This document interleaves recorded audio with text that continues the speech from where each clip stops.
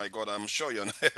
Greetings, everyone, and thank you for joining me. I hope you all can hear me because I'm trying to. Sometimes I have technical issues here, and I try to resolve them as as best as I can. So we are going to be talking about various issues today. So I would like to make a disclaimer first. The discussion we are going to be having is to learn and teach each other and not to discriminate against anybody, not intended to offend people. And please try to be understanding that people have to have discussions sometimes to be able to resolve issues. And sometimes it becomes a little bit abrasive, sometimes maybe even insulting. And you don't like to hear some of the things that are said here, but I think there is room for people to be able to speak to each other without walking on eggshells. And from on my own part, if I find that people are being a little bit unreasonable, insulting each other, I will do my best to try to level the playing field. That is all I can do. But I like to challenge people on their statements. If you are strong on your statement and you are backed by evidence, you can produce it. And no matter if you are strong on your evidence, people will see it for what it is. And if it's not, then they will see it too. I just hope people can understand that. And so there are various things that are happening around the world. The U.S. has called off a meeting, with Iran for the peace talks.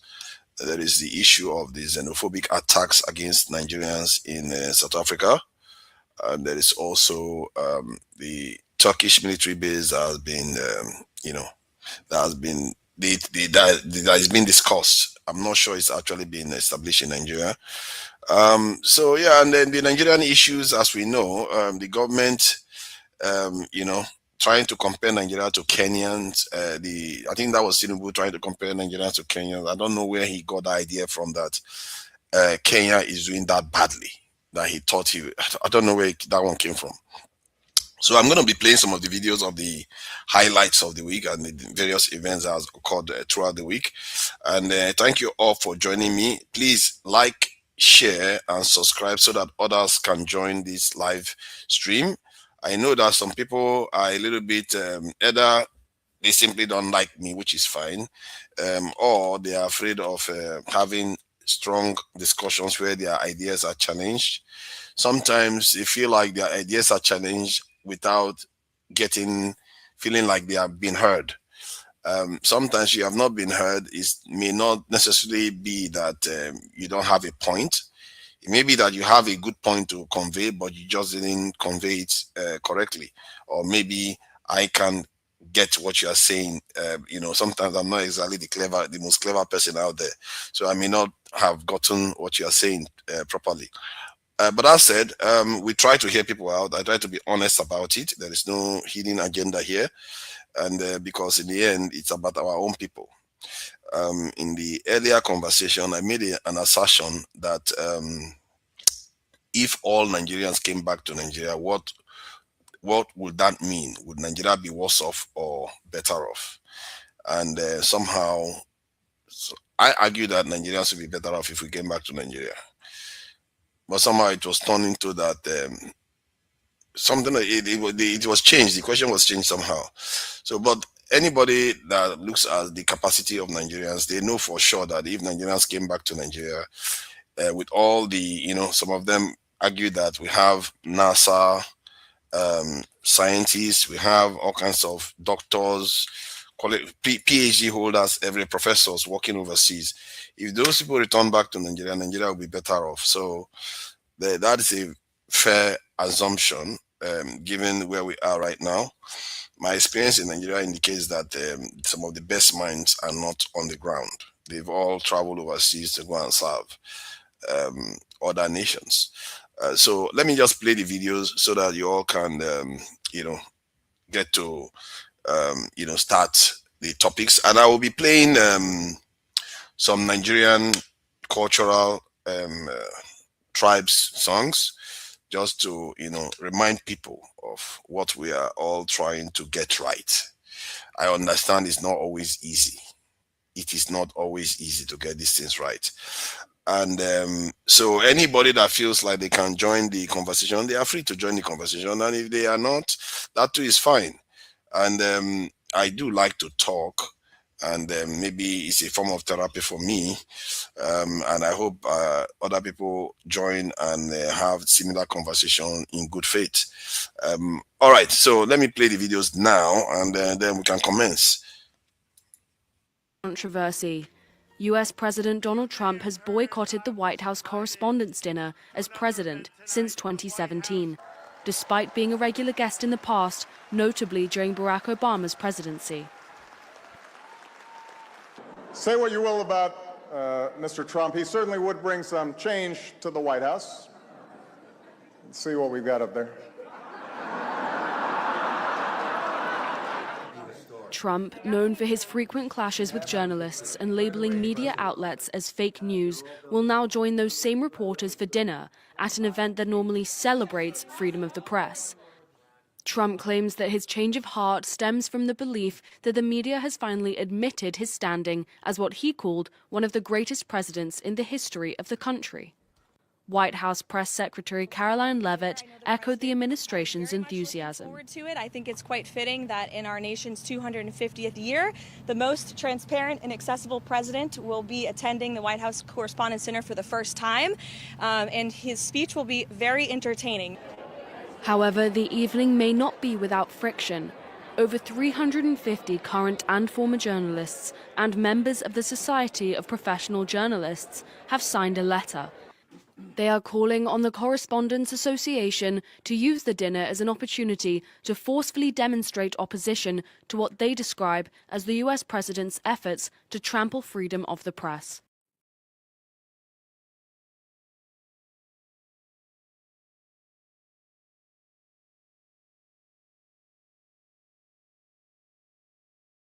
Decisive action against perpetrators of xenophobic violence targeting foreign nationals following Ghana's formal protest over incidents involving its citizens. Ghana's Foreign Affairs Minister Samuel Ablakwa summoned South Africa's envoy, urging immediate intervention to prevent further escalation. His concerns followed the circulation of videos on social media showing attacks and intimidation against foreign nationals. The minister also highlighted a specific incident in KwaZulu-Natal where a Ghanaian man was reportedly confronted, asked to prove his legal status and told to leave the country. Meanwhile, South Africa's authorities have strongly condemned the attacks, describing them as unlawful and unacceptable, as law enforcement agencies have been placed on high alert with clear instructions to identify and arrest anyone involved in xenophobic attacks. But it's private owned. How many can access it? The question first was Nigeria does not have. That was what started this whole thing. Nigeria does not have. Now they have countered them now that Nigeria has. They have now gone to private. How many people can access it? So the person who responded, bringing proof that Nigeria has, now tweeted again saying, it is private. The initial hospital posted was also private. I was answering the question of whether we have children's hospital. Yes, because that was it. The person was obviously saying we don't have. And not whether it is private or government. So the person now posted something from, that the guy posted something from Google, proving that that Texas hospital is private.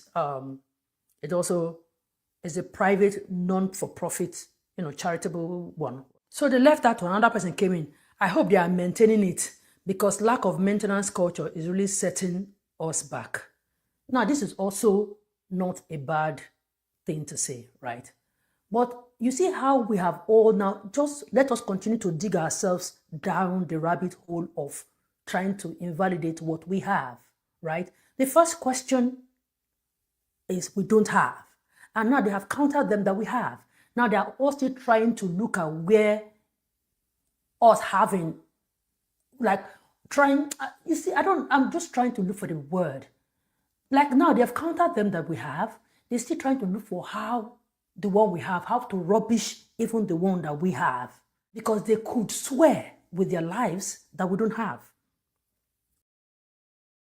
Former housemate Tayo Faniro went live on his Instagram page yesterday to let the entire world know that he was being harassed and assaulted by members of the police force in South Africa. And then the cops stopped me just right here, and they're telling me they want to check my phone and the phone of my boys. I don't tolerate this kind of treatment. This is the same way they treat all of our brothers here. That's the kind of treatment we get all the time from the cops. This is the same thing we've been filming, documenting on. Now they want me to drive in their car. I haven't got anything on me. Why would I drive in the police car? I'm not going to leave this place. If you want to beat me in front of the whole world. I am not going to leave this place. If you want to do anything to me, do it to me in front of the whole world. We're in front of the world now. They can see you. You can see. The whole world can see you. Yeah. So you will tell me the reason why you want to take me to the police station while I'm going to do my own work. Can you stop that lady going now? Can you stop this white guy and say you want to check his phone? So that's pretty much the summary. And after that part, he called. Obviously, the police had called for backup, and more officers came. At the time, they forcefully tried to grab the phone from him, so he was then shouting for help. Now, we've always heard of issues of xenophobic attacks against Nigerians in South Africa, and this is somebody who is known, and he's actually trying to alert everyone of what his experience is in South Africa. Nigerian government have tried over time to find a way to get some kind of palliative measures to stop this. Yeah. But it doesn't seem as if it's stopping. Is it like they're not doing the right thing? The former Minister of Information will try to get him involved. The chairman of Nigeria's Commission on Diaspora has gotten involved. In fact, you saw her talking to many South African leaders on how they can ensure the Nigerians are safe. So, in your mind, do you think anything's been done at all? Nothing, no. Because just recently, just last week or two or so, the Senate President hosted the ambassador to South Africa at the villa, and they were speaking and talking about the number of Nigerians that have been killed in South Africa, the number of Nigerians that have been killed by law enforcement officers in South Africa, and we did not get to any convictions, prosecution of anybody. There were no consequences for this act carried out by South Africans. So, you know, this is still pretty fresh, just happened yesterday. I mean, we just saw the videos yesterday. So we don't know wait for the police, wait for reports from the government on what they're doing to help reduce this. Brian, what I would expect is that the president of the country takes it up. Yes. Calls, you know, president to president, okay, please check on your people. I need to know exactly what happened in this case. I want to know what will happen to the officers in question. Maybe then they'll take us seriously. But when we have the president spokesperson, a person in charge of diaspora affairs, the Senate president talking, and they're talking to them within our country, like what Bajabia did, and they visited over there. Yeah. I think they will continue to play us around with I also think we should show example by treating ourselves well, because people pick on the energy that you give to them. They see Nigerians as people who do not even care for themselves in the first place. So are you sure they will fight so we can do anything in our country and get away with it? Yeah. We should start by the example in our country. Right. So for me, like in America, when things like this happen, you would see someone who come on TV and state, we would not accept this being done to our people. We're sending so and so to make sure that they look into it. So South Africans need to see that we're doing that. We're speaking about that. You put us on all the channels in South Africa. We have people, High Commission there, somebody from the office saying, we do not accept this. This has come to our notice and we must see to the end of this.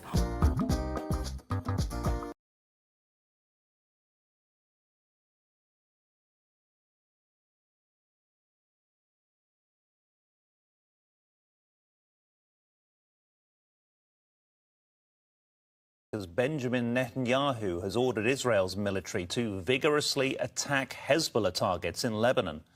Israel's military claims it struck Hezbollah rocket launchers in 3 areas of southern Lebanon overnight after the militant group fired missiles. Even US President Donald Trump isn't sure what this means for the newly extended ceasefire. Haven't even thought about it yet. Of course, he hasn't thought about it. And they always, it's funny how they always reported that Hezbollah attacked Israel. But none of them bother to report that Israel has been attacking the Hezbollah all week. It's really strange. It's like somebody is slapping one side continuously, and when the other side responds, they're like, you responded to the attack. Funny, isn't it? That's how it's not supposed to be. You're not supposed to respond. Africa, absolutely. Xenophobia. Xenophobic. Are all South Africans xenophobic? Ghana don't play with its citizens. Ghana does not play with its people. Absolutely not. The government of Ghana has summoned the South African envoy over xenophobic incidents. In simple English, the Ghanaian government has summoned and warned the South African representative in Ghana. In this modern era, we will see such hatred, such xenophobia against each other, against Africans. It is totally unacceptable. It is condemnable, and we will do everything as a government to protect our nationals and to make sure that we demand from the South African government to protect our citizens and to keep them safe, because they owe them that duty of care. South Africa has an embassy in Ghana. Ghana has an embassy in South Africa. They actually have a brand new law where South Africans and Ghanaians can go to each other's countries and visit for about 90 days. No visa required. Now, the summons occur. Why? Because some xenophobic incidents. You can see on the screen, some of the people got beaten up. You can see that's very, very sad, being beaten up because primarily because you don't belong, you're not from here, okay? And then secondly, because you're apparently illegal. Okay, who's checking the illegality? Question mark. Is the immigration service to thoroughly check whether you're illegal or not? Because those are the only people that are qualified to do so. No immigration. Just guys walking in the street saying they're tired, start beating people up. First it was Nigerians because they're supposedly drug dealers. Nigerians, will you please go to Nigeria? South Africa is rotting because of Nigerians giving our children drugs. We are sick and tired. Then very slowly, that's how it builds up. Nigerians are drug dealers. Nigerians. Then anybody that doesn't look South African is Nigerian. First he's illegal. Then even the legal ones, you beat them up. Then later on you find out, he was legal. Oh, sorry, but you should go back to your country and fix your country. Anyway,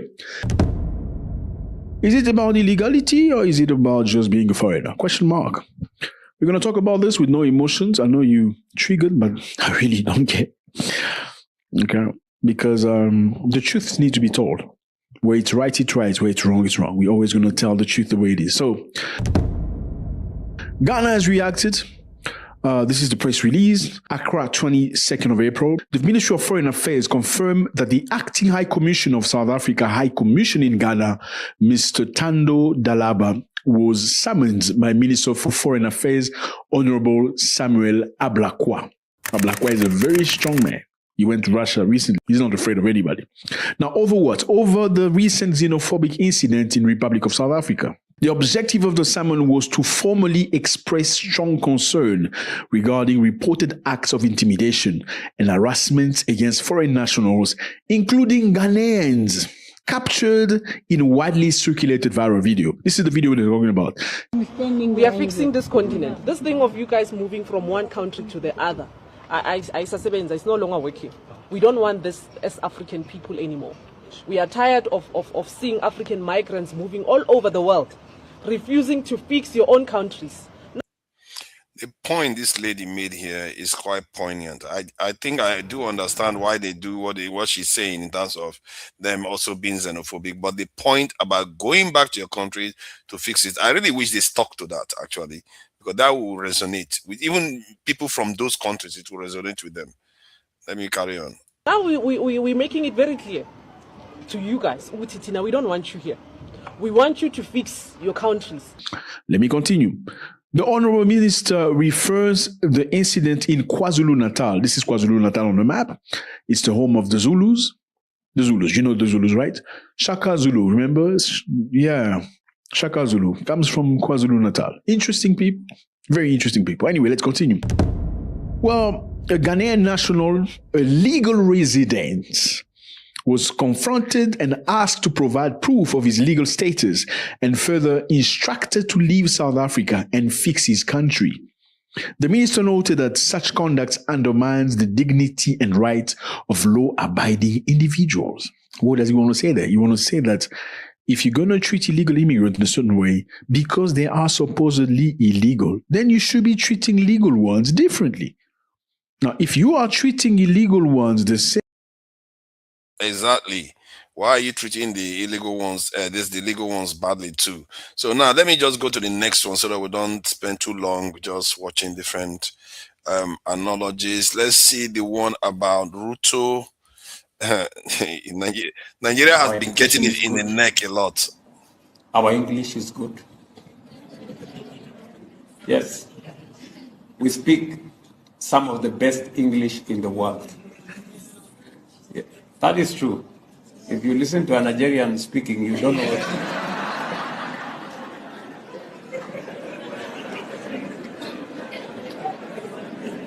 You don't know.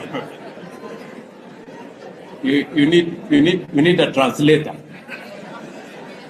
Even when they are speaking English, Ama. Eh? So we've some of the best human capital anywhere in the world, and we just need to sharpen it with more training. I think Tinubu has invited so many insults to Nigerians. I'm telling you that this government, I've never seen a government that has just brought so much insult. Because he went and said, he was the one that first attacked Kenya by saying that Kenyans, we are lucky that we are not like Kenya in Nigeria. It's like, why would you do that? You just saw that threw him under the bus. What did he think he was going to do? Let's deal with the Turkish issue too. A country like Turkey will have to come and establish a military base in Nigeria. One of the first struggles Nigerians fought in the 60s was the Anglo Defense Pact. That's what brought out some of the Nigerian students who are activists today. The British government the United Kingdom wanted to establish a defense pact with Nigeria, and they resisted it. So we should all resist any form of foreign entity coming to Nigeria to establish a base.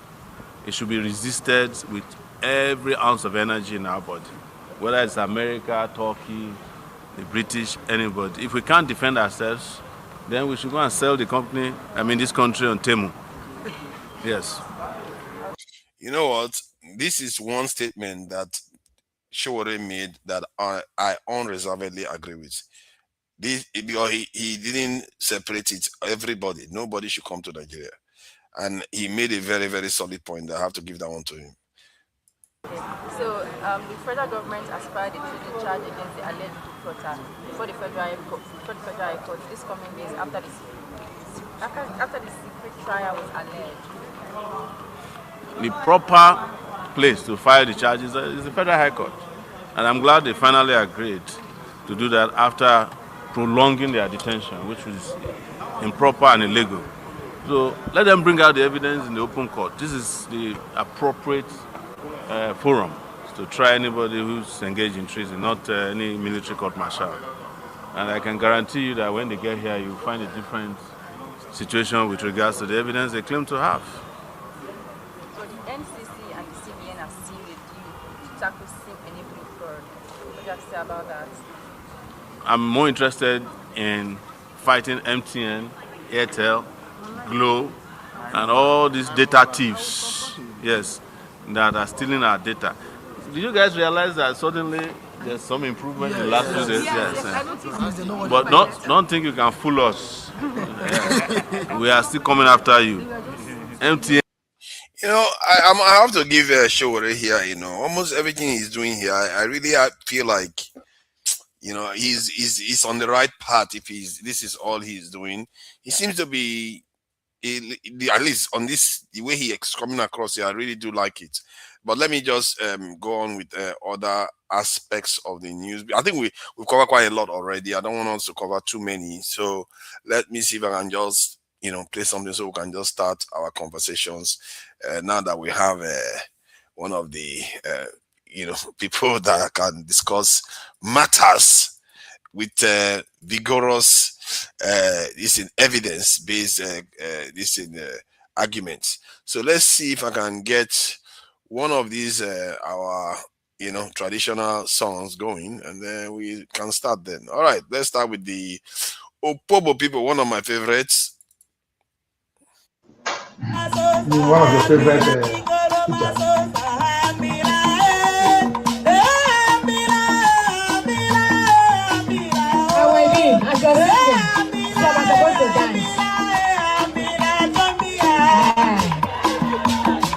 Why is there you will dance especially for me today. Yeah. Yes.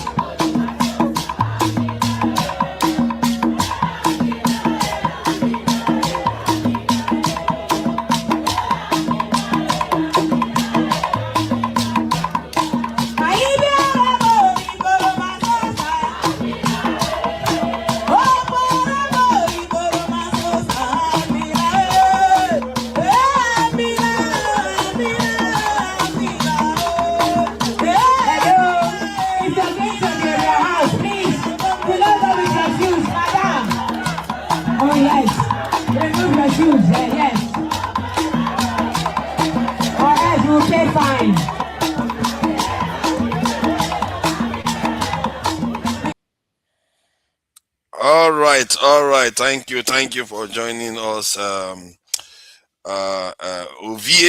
the Okpegolo people, and I really, The winning team.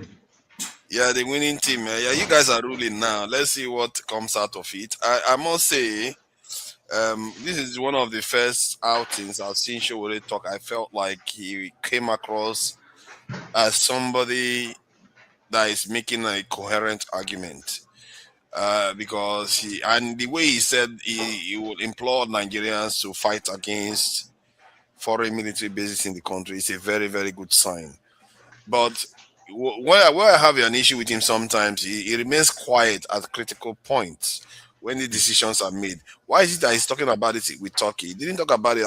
At least I didn't hear him when the US soldiers were coming in. I didn't hear him when they were giving our data to Americans and giving our data to the French. So I didn't hear a lot of pushback from him then. But what he said there about the Turkish base is a good one. And it's not about Turkish base he talked about. He talked about every other base. We should fight against that. And that if we are not able to defend ourselves, let's pack up. That is a good point to make. I have to give that one to him. So what do you make of it, Ovie? There's background noise, Are you in a factory or something? Yeah? Yeah, I think it's a washing machine. How bad is it? It's coming across. Sometimes it's quieter now. The other times it comes up a bit.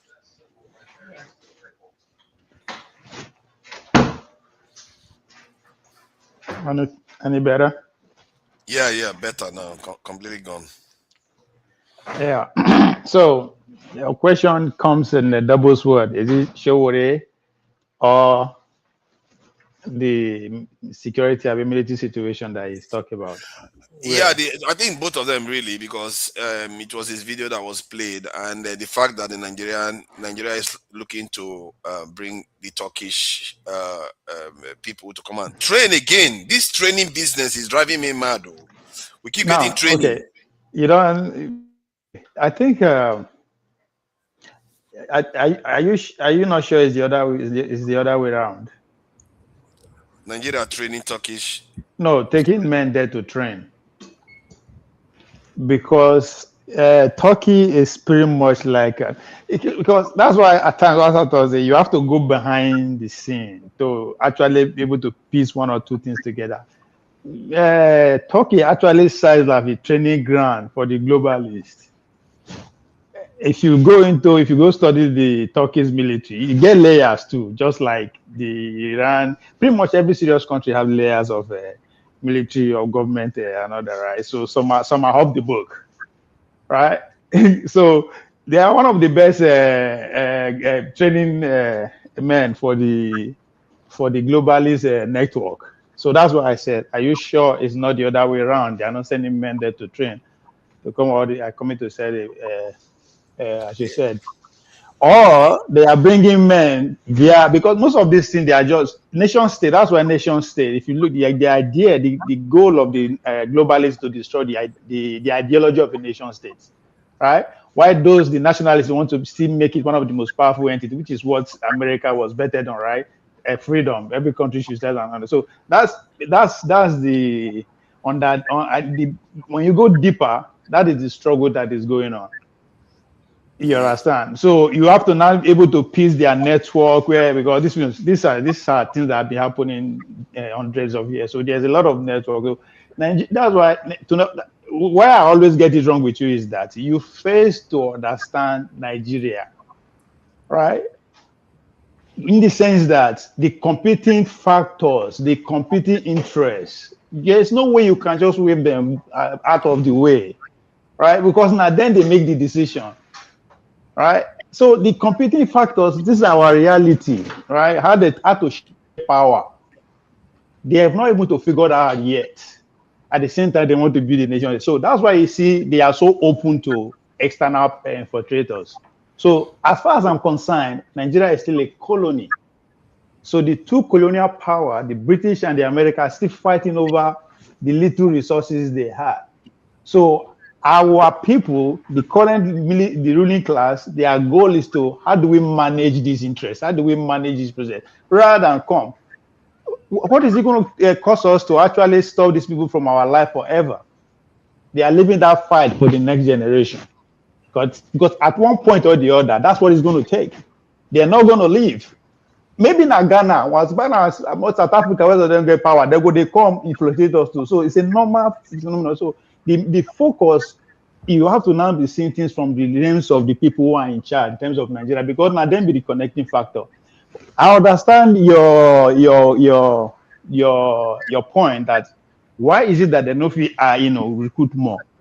The point is that that's not a good strategy for them to maintain power. Why would they educate us more? So you now have to now leave those people with the power now. They're gone already. There's no how you going to stop them. Pay attention to those who want to take power, because it is their responsibility to organize the people. The people are full of raw energy to do anything, but you have to be able to use your experience, because you don't stay alive longer than them. You are made a reasonable amount of money. It's now left for them to put it together and lead those people. So when they say leadership, not be the problem, not them be the problem. Not those people already the power. So you show it as an example, right? You said something very critical, that when it matters most, they keep quiet. If I were you, that should be your next area of adventure. Go find out why. Those events, those issues, connect the issue and know where his own money they come from. All this, because he has to, they readmit him. When you were here last week, I challenged Chido. Even though I use Qatar, saying they work for Qatar, or the company that's doing is working with Qatar, he said no. But now, Rudolph America, they talk openly that this NGO, they sponsor them. So at what cost? So just so much that, you need to understand before you see, because I understand you for us to build a nation, we have to have the kind of your mindset, right? That's a fact. But the reality is that nobody, let's say you are a nationalist, how many of you now? I asked you this question over how many times? All our leaders, how come there's no one nationalist among them? That's not a coincidence. It's not a coincidence. So even the Showore himself, when push comes to shove, the big brother is watching, right? You understand what I mean by that? They go say, come. You understand? So I see a man that wears two hats, right? He's a revolutionary, somebody who cares for the people and all that. But at the same time, he's a politician. As a revolutionary, as somebody who's already there for people, I fuck with him. I want to be like him, right? Regardless of where the sponsorship got, but he's there. But as a politician, nah, he's far from the scheme of things. So the Nigeria, the way we did, so until you have to take those competing factors serious, there's no way we can really rule out them. Thank you. Thank you. What I want to do is I want to be doing it so both of you can be speaking on topics. Hopefully we'll go through a lot of topics before a lot of ruffles show up. Masca, thank you for joining us all the way from Abuja today. What do you make of this Turkish-based business, or if you want to talk about the South African one, or any other topic really, because I think we're just getting warmed up. But this Showore comment about the Turkish base, I think it's a good one, because I don't trust the Turkish. They've demonstrated themselves to be very, very slimy when it comes to trying to be duplicitous. Look at what they did to Assad. They helped the Americans destroy Syria, and Syria now is a bunch of, all because they don't like the Kurds. So I feel like they are very slippery, and they also worked with Somalia to fight against this in Ethiopia to ensure that Ethiopia doesn't have access to the sea. So they are very, very duplicitous. So they go to countries and use those countries to suppress other African countries. So maybe they are in Nigeria now to use Nigeria to suppress the Sahel nations. What do you make of it? I don't know. Maybe there's another angle that you are seeing.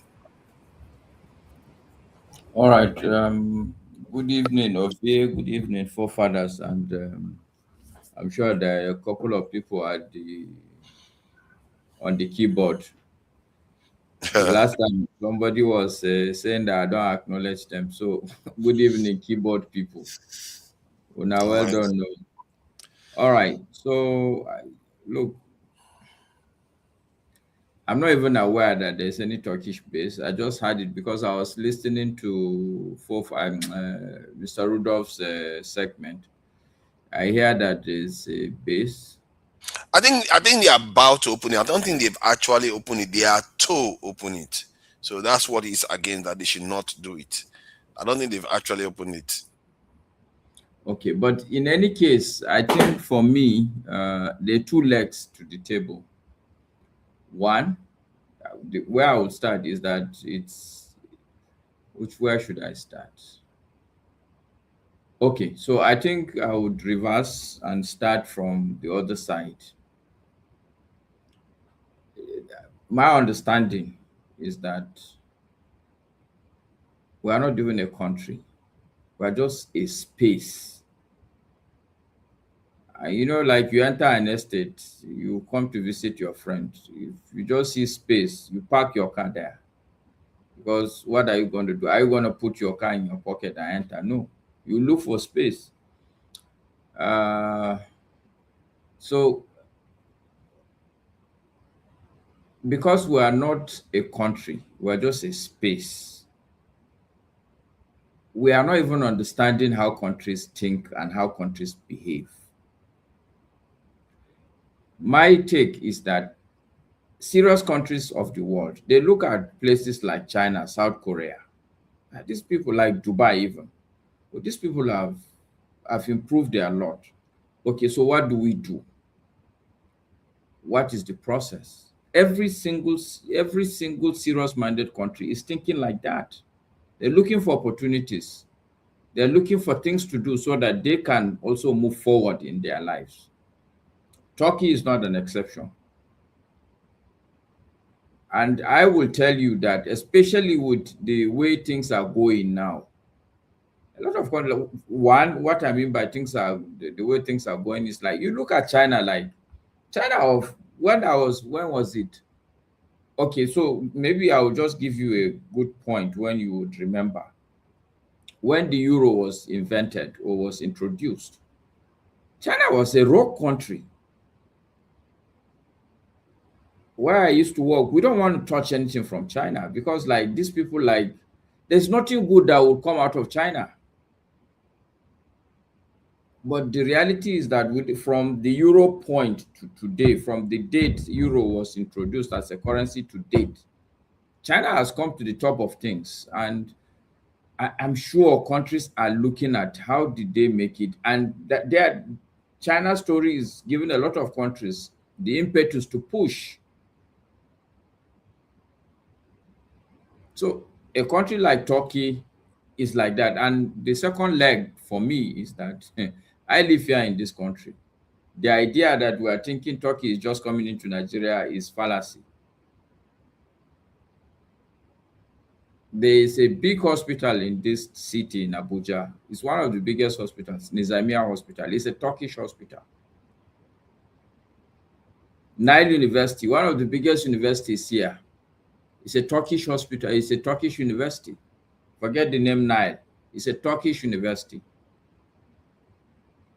One of the biggest secondary school, NTIC, is Turkish, Nigeria Turkish International Colleges. Okay, so when somebody has and this schools, this college, it's across the country, all over the country. That's interesting you mentioned those things. Why do you think they have so many? That's soft power right there. Masca, thank you for that. You see, That's soft that's power. why I wanted to start from here, that they are already here. But I decided, no, let me start from the other side. Because if you had listened, that would have answered the question, the why. Because they want to move forward. They are looking for spaces. Okay, so no, like Ovie said. But why are we giving them the space? That's the question, because we have better options. Who are we? This is a space. It's open to everybody. Thank you, Masca. Who are we? I like that. No, when you say who are we, I'm saying why are we allowing it to happen? Because we have people. Why are we choosing Turkey? So now I will take. Okay, so when you say we, what do you mean? Exactly. We are see people. Our government. Let me give you three versions of the we. That is a possibility. When you say we, like me, you, and Ovie, we are a we. Yes. Does that question apply to us? Are we? No, I'm using the we as a nation. Why is it that we? No, you can't use that. Why not? Good. He just established why we are not a nation. He started by establishing that fact first. We are not a country. We are just a space. Yes, he said that. So then your argument is that anybody can just come into Nigeria. That's the point. Then if that is the case, why is it that we are biased towards NATO nations? It's not true. No. No, we are not biased. Relax. We are actually biased. Look, forefathers, it's just the three of us. This discussion should be a bit nuanced. Yes. Let me take you to a different angle. We all know that a lot of times people say that these bandits are not Nigerians. Have you ever heard of that? Yes. Okay, but so how bandits enter Nigeria? You're surprised Turkey enter Nigeria. I agree with you. Bandits enter Nigeria, but they are doing it in a criminal. They are doing it in a criminal way. But I'm looking at it from the point of view. About what they do. Turkeys are doing it in a soft way, the legal way, which you like very much to Nigeria. So why are you surprised? No, I'm surprised. I wouldn't say I'm surprised. I would say we should have chosen better. Why do we always go? The mistake you are making is the way. That's what you don't get it. You have to understand that there is no way. But when you whoever is allowing them, whether it's a 1 we or a 10 we, whoever is after his own interest now. It's after his own interest. What I'm telling you, do you know what is called an abandoned property or uncompleted building? Yes, I have an idea. This country is an uncompleted building. Take it or leave it. You may not like it. Wait, Masca, have we started building it at all? Have we ever started building it? Sorry. Then that is our reality. Why are you now? Why you call the ask question that the answer is right before you? Nigeria is an uncompleted building. Even if it's a building, they haven't put proper door. Even if there is a door, there's no key. Even if there is a key, it's not a sophisticated key. Once you just come, and nobody is standing there by the door. Anybody can come and fiddle with it and open and enter. Okay, so the question arises. Sorry, I want to ask him deeper questions. Like, so the question arises that the people that are showing up, are you saying they are showing up because there is no key? That's why they're just coming in. So the Turkish people that we are seeing is because they are the ones that want to come. The Chinese that want to come. Nobody I would like, when we discuss forefathers, I would like you to listen intently because I make effort. Okay. To at least choose my words. It's painful. Okay. It's uncomfortable, but I do it so that at least there will be clarity in what you say or what I say. Okay. I said there are two legs. Okay. The first leg is like, as a serious country, you must look for space. Any serious-minded country is looking for space. And the fact is that we are also a space. True. So it's not a coincidence that people looking for space are using you that you are space. Yes. Let me support your answer, Mansard. Yes. To Nigeria, they are coming because they are meeting people who are ready to make deals. Now you have issue with the deals that those people are making, right? That's what you have issue with. So it's now upon you to do something about them. You know them, I know them, everybody know them. They are not spiritual. The challenge of it is that if you take that angle, we are just going to run in cycles. No, I just want to answer a question directly. Say No, I yes. don't. As long as we are not yet a country, you know, it's like you pursue one person come out. By the time you are escorting him to that door, as you come back inside, another person is already inside. And let me break it down so that you can understand where I'm coming from. Let it not be a riddle. I will go back to that word you use, we. When you say we as a country, it means that, number one, the people that are calling themselves the country are serious-minded individuals. I'm not talking government now. That the populace are serious-minded populace that no useless government will do rubbish on them. They will hold their government to account. As a people, not to talk of institutions that would be the levers that the people will use.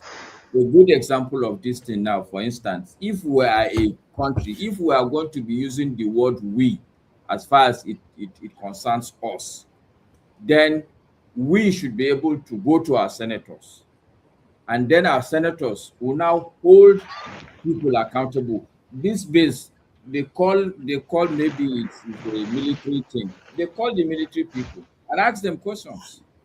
But do you think that the National Assembly is a viable institution in Nigeria?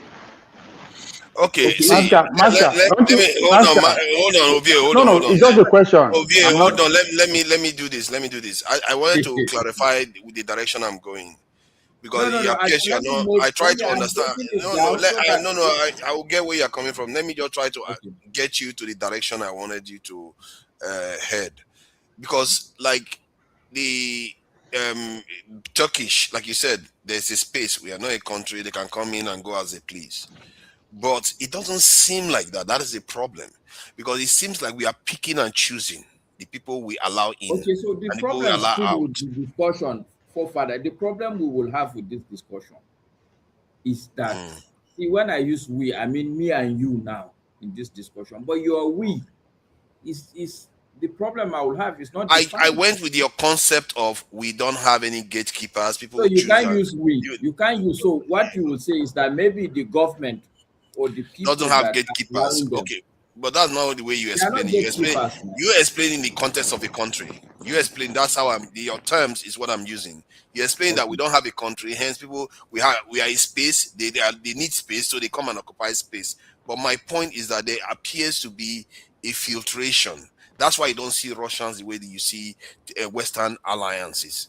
You see that? So they have capacity to select, but they only select one side. Do you remember the last good governance right? Do you know that people were carrying Russian flags in Nigeria? Yeah, but that is not the establishment. What happened to them? You know exactly what happened to them. So that's my point. They have the capacity. So I think you tell me what happened. They throw the young boys in jail to the point whereby they show them on TV here. We saw them here. Hold on. They tortured young children because of it. Hold on. Let me answer you, because I think what you are getting wrong here is when you say with the select, right? With the choose who to. Level of selection going on. No, you were wrong, because now what I want to say, you are wrong, right? That doesn't mean it doesn't appear so. Again, it depends on the media you consume, when and how. If you remember, when Mascar begin point out the investments of the Turkish people already in Nigeria, me and you are surprised. So before you say with the select, you have to be very sure that not what did happen. As me and you speak, Enugu state government has gone into full contract with France. The France that you think we are, Tinubu they follow, right? So just as I've always said, when they want the change, what is it changing to? Because America is at the forefront of the change where they come, they are pushing for that everybody to have a sovereignty again. So that is the whole goal of trying to dismantle European Union and NATO. Everybody now is going out to source for themselves. Just like as Mascate explained, you need every serious country, we need a space to either go attract, bring more money, or go invest, sell to them, or go invest there. So all these countries, they are entering the forefathers. the Ajakuta steel rolling mill that you keep hearing. Do you know which country came and set it up? The Russians. Okay, so what are you talking about? You want to make it look as if Nigeria doesn't want to do anything with Russia. And again, you have to understand, our government is changed. Come on, don't do that now. Okay. Oh, sorry. Somebody could just talk to me, just jump in immediately. It's not fair. I never finished. I ain't jumping into my house. I thought we were having this. Maybe you should have gone after Hold on, sorry. Okay, sorry, Tunaja. What I'm trying to say is that when I say now how we they consume the media, when Buhari was here, everybody they say now only China they are focusing on, right? So you never know when there will be come power tomorrow. You go say, why is it that it's only want India to come and invest or want to? So how you get your interest into that space matters too. So and again, now where you pay attention to 9 days. So nobody would they sell it. But again, when you have, I think the conversation. I think the conversation should be where Masca start from. The idea that way. So how do we build? How do we arrive at way? Because every other thing no matter until we define how we arrive at that way. So how do we get that way? Because every other thing is, as far as I'm concerned, I just want us to be talking about it. The way we are talking about, it's not. You see, that's the thing. When we say a nation, I think as one. Let me finish my point. You are saying that we need the we to be a nation.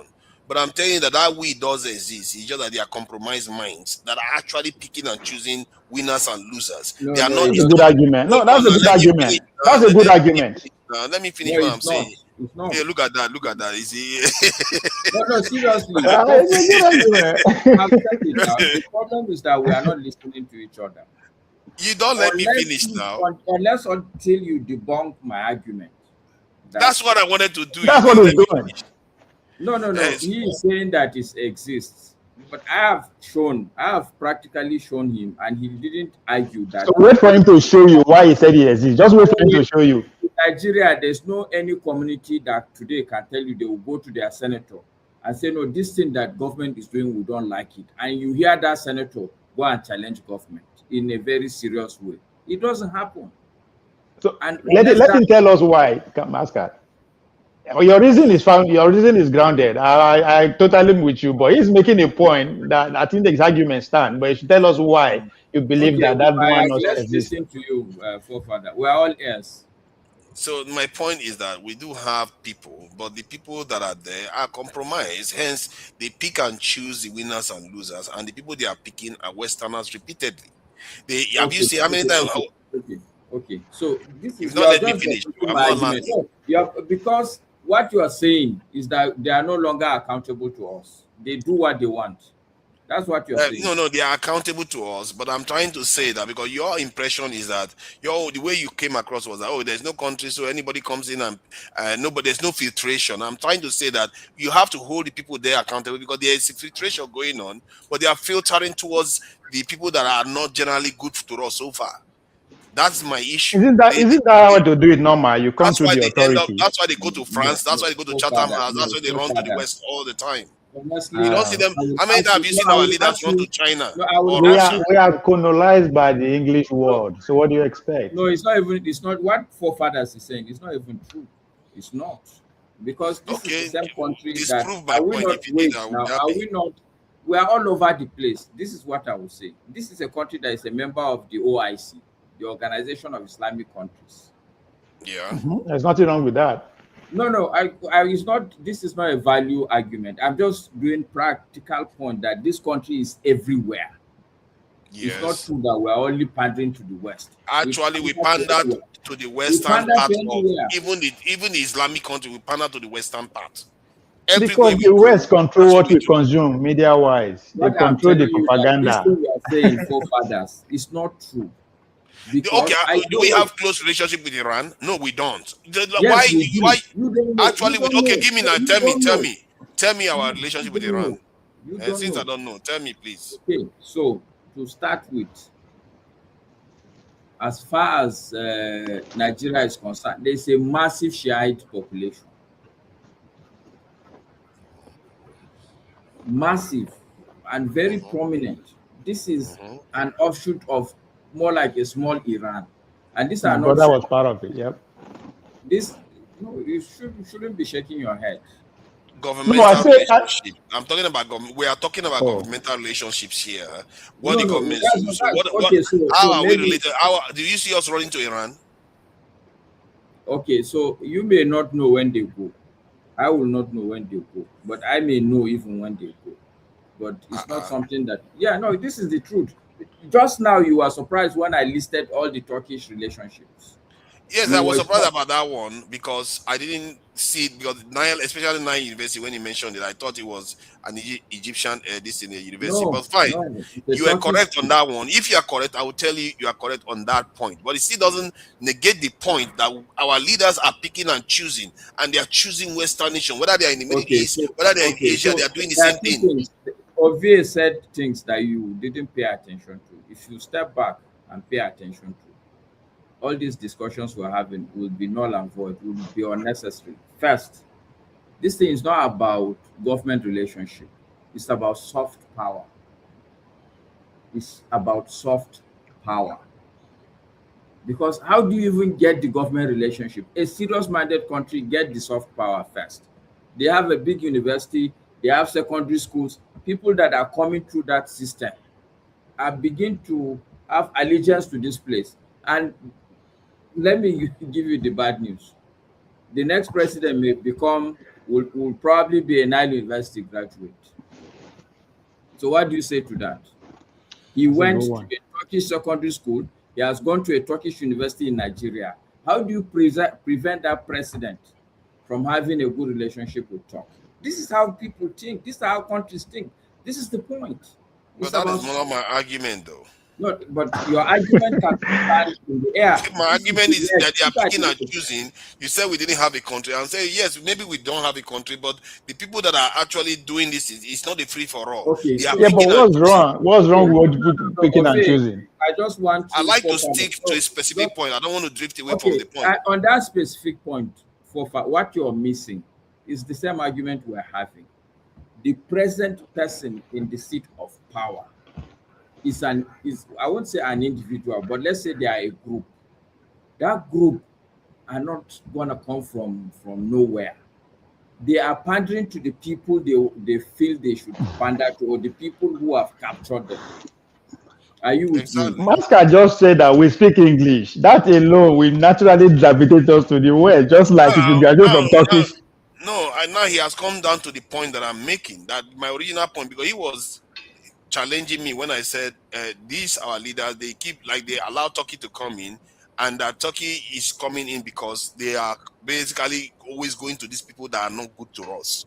And he challenged it. I don't know because we Okay, don't who have are a the country. people? They are Okay, just no, coming in. maybe they're starting, but who are the people that are good to us? No, the people that are not good to us is the point, not the people that are No, good no. to us. Well, Some people are neutral to us. okay, there are no people good to us. There are some people that are neutral to us now that don't Like care who? about Naija, us. now So we don't need even help.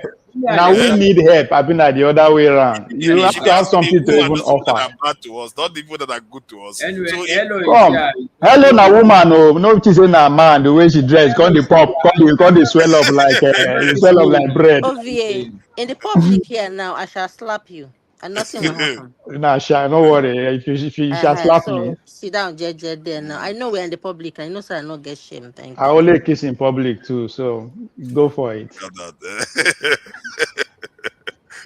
So it's spirit, maybe Okay, you want to say I would something. respectfully, I withdraw my statement. I won't slap you. I will Thank you. still Hello. kiss you in public. Okay, but forefathers, do you know that one of the reasons why good Oscar, luck what are was you removed? doing now? Do you know I Baska, the thought lady wants to I speak thought you now. wanted me to say something. Okay, I'll wait. Go ahead. Thank No, you. no, go Sorry about ahead, that. Ismiri. No, seriously, go ahead. I No, thought you no, were, I Wahala. saw you were bantering with Ovie because you people were wearing No. similar kind of glasses. So I said, okay, since I'm wearing the same kind of glasses with the forefathers, let's have our own conversation. These people are doing that classic conversation. Go You know ahead, I like to Ismiri. banter OVA. Yeah. Go ahead. No, Welcome. Wahala. Hello.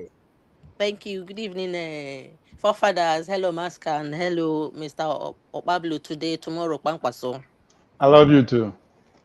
So, I just saw you guys talking. I'm like, I'm bored. Let me just come online and maybe learn some new things, improve my communication skills, and see if I can speak better English because we have been colonized to speak English. Um, And I'm thinking, why is it that in this platform we can't speak our languages? Is it only English we should be speaking? And it's a or, very or important broken English? Even though now the Yabo say our English get as it be now, maybe we should even be knocking that broken English now, sir. So no. So what I'm seeing online, I'm beginning to think, or I'm questioning, is it a reality on what's on ground? Because there seem to be a lot of noises on the social media that are very that are distracting the young ones from knowing what is really happening on the ground. That's why I'm suggesting that politics should be a case study in every aspect of education in Nigeria. They should make it a compulsory subject so that people, I know we will have nurses, we have doctors, we should let everyone learn politics because every aspect of life is politics at every levels. And that's why I was saying when someone said they are blaming government all the times, and I'm asking who makes the government? Is it not the people that chose the government? Government of the people by the people. So it's still you and I. One of us someday maybe will get there. The sets of people that have been ruling now during the independence are people that they've been people. They are still people. They are still one of us. They live amongst us. We have them as friends. So it is us that would choose these people to go and represent us. So if we maybe start from now to educate our young ones to learn a specific kind of politics that favors Nigeria as a country, you know, deciding to maybe if we can start afresh to create our own systems the way we want it to be, the structures to incorporate our originality of uniqueness to benefit us Nigerians. Maybe we can mirror a prototype from countries that were failing like us, that are a bit similar, with a lot of languages that have maybe managed to get somewhere. Once we borrow that prototype, we can now make it our own, like the social media structures. I keep saying this, the West, the people who brought civilization, they are developing and we are just following them. I know that we should be proud of our countries. I'm proud to be a Nigerian, but I feel sad how my country is being used like toilets. Anybody where shit catch, you go just go there, go shit. I don't like it. I want our politicians to gather bonds, to gather courage, to fight for today, for their young children to come. Even if it's going to be in the next 50 years, but suffer, even if they are going to payment, no problem. Just sacrifice yourself for a better Nigeria. It is possible, but because of individual selfishness, they are not able to get to anywhere. I don't think politicians are cowards. They are not. But this thing they call greed, you want today, it's all about yourself. You're not thinking about your neighbors. You're not thinking about the other people around you that may not sound like you. For some reason, we are being forced together, yes, but we have to, think of one another and bring one another to the same table of equality for us to, bring our heads together as one people. Because if you treat some like as if they are servants in their own country, they're going to be the ones that maybe will sell you out when you need them. So you need to bring everyone, treat everyone equal. When I talk about removing religion and ethnic bigotry, I don't mean that we should deny our origins. I mean that we should blur those very wide, strict, dirty lines that divide us the more, that continue to divide us. Because if we are able to work on those parts, perhaps there will be no reason for anyone who gets to be our president to play, or politicians to use those our cracks, to use it to divide us more.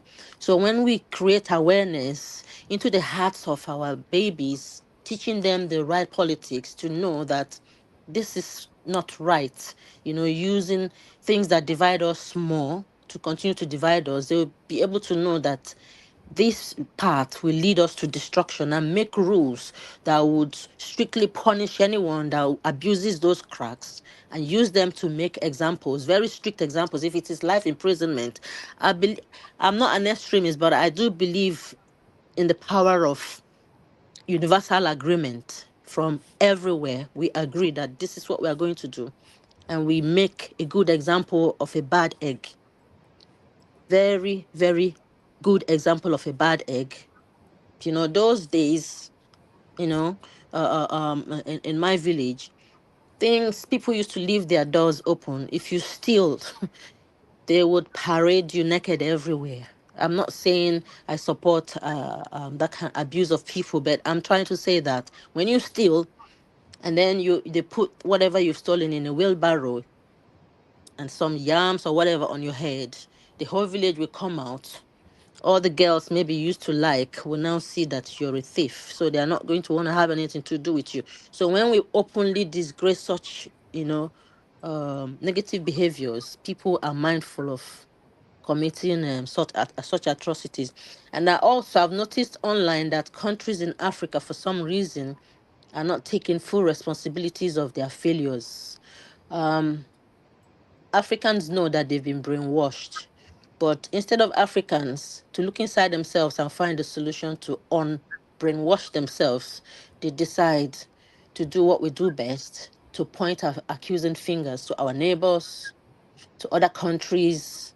You know, your country is better, it's worse than our country is better. Forgetting that every country in Africa is unique and is presented by its own um, presented with unique problems.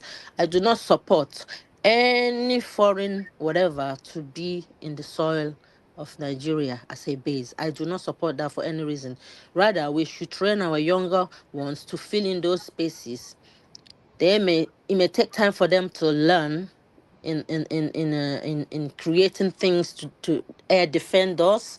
Is it in technology with AI, with YouTube? It's someone that created all these things. When our young minds are smart, train them from small and let them feel those positions. They may fail 10 times, but the more you fail, actually failure is part of success. The more they fail, they will get a hang of it.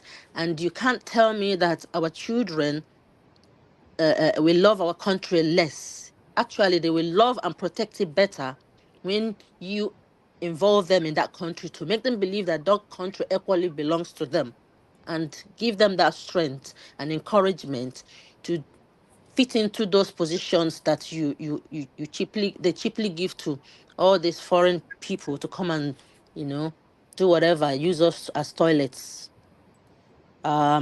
Yeah. And now Lovely. what's happening in South Africa?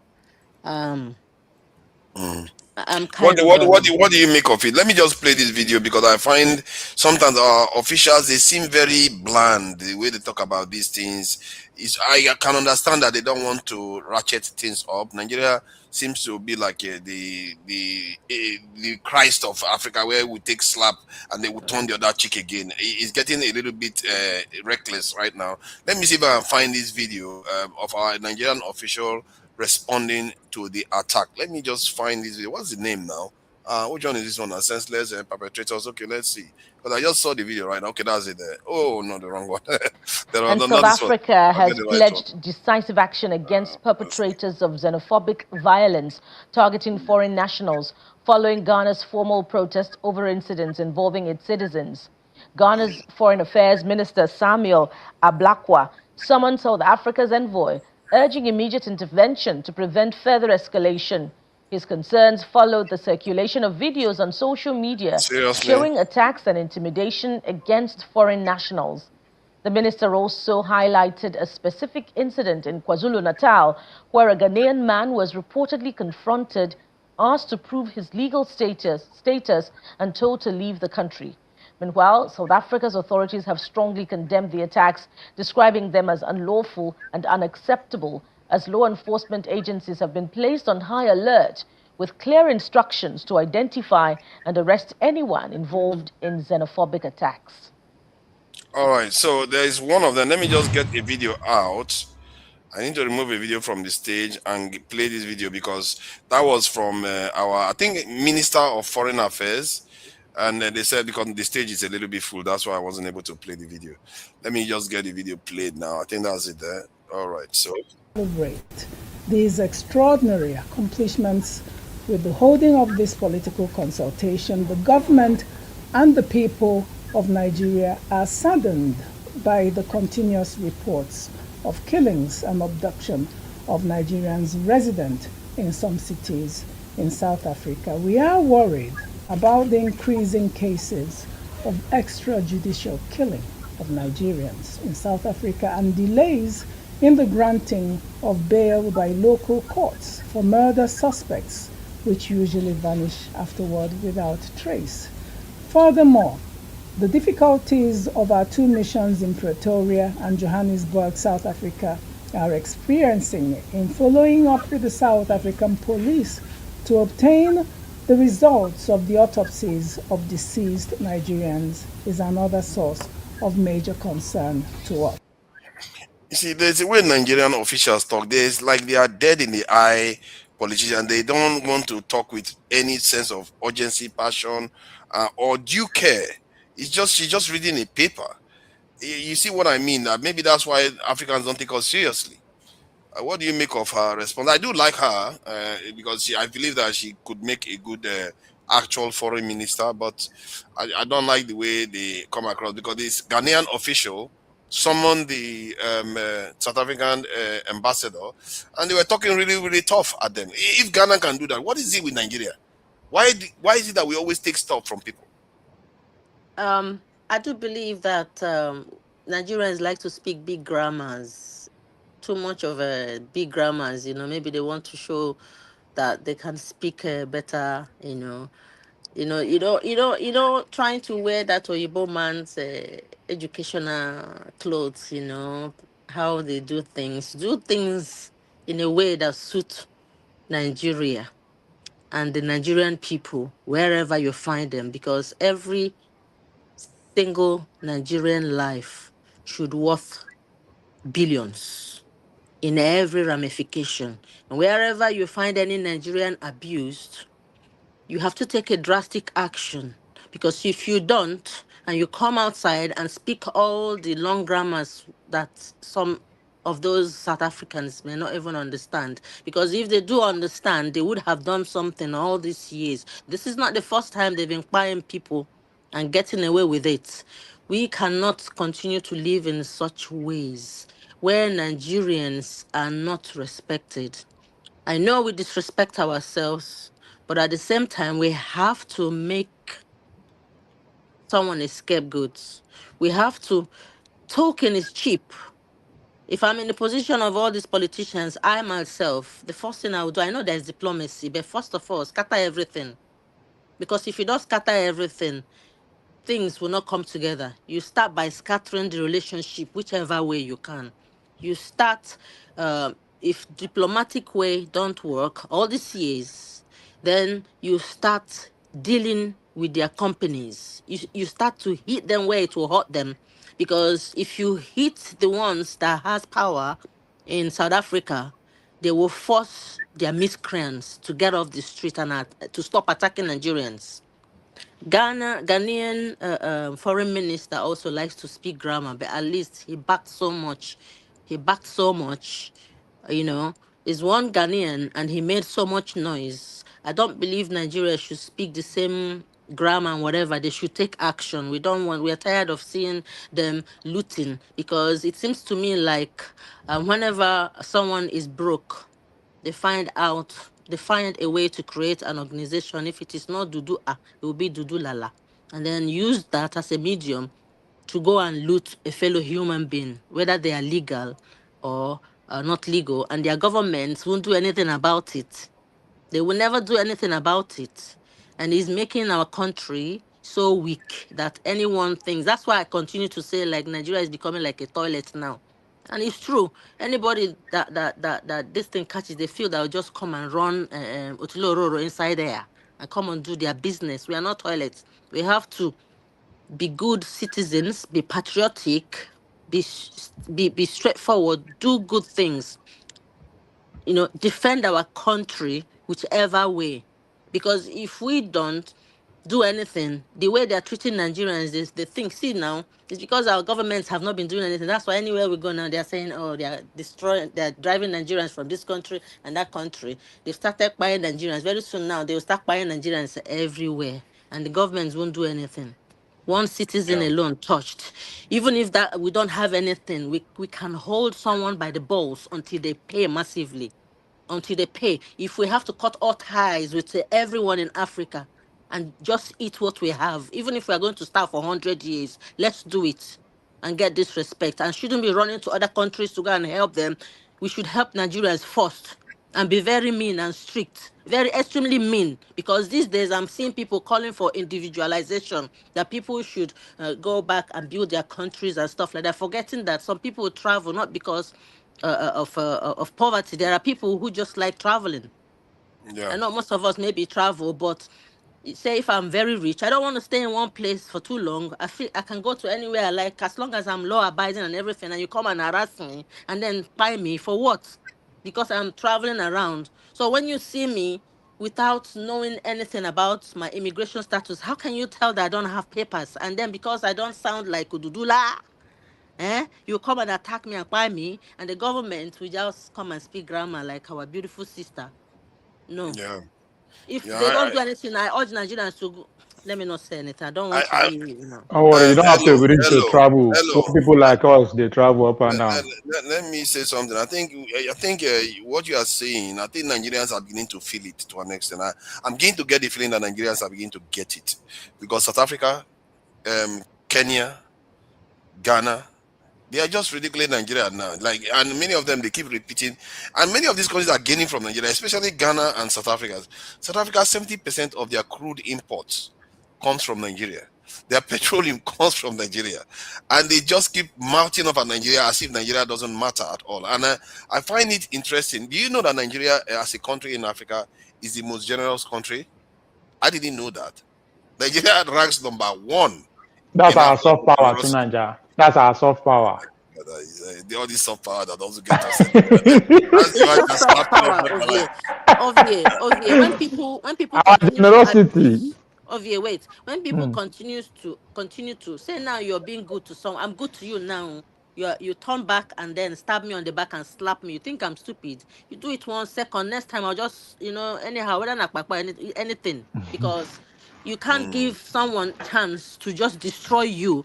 They destroy your image, but when you look at their countries, they only show the good part, but they are worse than Nigeria. In the public, because we Nigerians speak straight, we come outside to air our dirty linen, and they carry it around like as if our country. I see some of them, every time they want to talk about bad things, it's about Nigeria. But in their countries, they eat human beings, but no one talks about it. They just cover it. Our own people help them cover it too. Because they are here defending them every Sunday and Saturday. They come here, defend the people and put them on a pedestal. This is what we do best, and I agree with you on that point. I was shocked. Mind their business. Hello. And be mean. I'm shocked how good Nigeria is as a member of nations. Nigeria tries to uphold the law of nations as much as they can. The way they care about fellow Africans, like they go to Sierra Leone, go to different countries, help, and they don't get anything for it. And they come back home, and all they still get in the end is insult. Nigeria as a nation. But that's where the problem is, forefathers. Sincerely speaking. No, I agree with you on that point. But I'm just saying that as a nation, we don't perceive our nations as a member of states as being relatively quite good. With the way we behave as a nation, it's almost as if we are like everybody slap us, but we still try to help you anyway. Do you know how many countries we've helped with cheap oil and this in energy for decades? Do you know how many countries we've helped with our own blood? There are so many, and I don't even think there are many countries like that in the world. Africa, this same South Africa, I was in my life as a student. When they give us salary, we contribute money and give them to go and take it to South Africa. Myself, not any other person. Alawi, they give me, we'll put money together and say this one should go to South Africa. Imagine. And they are Today killing we are Nigeria. their enemy. Today we are their And enemy. then, Father, sorry, I wanted to say as well, like now, because Nigerians speak straight, and when we speak, for some reason, I don't know if people feel intimidated, but in Nigeria, we speak this way because this is the way we are. We air our minds. You know, when we see something, we scream on top of our voices like, this is it. You understand? So people may not understand us. That's fine. We don't have to please everyone. We should be extremely patriotic. We should teach our children to love Nigeria, you know, with passion. And then when we now bring our ethnic divides in the open space, these people, when they want to touch us, when they want to scatter us, they begin to touch those our weak points, which is like religion, which is ethnic bigotry, like instances now when the Igbo King stuff was happening, some people were saying, oh, that's how Igbos come. They like to grab lands and all that, forgetting that today it may be the Igbos, next time it will be Yorubas, next time it will be Fulani, next time it will be Ijo, next time it will be Okpaolo people, you know? So, can you hear me, guys? Yeah, we can hear you. They went after Ghanaians too now. So, Internet. Can you hear me now? yeah, we can hear you. We can hear you. We've always heard you. Yeah? We've always been hearing you. Yeah. So, with I know that no country is perfect. I'm not against any African country in any way. Any country can decide to say this is how they want their country to be. The people choose the government.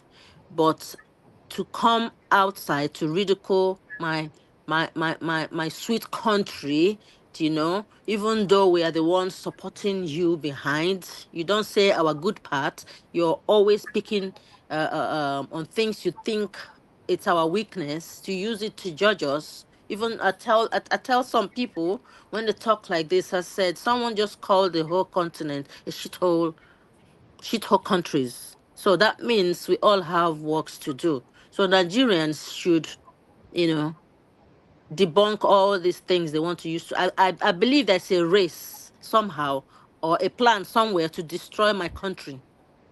They start by tarnishing the image of Nigerians. Before you know it, they'll start ganging up against Nigeria to tarnish our images. It won't be enough because we are kind-hearted. We wait until something horrible happens. Then they will now start taking us out, buying us. When they buy us in South Africa, nothing happens. They now buy us in another country. Before you know it, they'll start buying us everywhere.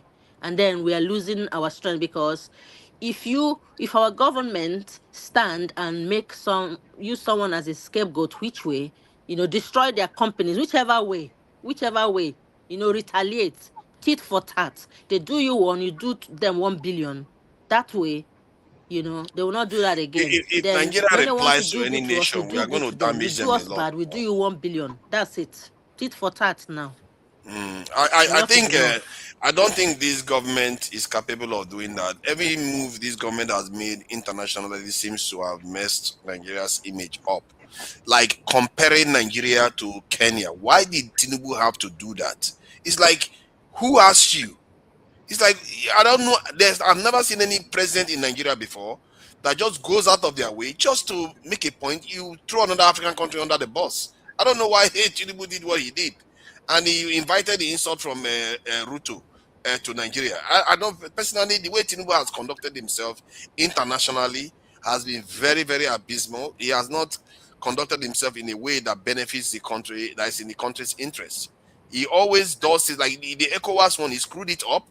The ECOWAS one, he went to the UK and he went and brought debt for us to go and help their own this in their own steel company when the Nigerian steel company is not working, and he was busy laughing at PDP for not fixing the Nigerian steel companies, Alaja and all of them. But his own, he is there for 3 years and he has not done anything about it. He said he went to go and save the British steel company. I'm just watching a video here just now, and I'm just fed up of the way Nigerian leaders are. See, Masker, this issue is beginning to scare me, because some of the things somebody told me this weekend about what is going on in Nigeria, I was completely shocked because I expected Nigeria to have gone further than that.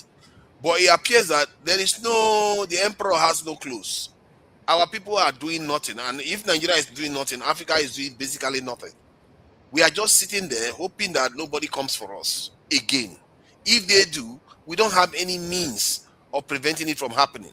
Our people are not doing anything. Like our government now, you know that they will say Nigeria is building a drone. Like, no, they are not building it in Nigeria. Most of them, they are building it overseas. It's like when they will claim that it's the Nigerian built drone, when something happens to it, they have to go to another country to go and get the manual and everything to deal with it. It's like this is the training they keep talking about constantly. Why is it that our leaders have refused to actually get our people to build anything there by themselves? What is the problem with that? Is there a law somewhere they put somewhere that our people should not be able to build anything? Where is the law?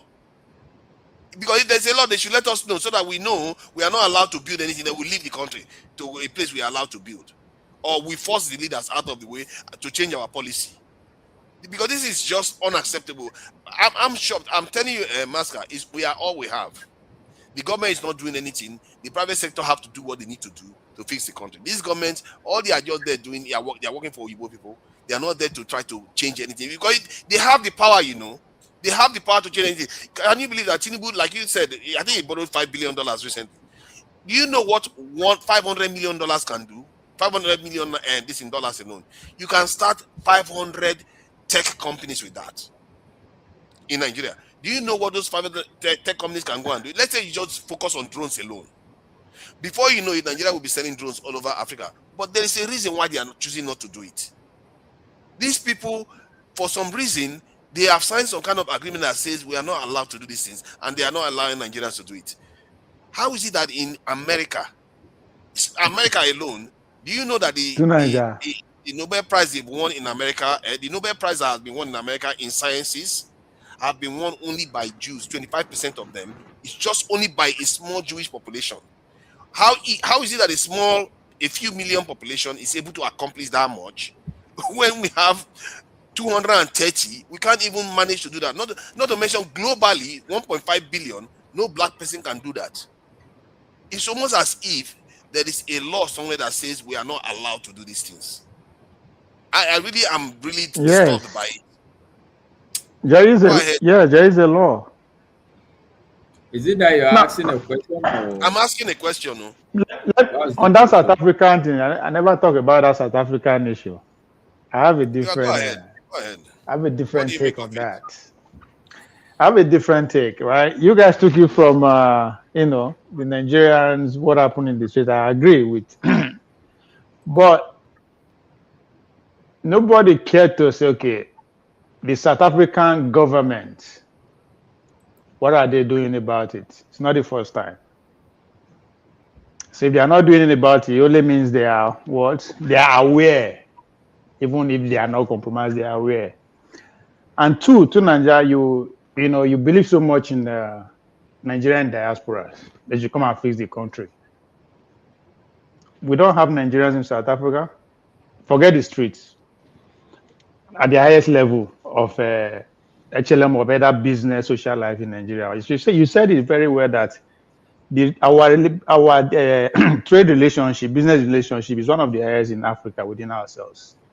So our leaders invested heavily in the South African economy.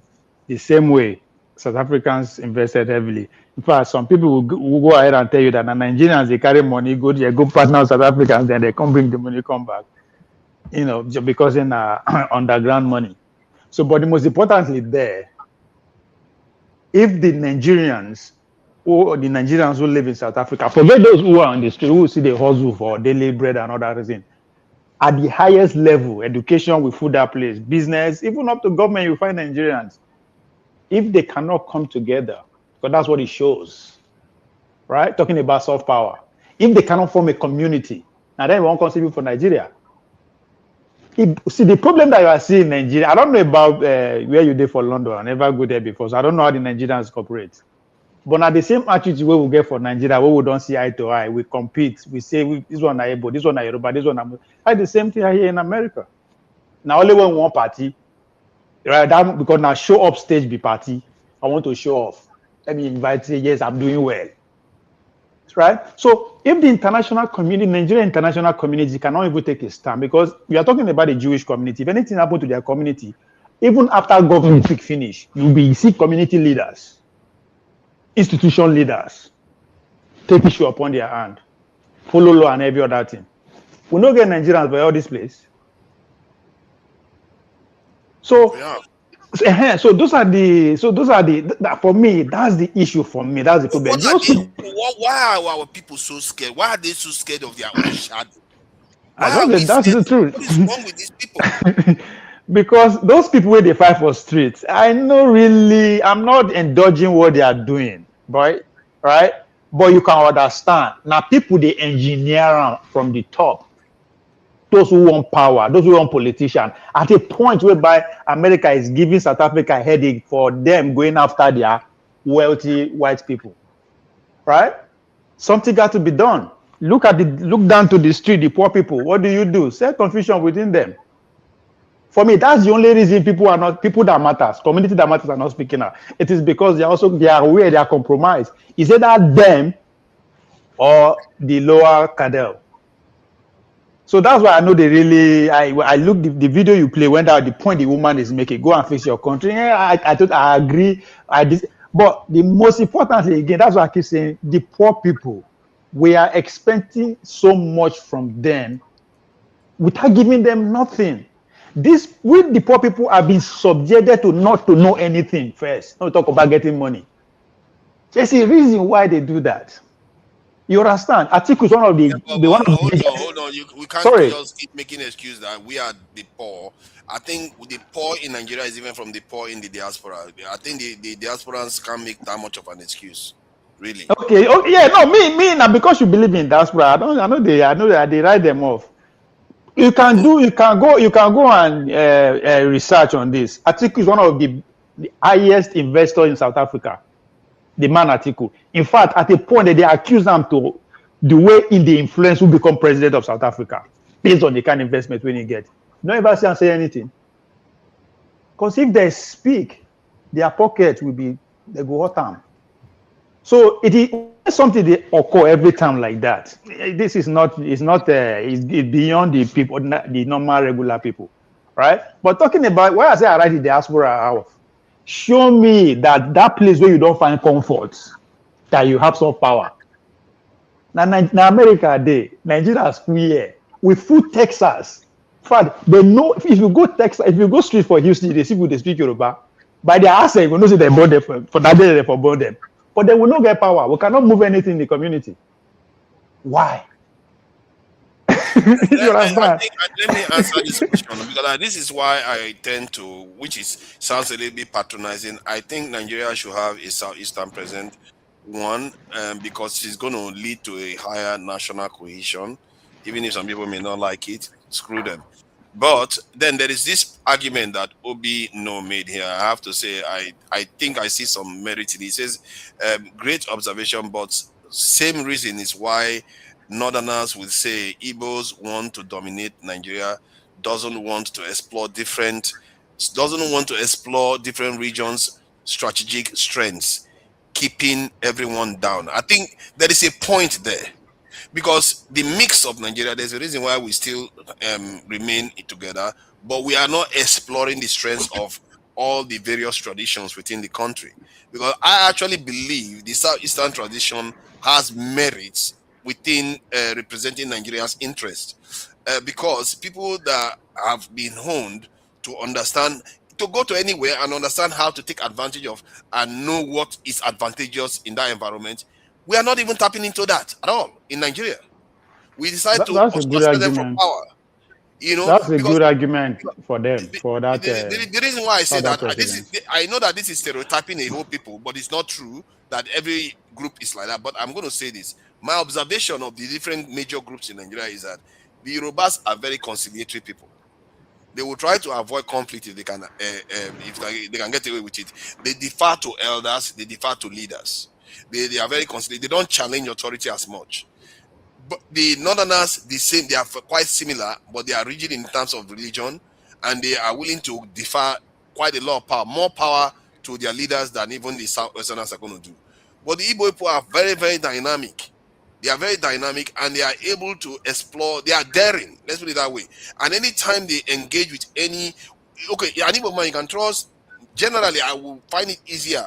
This is it. I'm stereotyping. No, don't say this is for No, no, no. everybody. I'm just What you are saying, I'm what you are saying. saying, Let that's me how I finish my appear. point. I'm just trying to get it out there that I actually believe that if an Igbo man goes overseas to negotiate on behalf of Nigeria, by instinct alone, not because they necessarily want to do that, just by the way their instinct works, they will try to negotiate a better deal. They are not that conciliatory. They are not there to please you. They are there to get something from you. That's their approach, and I think Nigeria is missing out on that. That's my belief. I agree with you, but you know why it be like that? So obvious. You have to go back to a little bit of history, right? Why, in a way, I don't want to agree with this guy's submission totally, because I think we are misdiagnosing the region, as you put it, the Hausa man, the Igbo man, the Yoruba man. When I mean we are misdiagnosing them, the North, let me put it that way, the leaders of the North, those who are politically inclined, who are driving the ideology, they know exactly what they are doing. No? They are doing exceptionally well. It is just because we are trying to see that from our own lens. The North have two things from the beginning of the Nigeria. They prioritize political power, and geographical, territorial power. And that's what every nation needs if you really want to actually survive. So the North, that's why they push. To succeed in doing that is to make sure you suppress the majority for as long as you can, so that the leaders go focus on their mission. And they have done well. They got 19 states. That's political power. The goal is to take at least 75 to 80 power of the political structure, the IG, the political, all those things. Then they are fully arrived on what they are doing. Now, that's what they prioritize. So that's why when people they say the Alemanjiris, they say no, that's a deliberate, that's a policy, a well-established policy. Nobody say they don't know what that they do. Now it's dragging the other side back. You argue, you agree. But the Yorubas, the way you also see them having that kind of similarity with the North, being that, the coherence, the Omoluabi tendency and all that. Again, the leaders, if you have to go back their history, when you go to hear their leaders, it'll be all about this and that, right? They also have that tendency, surprise as many as you can. Let them be educated as far as you want, right? But the political power still has to be with some from families. Now only the Southeastern man never had that kind of body nomenclature, never had that kind of background at any point in their stage, right? They've been that kind, so that's who they are. So I agree with you that the possibility of we getting a presidency from that trade and bring that trade into the overall structure is possible. But I think it's going to benefit the country. It's a it shame that will. we've not necessarily had it for quite a long time, actually. And That's why I said now even when we had it, competition, yeah.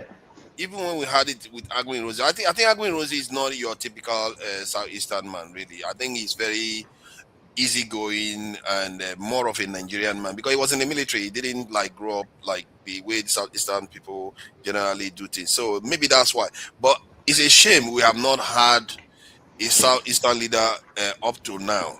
And I believe it's just about time. It's getting ridiculous No, now. we're already there. I think that's what Obi phenomenon represents. Even if Obi knows get out, it can only grow from there. We are not going to go back to those days whereby we would find. No, I think they will be at the forefront. Now, economic development, they are becoming more empowered money wise, so they will fight. They will whichever way. Go ahead. Sorry. Hello. Yeah, obviously, like what you're saying, I understand it, but at the same time, I would like to chip in one or two things. The way I see it, yeah, like what you're saying is right. In the north, from outside, I'm looking at it from outside. The political dispensation, they are quite astute with that, and the landscape you're talking about, it's a political tool for them to achieve their aims.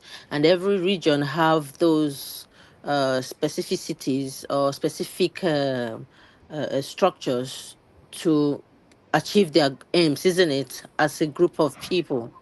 So that is a regional kind of politics. which is also causing more of the division because there are so many colorations in this Nigerian dispensation. So those negative parts of each structures of those regions, be it in the north, in the east, in the west, and other places that are weak, those cracks that are actually dividing us more, that those politicians still use to play upon our intelligence, which I believe should be strengthened, if not eradicated, should be worked on. And let us keep those regional areas, ones that are strong, that benefits everyone, not just that region. We can pick it and say, these people have this threat. It is good for Nigeria. Let's keep it. We all come to the table and we look at every region that have uniqueness. Everyone is talented. Everyone is important. We are unique, intelligent, and blessed people from every region. Let's harness those positivities from every region that we have, yeah? And then those weaknesses, we should not allow anyone to use it to play upon our intelligence. Either take it away if it doesn't benefit the other side. I know politics is a bit more divisive. The winner carries it all. This area wins. Even though there is that landscape, it doesn't benefit the people that put them there. So what good is it to that area, not to talk of other people?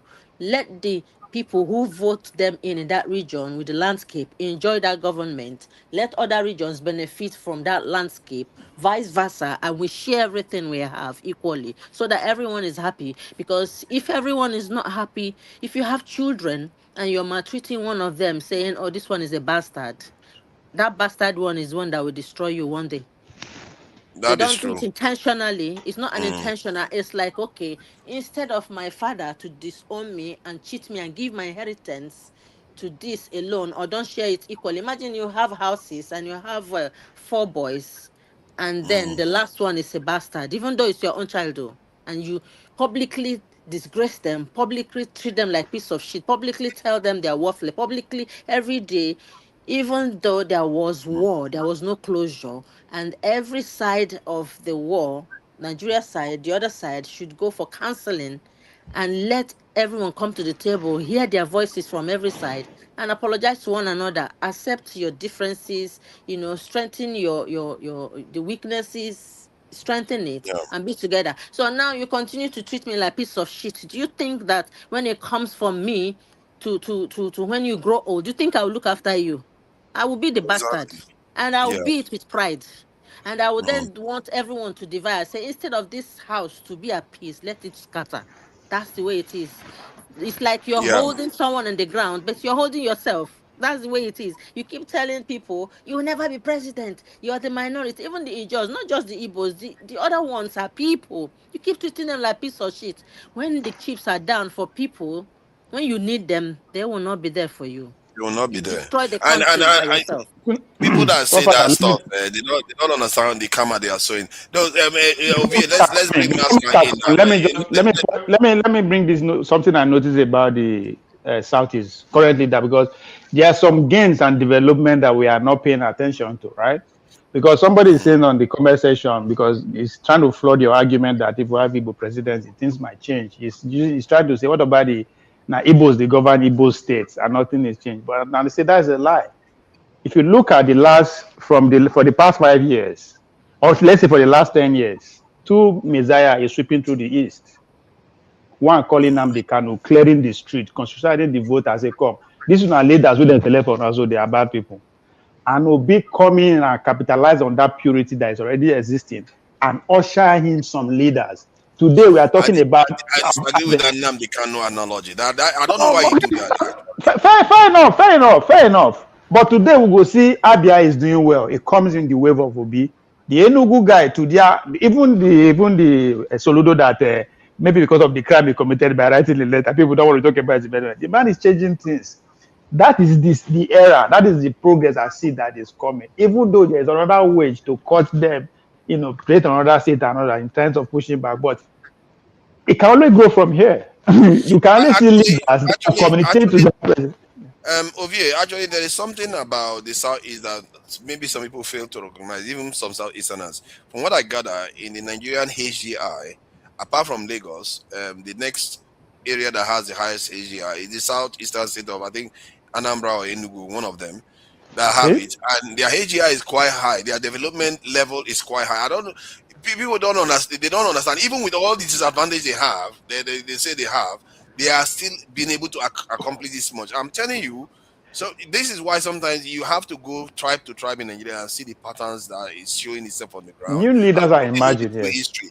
And I actually feel like if you look at the Southeasterners, the way they have conducted themselves over history, not even in Nigeria alone, they are going to, one way or the other, they will be a force to reckon with. If we like it or not, this is not only in Nigeria, it's going to be everywhere, because their approach, their culture seems to marry itself better to it goes in today's world. It fits more in today's world where it's not about conquest. You just go about just conquering. It's not even about location too. It's not even about location. You know, you can dominate there. Yeah.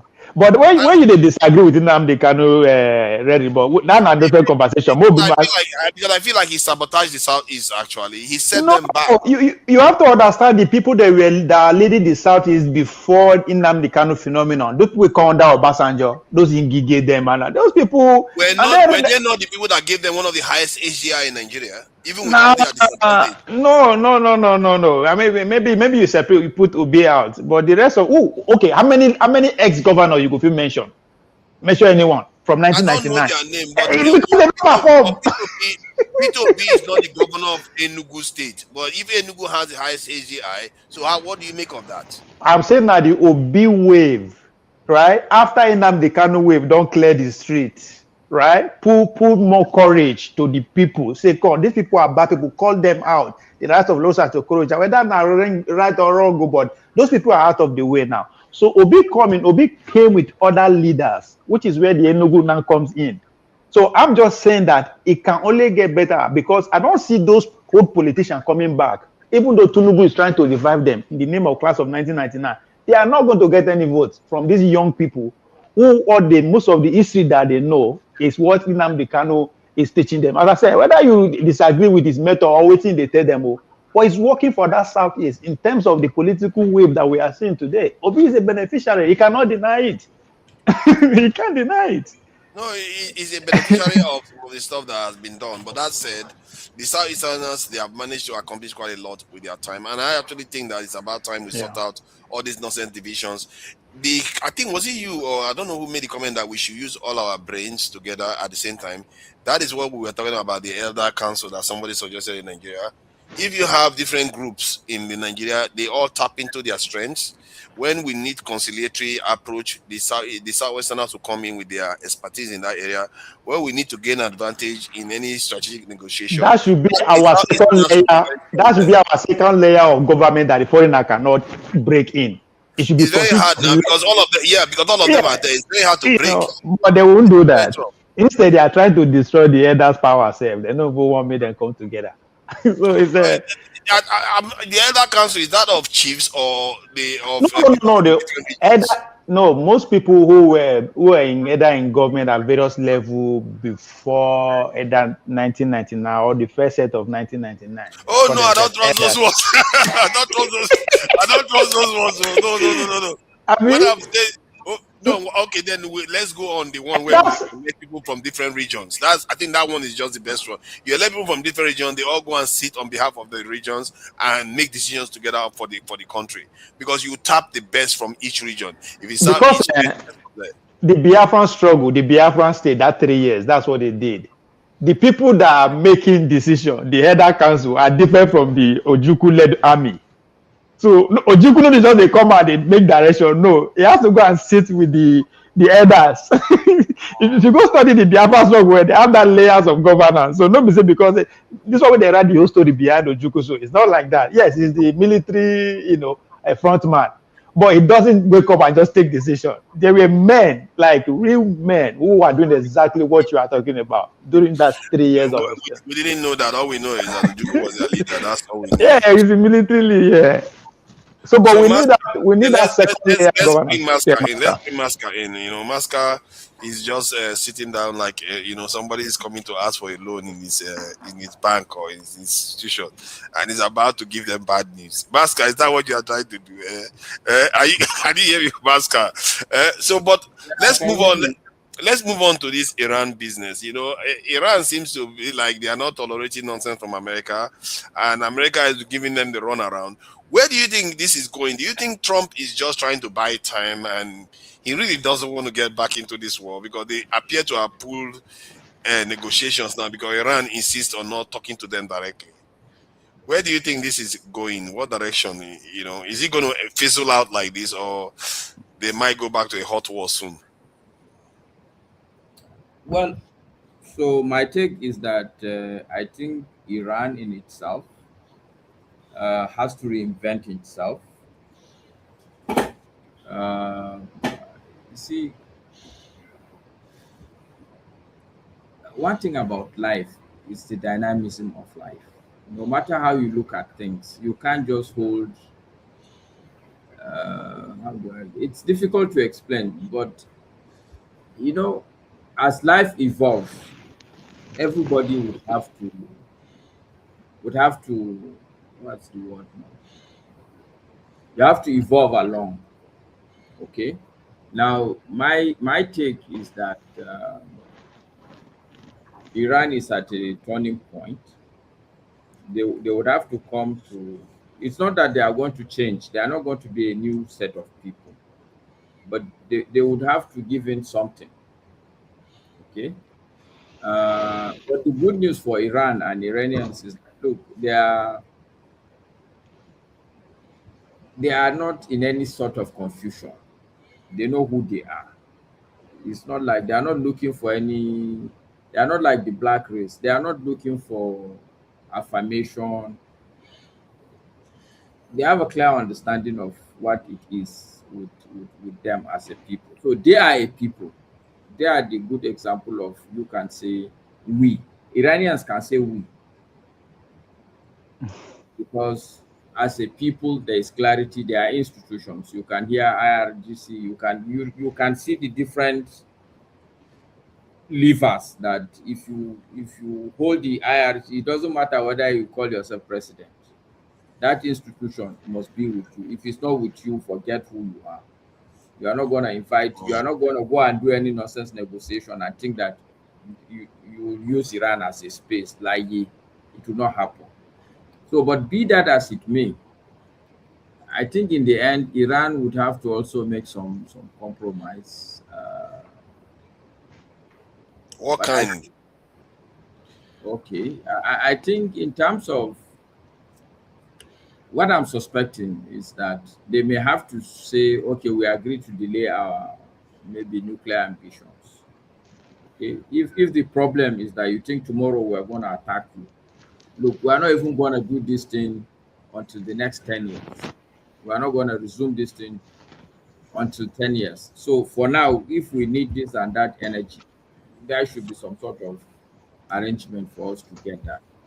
But in terms of arrangement, maybe we will delay it by another 5 years, by another 10 years, so that at least people can be comfortable that, okay. Because there is a general consensus that if they have a nuclear weapon, it may not go very well. Okay. So I think that's that. I also know that. What do you mean that if they have nuclear weapon, it may not go well? What does that mean? Okay.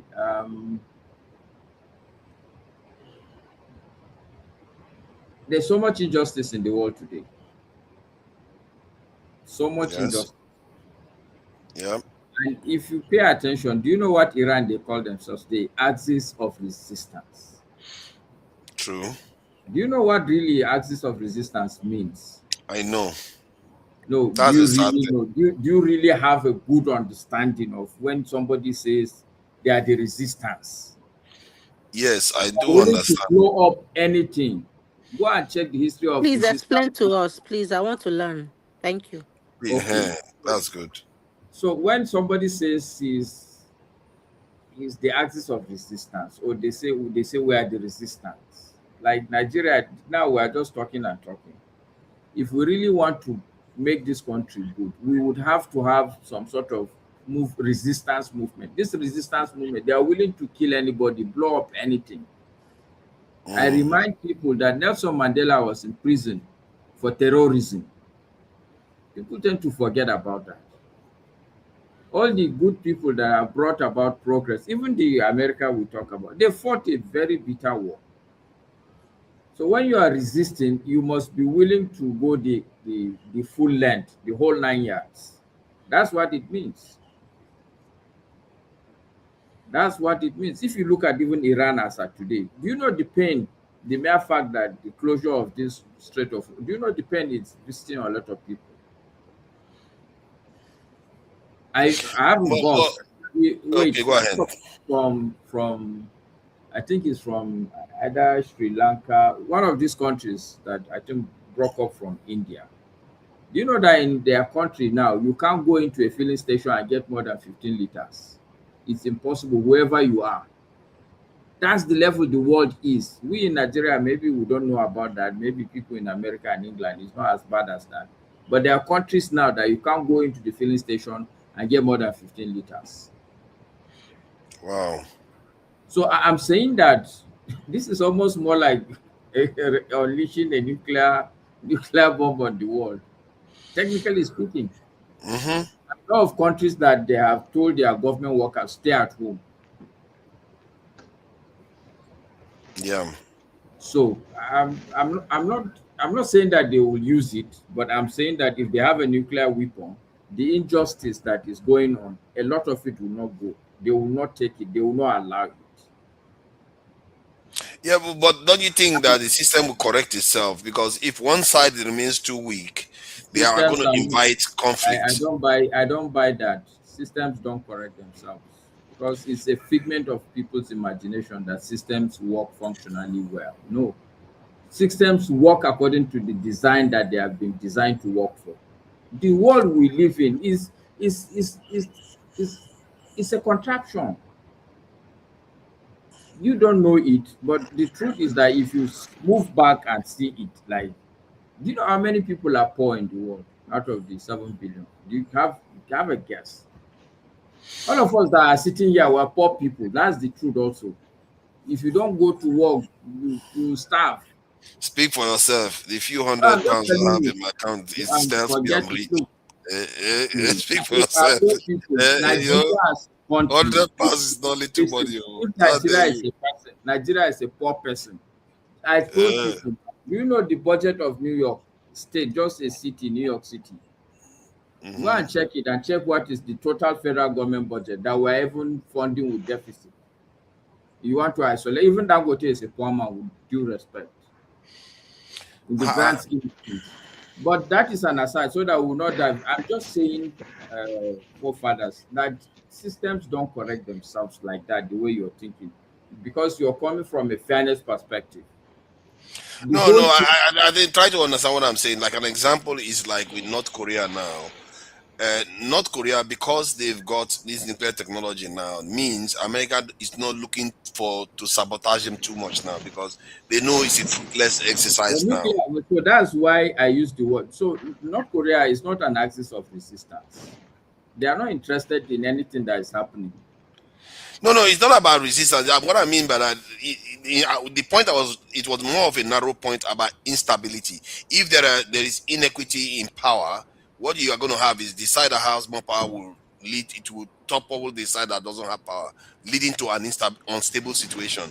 That's why I'm thinking if Iran acquires that power, it might stop the continuous attacks that is going on, because nobody wants to attack Israel deliberately, knowing that Israel is going to destroy them.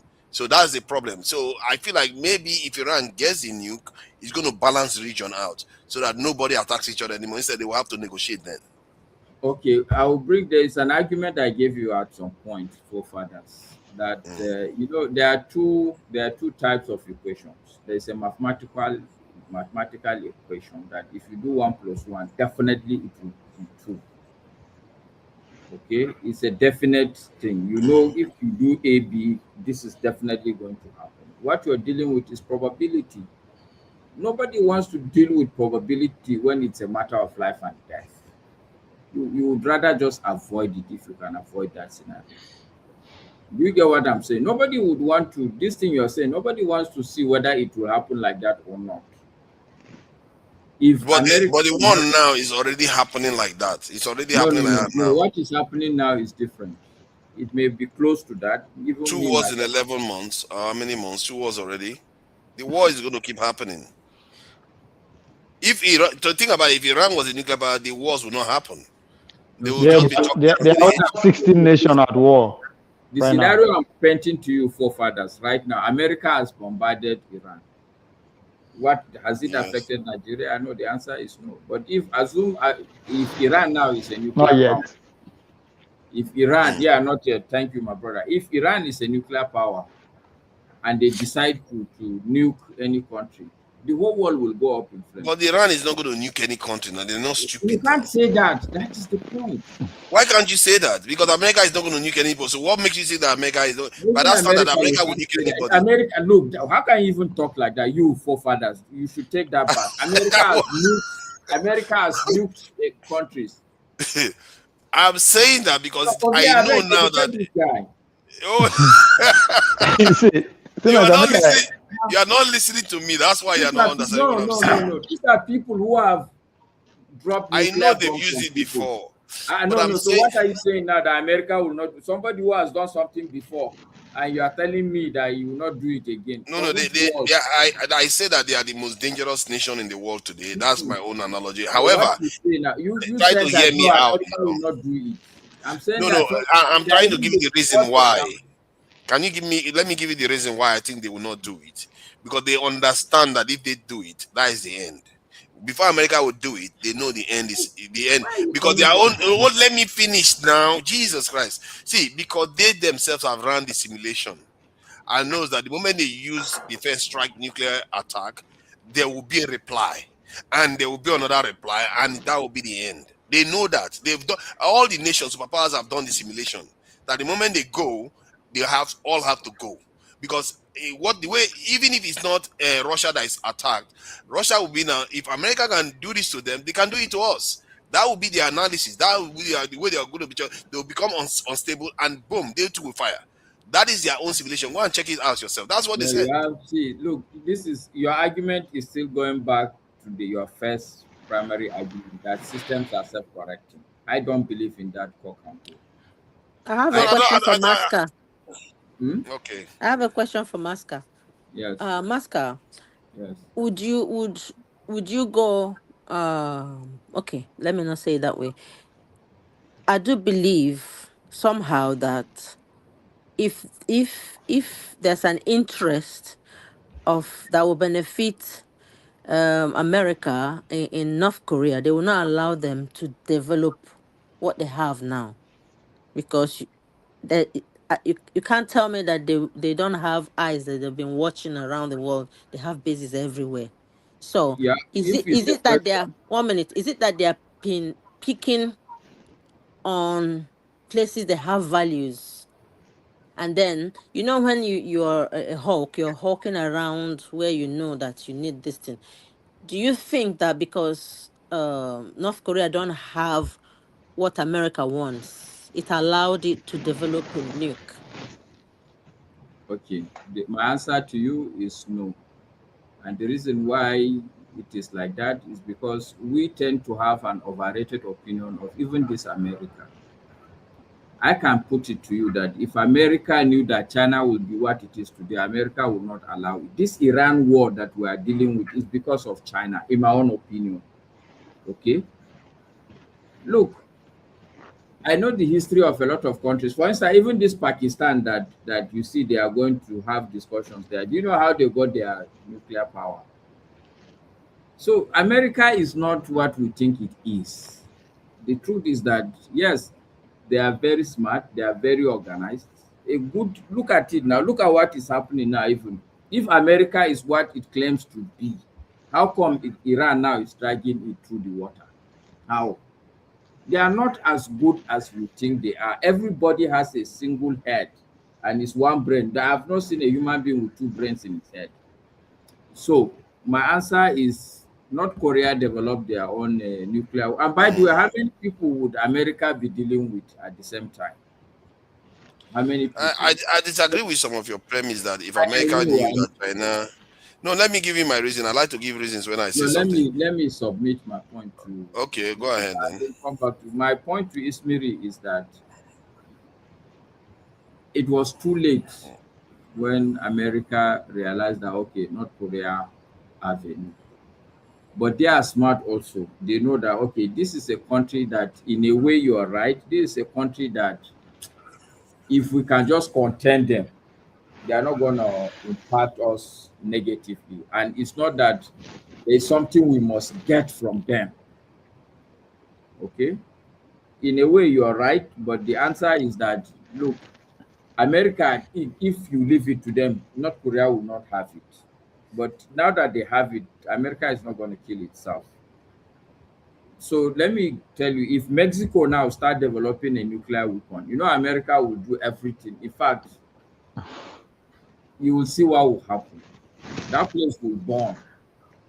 So in a way, you're right. But the truth also is that I will not be surprised tomorrow Mexico will have a nuclear a nuke. But I'm just saying that we overrate these people. They are not that exceptional like that.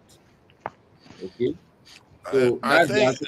But don't coming you back think to that the fathers, no, because she just asked a question. The key issue you have is that you are raising you are putting your second argument on top of the first argument that systems are correcting themselves. My issue is you cannot, we are dealing with human, all these things you're talking about is human beings. And I know that human beings are erratic in nature. Me, myself, I cannot tell you how I will behave tomorrow. Okay? Nobody thought Tinubu would behave the way he's behaving, the way he is really behaving. Nobody saw France and all that. Do you understand what I'm saying? A lot of people thought, okay, at least he will do some good work, not this thing that he's doing now. See, nobody thought that Hitler will do what he was doing. Even you now, you cannot predict what Trump will do tomorrow, can you? No, not really. So this is the yardstick within which the prism I look at life. There is so much uncertainty that if I am to reply, let them have it. So well, they know that if they use it, the whole world will go. Mascal. See, for me, the way I look at America, the way they say that, I think I don't underestimate them because they are quite savvy actually. The way they approach things, they were willing to. They saw the Soviet Union and they knew that okay, they are an empire that have access all over the world due to the Blue Navy and everything, but they still knew that they needed more to contain the Soviet Union. That's why they went to. Let me finish now. I know now, but let me talk now. Come on. All right, finish.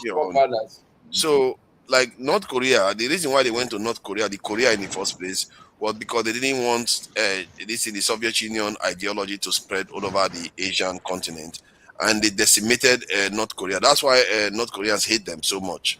Then they went to Vietnam and did the same thing. It's not necessarily about winning. It's about trying to prevent the ascension of those nations at peace, and they will become strong and help back the Soviet Union. And hence, they also went to China to bring China closer to them. Basically, the strategy that they used, they knew they had to choose one. And they chose wisely because they pulled China away from the Soviet Union. And look at where they are today. The Soviet Union fell, which was their greater enemy at the time. And America, at least in the 90s to the early 2000s, were the supreme power in the world. So they think like that. When you said that if they knew that China would be here today, they wouldn't have done it. Actually, where China is here today is relatively benign. If America was not so hold on, let me finish my point. You know how many nuclear weapons China has? China had the nuclear weapon before they went to China. No, not nuclear. See, what people don't understand, Iran is talking about maximum maybe 9 or 10 nuclear weapons. Do you know how many nuclear weapons China has? Going to 500, 600 now. That's what they are saying. So my point is that they knew China was a nuclear power, but their job then was to pull China away from the Soviet Union. That was the strategy that they used, and it worked. So don't make mistakes. Don't underestimate these guys. There's a reason why they won the First World War and the Second War. You are taking us into a tangent. In that tangent, you are right. America, they are smart people. I will give it to them. the only thing I'm telling you is that you are being intimidated by America. America makes big Oh no, mistakes. not me. Oh, I'm not being intimidated. They make mistakes too. They I know make that. big mistakes. The only point I'm saying that is far from you was when you said if America knew where China was going to be, they knew and they did it and it worked. What you are seeing now is that they said, okay, we have dealt with Soviet Union, now we will deal with China. And the question is whether they will succeed. And I don't think they will succeed. Okay, so answer that question. Will they succeed? No, I believe they won't succeed. They will succeed. No, they I will won't. tell you. I know Opie thinks that they will succeed. Opie, Yeah, because I like resting my points. My point is that, okay, you cannot, I don't believe that systems are self-correcting, because I do understand, number one, that people design systems with a lot of loopholes. The world economic order that we operate in today is a configured system to favor places like America. But do you admit that the world is a system on its own? A design system. It's not God that designed it. Yeah, it's a system nonetheless. It's a human by my design. statement, yeah, this current system is designed by America.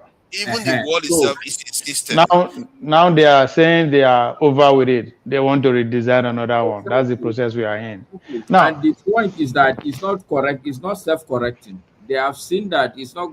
It's produced things like China. See, and I think even Maska, I know you come from a profession where they like to control everything in systems, but the point I'm making, Maska, they are experts of numbers and everything.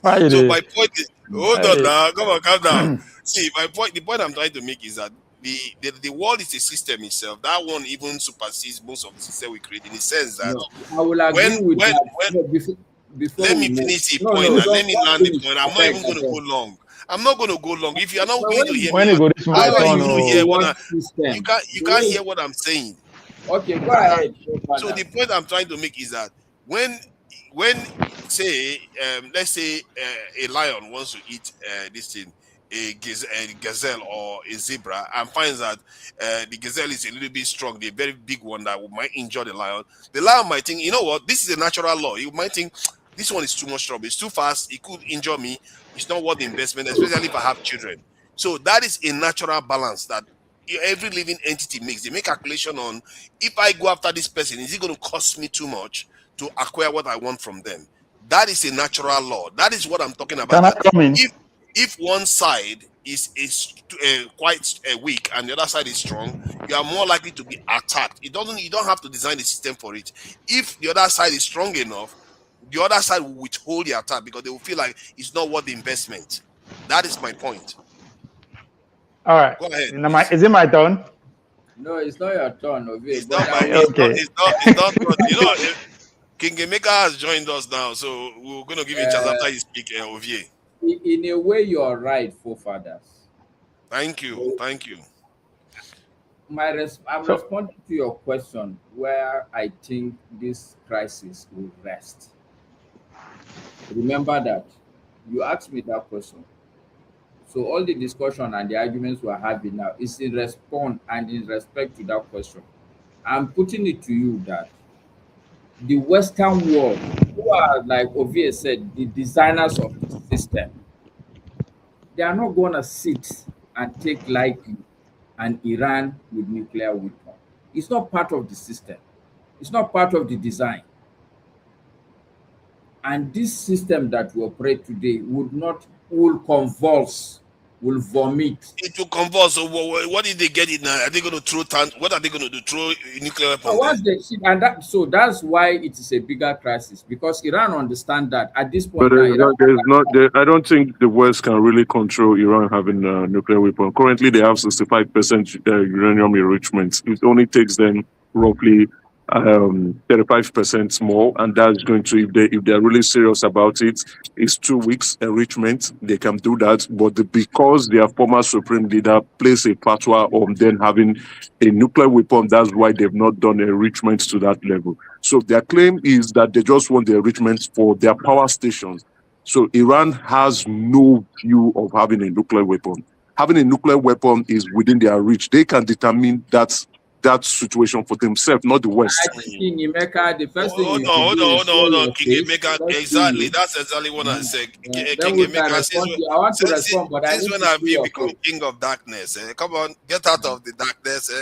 King of darkness. Out, If you are out, not out. bold enough to show your face, Oh, then when Yeah. it's my turn now. I'm inside. We have seen your face before. Like, why are you hiding your face now? Come on, Just come on, When come it's on. my turn, oh. It's against the rules. You can't Ovie, be. let me stay quiet. I just want Look to at that. battle Ovie, forefathers. it's not your turn now. It's King Emeka's I turn. am asking. Yeah, Emeka, come on. Let's see you. We've seen you before, so there's no need It's to be hiding not now. about TV. It's a situation of things. It's not Oh, look about. at that. It's You're not hiding. about hiding. You're It's hiding not so about that your APC supporters don't see you here. Come on. It's not about my identity. It's about me being in the dark enclosement, right, in the vehicle, right. And though I'm not driving. That dark place is really dark, you know. Uh, I don't know. because I'm not driving, but anyway, I don't intend, except you want me to be to stay longer. I don't. I enjoyed the conversation, and I wanted to just chime in a couple of few things. I do not agree with Mascara when he said the war, the United States is fighting a war with Iran as a result of China. That's not true. They are fighting that war because Israel wanted them to fight that war, and that war is 47 years late. So the whole objective about that war is because Israel has looked at Iran. Iran supposedly is the only country that can stop the growth of Israel becoming a regional power in the Middle East. And they've projected that war. That's why they went after Iraq. That's why they went after Syria. That's why they are going after Lebanon now. That's why, and now they look at it. Initially, they were comparing between going to Iran or Iraq. So they went to Iraq. Now the goal is Israel wants to be a regional power in the Middle East, and the only country that is going to stop them is Iran. So it is not because of China. Yes, China, the China is like a byfactor. China is a byfactor because of they obtain cheap oil from Iran. And China, as a result of that, China has become like a de facto a cover for Iran. It's not because of China. Israel wants a weak Iran. And Iran either that Iran is destroyed or Iran leaders would bend to the will and influence of Israel. And that is it, period, non-stop. So with a strong Iran, which they actually, the mistake they made, they were unable to extrapolate that Iran would be able to go after the GCC countries. If they knew Iran would go after those GCC countries, they would have looked for an alternative. Now, Iran has now acknowledged its influence and power, and now we'll all be honest that Iran is now a de facto regional power in the Middle East because all the military targets in Iran has all been obliterated. There's nothing to destroy anymore.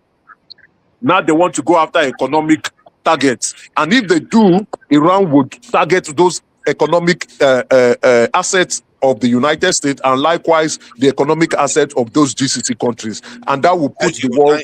Thank you for that. I think that's a very good point there, man. Who wants to speak next? Is there Ovie? No, I just want to push back a little bit and I will say good night to all of you. Okay, let's let the Nigerians. I understand where you're coming from, Emeka. No, let me ask you that the question I wanted to put to you so I can take his point too on board is Iran not quite brave? They are not only fighting America. Oh my God, they are not only fighting America. They are not only fighting Israel. They are also attacking their neighbors. Like that is some crazy strategy. I've never seen this strategy before. What do you make of it? Okay, so this is what I'm trying to, and that will be my response to Emeka also. But my response to you forefathers is when you read history, the history of countries, if you read the history of Iran, if you understand the geography of Iran, and you understand world global economics, Iran is not a pushover. The war, people forget this thing so easily. America sponsored Iraq to fight Iran. This is not the first time America is attempting to fight that country. Smart presidents realize that, oh no, we can't go directly. Let's maneuver and engineer so that this their neighbor can attack them. Do you know how long they fought Iran and Iraq? Do you have an idea? They fought for several years. Exactly.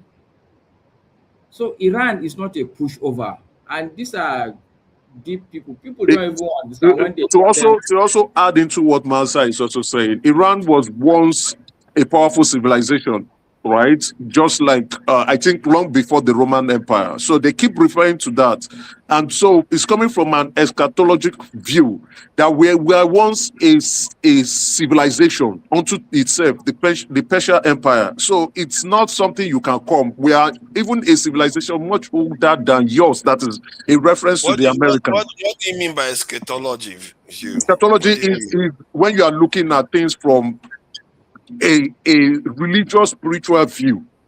You are looking at things from a third world view, from like a spiritual context of things. End times, exactly. When you are looking at things from the end, not, I won't call it an end times. It's you want to look at spiritual factors. You want to extrapolate world events using a spiritual viewpoint. You can add end times too. So when you add end times, when you are not going to, because I don't want to say biblical, because also the Muslims also have theirs. So you look at it, okay, what is the Muslim saying? What are the Christians saying? What is the Buddhist saying? So you are looking at it from a spiritual point of view. So I don't want to say religion because actually the term actually means last things. So it has things to do with people that want to believe in the end times and they want to do things to bring it on. So that is what. Which is also true because if you hear when the Secretary of War actually saying it publicly, and he is saying that this war is a religious war, is a war of end times, it is factual. So we can see the Americans scripting things from an end time view. We can also, but the Iran is not also looking at it from that angle. They are fighting a war of attrition, a war for survival, a war to ensure that they do not go into extinction. So for Iran, it's a different war. For the Americans, I think the Americans do not understand the reason why they are going into this war, if you ask me. Because I want to say to you, if it's an end time religious kind of thing, would you just go into war without having a bone in it? Because I don't really think that anybody in America wants the world to end now so that everyone will just pay me. There must be. They can't just go blindly and then now in a propaganda way say this is end time something. What is it there for them to gain? Yeah, that's why I think the Americans, so like if we look at it from an eschatological view, I think the Americans are very confused. And that's another reason why, in my own viewpoint, I think they are losing this war. Right? They do not have an end goal in mind. The first objective of the war was to do a regime change. That regime change was not successful. Now, if they continue this war where the Iranians are fighting for their survival, it's going to be a war of attrition, and that is the longer it takes, the more dangerous it becomes, and we are going to plunge the world into a depression. So it's not just recession anymore. If this war gets to December, everybody is going to feel the pain. So America, on their own point of view, do not understand the reason why. But if they are truthful to themselves, which they've even acknowledged, the Secretary of State said it, because the Israelis want to go into that war. And if they go into that war, it will force them to go to the war too. They had to embark on the war. So they are fighting this war for Israel. Let's be honest. And they are not being honest. Mr. Emeka, don't you think that there's a history there from not just Iran being a long-time civilization with the Anglo-Saxons who now, are in America and all that? There is something there. It's not just the Bible stuff. You know what I mean? Yeah, I think there's been a long time kind I agree. Just like with the Russian too. It goes around in a circle. Yes. Yeah, just like with the Russian too. Their war with Europe has been a very long war. It will not stop because Napoleon was not successful when he went to Iran. He wasn't successful. Alexander the Great too was not successful when he went to Iran. So that war has been a long-term war coming forth. So for me, on a spiritual angle, I think there is something with Iran that they are going there to fight. Now, with Iraq, a lot of people has deduced that it was not just only oil, that when they went to Iraq, there was a potter in Iraq that they went for. And also that there was a giant king, a hybrid king called Gilgamesh. Even the Secretary of State at some point, which is Hillary Clinton, asked for the burial site of Gilgamesh. So when they went to Gilgamesh, they also went to secure that potter and go into Iraq to see so many things. I hear they've also excavated the body of Gilgamesh and they've taken it out. So Gilgamesh, if you don't know Gilgamesh, Gilgamesh was a hybrid king. Many said he was God, he's half God, half human, and he was a giant. And also that Iraq was, at some point, Iraq was a civilization, the start of civilization, right? Even where Abraham came out from is in Iraq. So they are going there to hunt for ancient artifacts, ancient technology that actually belongs to the gods. And let me use this opportunity to say it now that humanity did not start with us. We are not the earliest civilization. There was once a civilization before us, before the flood times that came. So these elites, they know these things, and in order for them to continue to stay relevant in power, they go into these ancient places to go hunt for ancient artifacts and ancient potter. In my view, I think that might be another reason why they want to go to Iran, so that they can go there to see there might be something there in Iran that they really want. If you look at it, if you are calling Israel, yes, Israel is a very small country. Why is Israel looking at becoming a regional power? Israel knows it cannot fight Iran. Israel knows Iran is going to deal with it. Israel, they already also know that, because it's not today Iran has been saying that if you attack us, we will attack the other countries in the GCC. That is why the countries in the GCC like Saudi Arabia, Qatar, United Arab Emirates, all were paying protection fees to the United States to come to their country and build a base because they know Iran is going to destroy them. But then again, they still went into this war. Why? Okay, I think regarding this in the eschatology aspect, let me just play a video so that some people can share it. Let me call it Masca, how can you abandon us? How can you abandon us in cold violation? So such a time, it's okay. No, look, don't worry, forefathers. I would take you on, and the good thing is Rudolph said we can be arguing. So my argument with you is whether the global system is self-correcting or not. Yeah, no, I'm not saying that is self-correcting. I'm just saying that specific situation. You have to plan global stuff now for it to work. Now, I'm not disagreeing with you on that point too. And the bigger point. Another point, if you think Iran is a gazelle and America is a lion, you are completely mistaken. I hope not to. Iran is not a gazelle. And with that, I say good night. All right, good night. Thank you for joining us as always, and as impeccable, you demonstrate their ability to learn and teach at the same time. So these are the best minds we have in Nigeria right now. Thank you. Good night, Masca. Good night, Ishmiri. Mr. Ovie, say the Safi. That's the Secretary of War right now. Watch Tucker Carlson realize why the Zionist lobby, led by Norm Coleman of the Republican Jewish Coalition, pressured Trump to install Pete Hegseth as U.S. Secretary of War. What is going on here? It's enough to make the hair on your arms go up. Did everyone know there was an effort to rebuild the third temple and the foundation stone except me? This is considered so esoteric and weird and crypto-historical and religious and kind of culty and what's Chabad, and that no one ever mentions it. But here's Pete Hegseth, football player from Princeton, going on about it in a way that suggests he's thought a lot about it. This is 2018. And it got me thinking about another miracle that I hope all of you don't see too far away. Because 1917 was a miracle, 1948 was a miracle, 1967 was a miracle, 2017, the declaration of Jerusalem as the capital was a miracle, and there's no reason why the miracle of the reestablishment of the temple on the Temple Mount is not possible. I don't know how it would happen. You don't know how it would happen, but I know that it could happen. What is that? That's the second.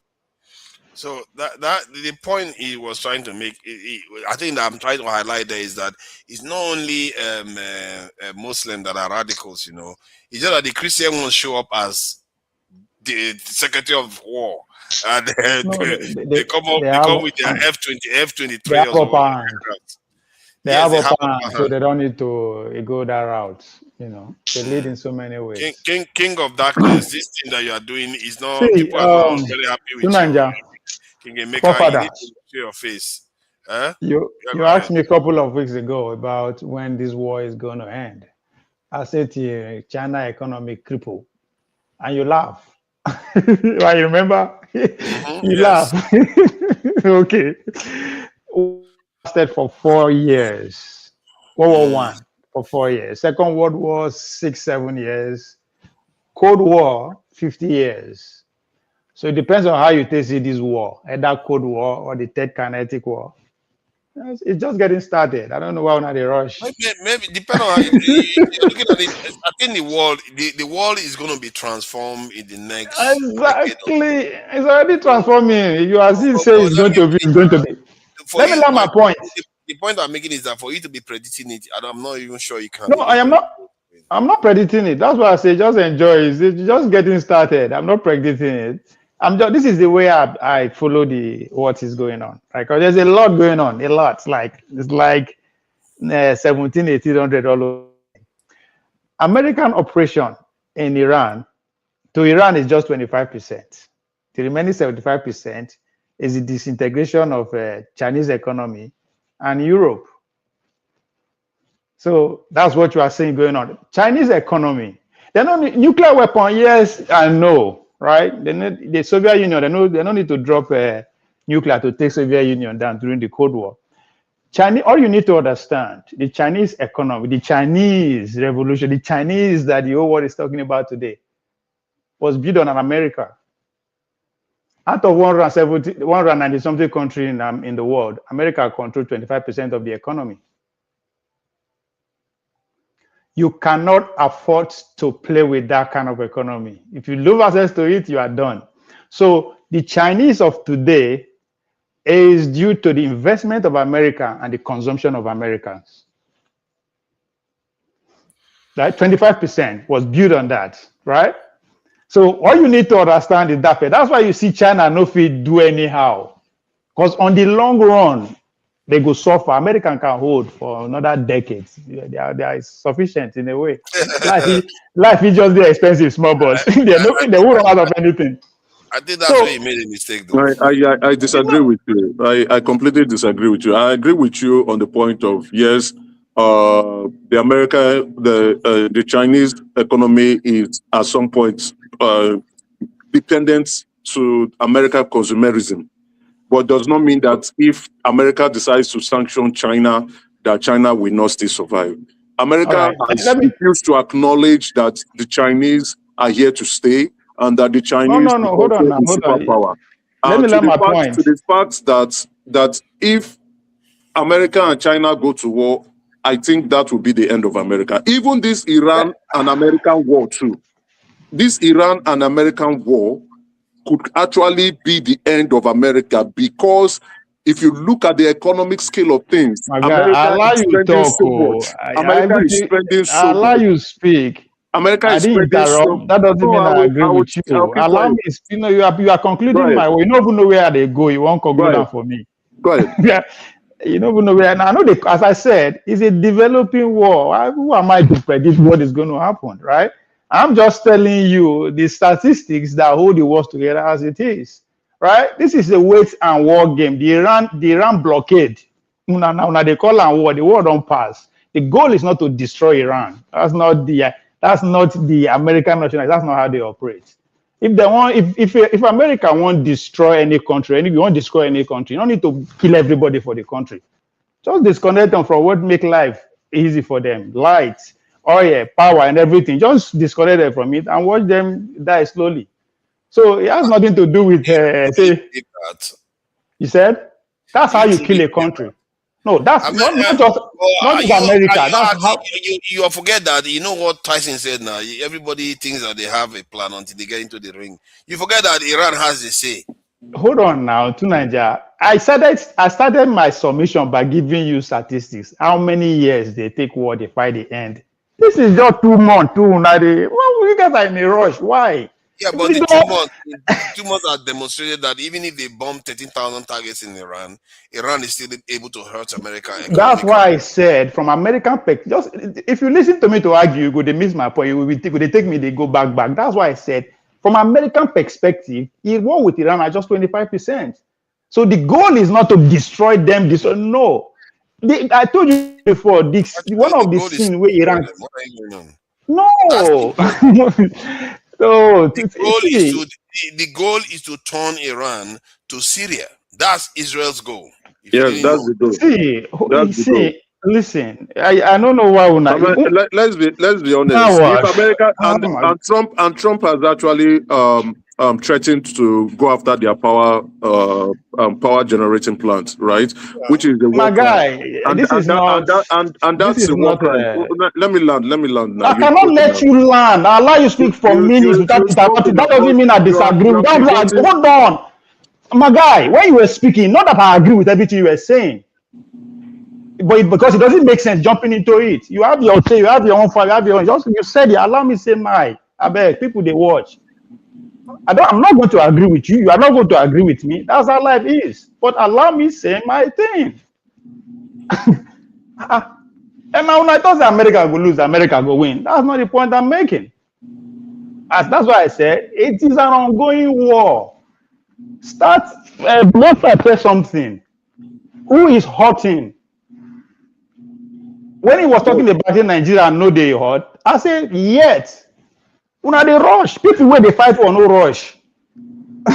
So you just pay attention to who is going to be hurting as the blockade starts. I might not end in just Iran because one of the crime Iran commits is their geographical location. That's one of the major crimes they committed. This way they pass there, and everybody getting a lot of interests are there.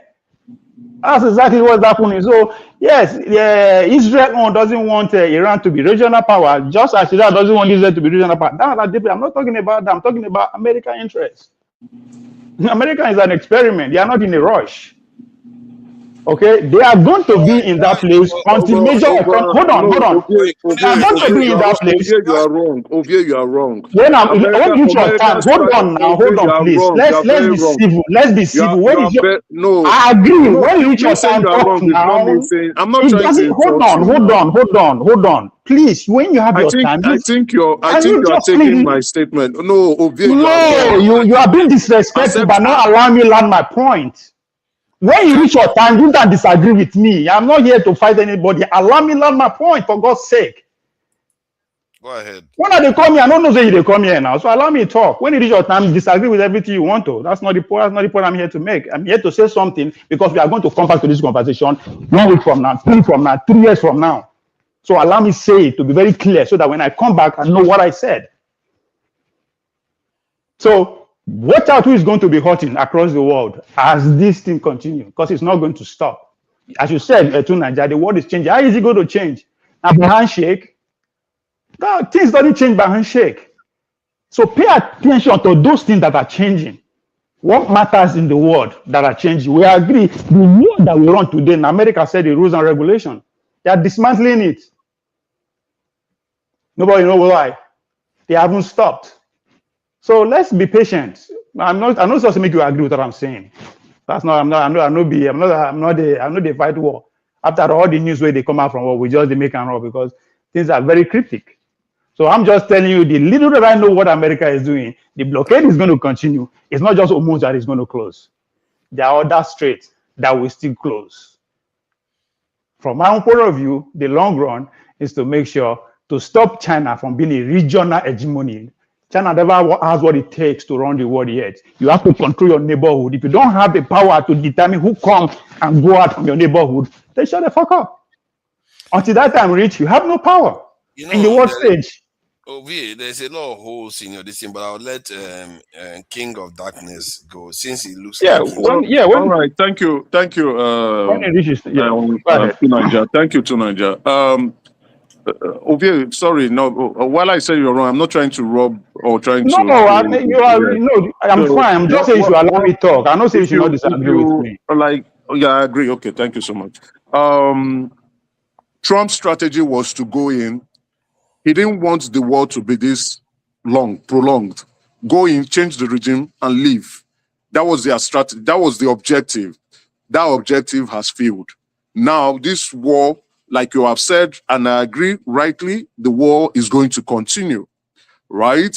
It's going to be a prolonged war because their objective has failed to change the government. It didn't work. Since it didn't work, what's the next thing? How many military targets are you going to hit? They've done that. They've obliterated all the military targets in Iran. But the Iranians are still fighting and they are underground. They've been trying to use bunker bombs. Those bombs are not penetrating down to the feet where the Iranians are. So it's not working anymore, except they want to, and they've been trying to go after civilian infrastructures, just like the power plants. Those are war crimes. If Trump wants to be labeled a war criminal, so be it. But then the Iranians also have alternatives too. They've said if you hit our desalination plants, if you hit our power plant, we are going to do the same to the GCC. If the GCC is in darkness, that means the flow of 20% of oil production that will be leaving, coming out of the GCC stops. And what that means, production of goods and services around the world will slow down. So Trump knows this. And then the GCC do not want this to happen. They keep mounting pressure on Trump. Not just only the GCC, Europe too also is mounting pressure on Trump too, because he called them. He called NATO to join. NATO said, no, we won't join because if we join, it's going to impact us economically. Europe wants gas, and those gas is coming from the GCC. Europe wants crude oil. Those crude oil is coming from the GCC. A prolonged war, a war that will begin to blow up infrastructure, will only impact the world. We are talking about 20% of oil production coming out from a specific region. The more they continue, the more the world will suffer. Yes, the war will continue. I agree with you. But then if you say American is they are fighting a war of patience, no, that is not true. Trump wanted a quick, like what he did in Venezuela, he wanted a quick in, quick out. Are you even aware that they deployed land troops on the ground to Iran? They did. And they saw that it didn't work. It didn't work because they were going to sign their death warrant. That pilots in. They said the pilot that they claimed they would be rescuing, they was found more than 800 miles from where they claimed that. It was not just so. Those things were actually propaganda. And I can tell you, to Nigeria, there are 167 United States military prisoner of war. I will send the article to you. It was not that was propaganda. They caught over 167 military U.S. military personnel. They are with Iranian people. So I'll send the article to you to show this was an intelligence report. So the United States, what is showing is that the United States do not have what it takes except they deploy nuke. And that would, yes, I rightly agree with what Maskra was saying. The United States is the only country in the world that has used nuclear weapon in the past, and might also be the only country in the world that will do it again. So that I think what's his name? Sorry, I'm forgetting his name. He said China does not have what it takes to become world power. China does not want to exercise its influence. China is looking at being an economic world power. They have the biggest army in the world. The biggest military in the world, the biggest navy ships in the world. They have, except for nukes, they have more artilleries than the United States. If the United States cannot beat Iran, and which the United States has demonstrated consistently, no matter how this long prolongs, they cannot beat Iran. They cannot. It is going to be a stalemate. So if the United States cannot beat Iran, the United States cannot beat China. Yeah, so what is clearly showing is that the might of the United States is demonstrating to other countries that it is not good enough. Yes, they can go about claiming to still want to be the empire. What actually killed the British Empire was the Second World War. They spent a lot of money. They ran into debt. They went to fight a war that even when Hitler was telling them that, no, I do not want to fight the British, They still went ahead to fight that war, and that war crossed the British Empire. And after the war, when they were successful, the British Empire never remained the same. This is what is still going to happen to the United States. What we are going to see after this war ends is the emergence of other regional power coming, and Iran would emerge as a regional power. Russia would come up to become a regional power. United States will still maintain itself as a regional power, and China will become a regional power too. What about Nigeria? No, that's not. You see, as Allah will make submission be everywhere clear, be. Now, so it's supposed to be. Okay, That doesn't mean I agree. Okay, now, let me highlight one point that you made that I feel like you missed when you said China doesn't have what it takes if they block off all those things. You forget that China is right next door to Russia that has so much resources. China has things that the West wants. China and Russia alone can remain on their own and be just fine. They don't even need the world. That is how rich those two nations are. So I don't think America has anything on China anymore, and they are developing faster. In short, the Asian countries are developing faster than the West. And what I've always said is, I think I said this years ago, I said the Japanese, the South Koreans, the Taiwanese, America consider them allies today. It doesn't mean that tomorrow they cannot just turn around and turn back their back on America, because they don't have any need for America anymore, because they are actually more advanced. Their power differential is not like African countries where the power between America and this in African countries is so wide. But those countries, China, do you know that Japan can go nuclear any moment? Japan has the nuclear materials, everything. They want to build nuclear weapons, they can build it. So, but they don't want to do it because their agreement is that they are not going to go get involved in wars anymore with America. So, but America allows them to get nuclear material to the point where they can build nuclear weapons if they wanted to build it. So, if they are that powerful, that tells you that any moment they can turn against America if they don't need America anymore. So, America's power, this is why people say America's power is tenuous right now. It will it's just can calm down without any major conflict with China, because China is using a strategy of, we don't want to fight America, but we want to become superpower, and that is a very brilliant strategy. What you are saying is a good story. I like that, but in geopolitics, there are more realities than that. Okay, my brother Emeka will speak. He talk about what Trump wanted to do. One Trump no do, one Trump no do. I agree with him too. I don't analyze politics from individual perspective. I don't give a fuck who Trump is. Trump has 4 years to spare and he will leave. I'm talking about the American experience, the American plan. What do they want? Trump come and go. The country stays. The policy stays. Somebody else continue. So I totally agree with what he's saying about what Trump on. It's fine, but talking about America as a people. See, when you analyze the relationship between China and Russia, now because you don't know them, forget camera, go and ask them where these people they agree.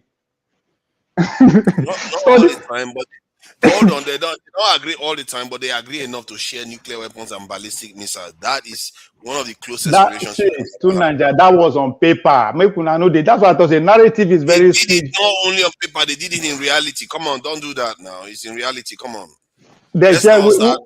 Hold on first. They share waiting. Who give who weapon?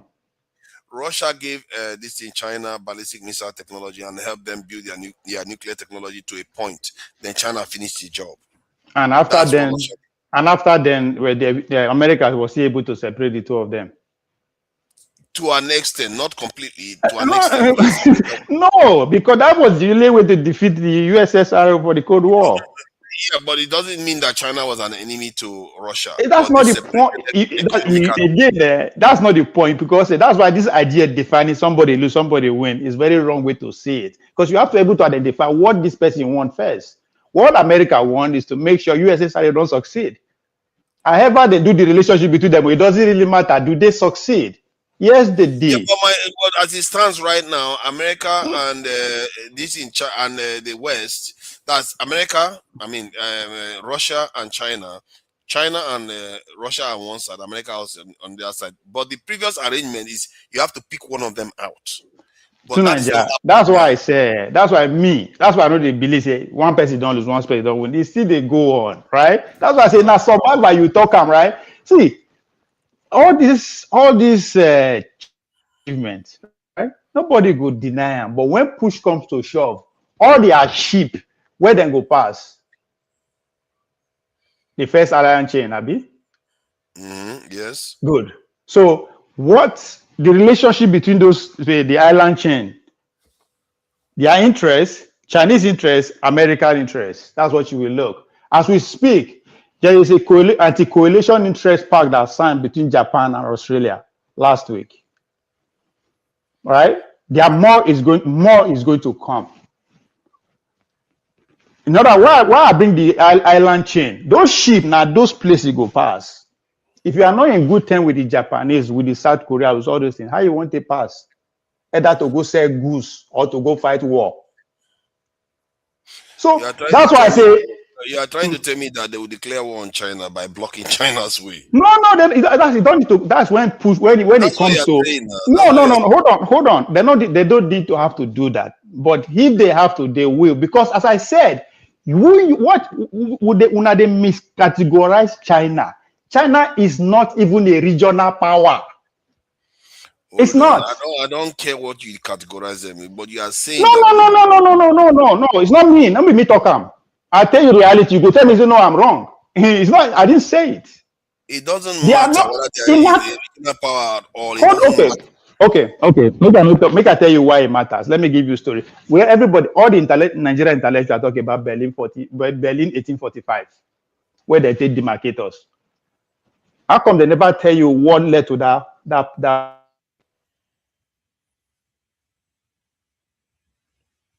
America come of age?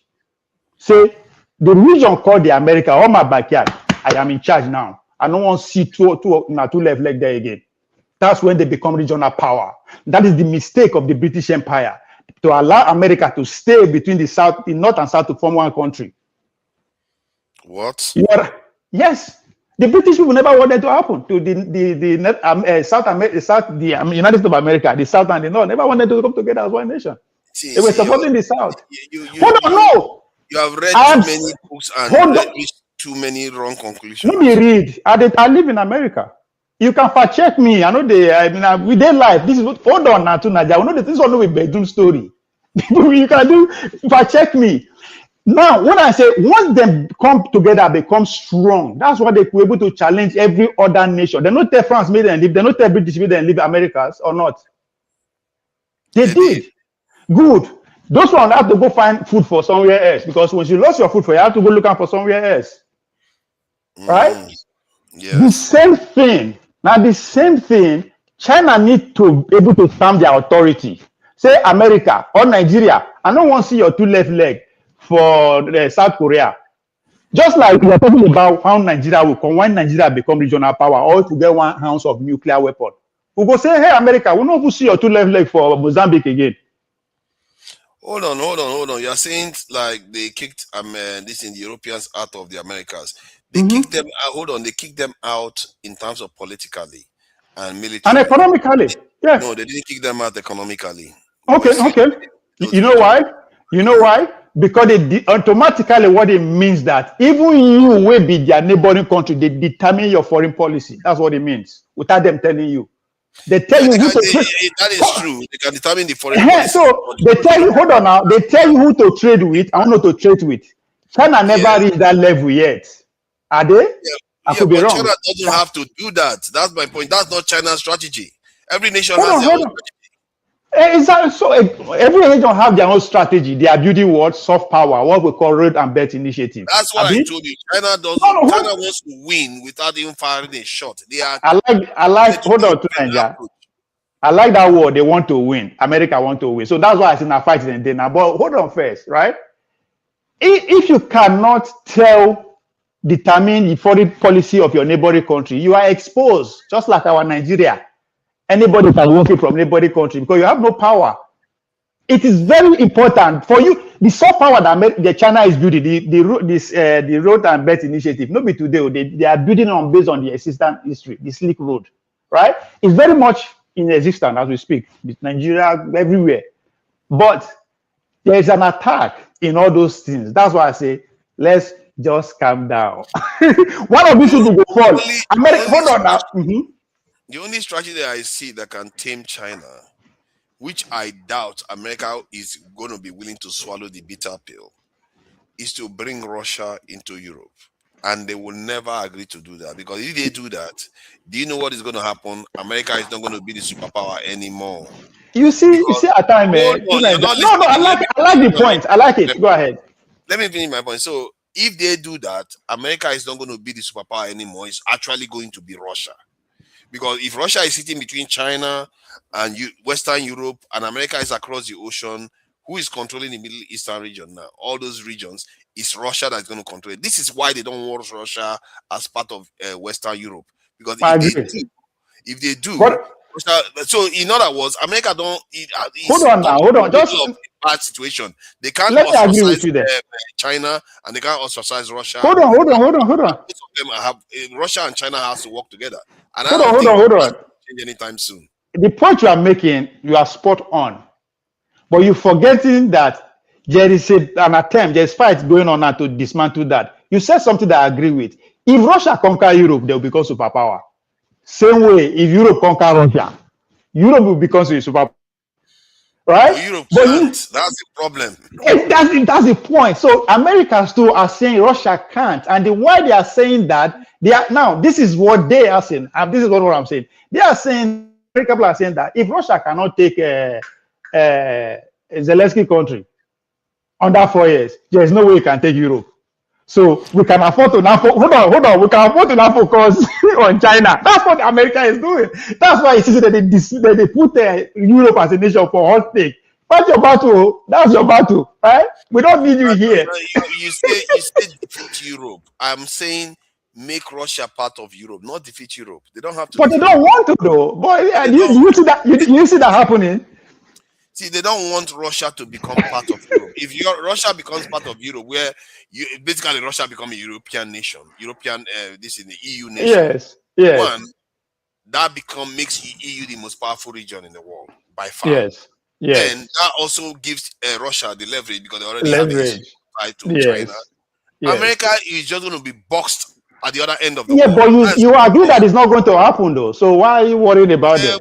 That's why I said that Russia and China will be stuck together, and as long as that remains, American power will never be the same. Okay, anymore. This is another angle to see it before AY come in. You have to be able to group the regions according to their power, economic power, and all that. The most interesting, most powerful region today, now the South China region, the South China economic power. They are going to have the way the countries are, they are going to have the biggest economic power, and with China beside them, shoot their credit rating up because of their military power and all that. That's a region. The second region, the second most powerful region, right, is America, the Americas, right? That's the United States and every other thing there because of American economic might and their military power, right? Then Iran region, GCC. Actually, it's Europe that guarantees America's power, actually. Hold on. I will get there. GCC. Because of the energy, they are the energy heartbeat of the world, right? Those three oil producing countries, right? Then Europe, because collectively the economy is big, right? Collectively they have a good economy. And coming to your point now, Europe make America strong. It was trade by barter, right? You don't go where you destroy yourself. So I will build your economy for you. I guarantee you security. I shall not go threaten you again. So their survivor hang on these things. Hence, you see Trump, the basically man, they are on their own, right? But now, once you don't group the region, you see, I not put us there because we the bottom, no get number. Once you don't group them, then you now talk about how do you project your power, right? So which region can you control? That's why I say you have to ask yourself, which region in the world China is controlling? Can't even control his own region, not talk of outside region. I don't understand. You don't still get the Chinese strategy. China is again, I want to say long, but they don't. Let me finish what I'm saying. I'm not saying that whether it's the best strategy, but the Chinese strategy is they don't want to fight anybody. They want to build. Yeah. No, they can't afford to fight. Not that they don't want to. If they want to, they could, but they don't want to. How? You don't understand because they can decide. China has the biggest They are a military in the nuclear world. power. They have. So okay, They're a nuclear if you want, power. hold on So, now, hold on, hold on. If you want, hold on, it's not Agus. about if they can't Let me ask afford. you this question. They Let me will ask you beat, this. they Let will me ask you beat, this they will question. beat Hold on America now. to the Let me ask you this question back of first. the blue black. Answer this question, right?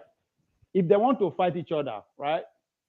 Now across the Pacific, right? So how they want to do them?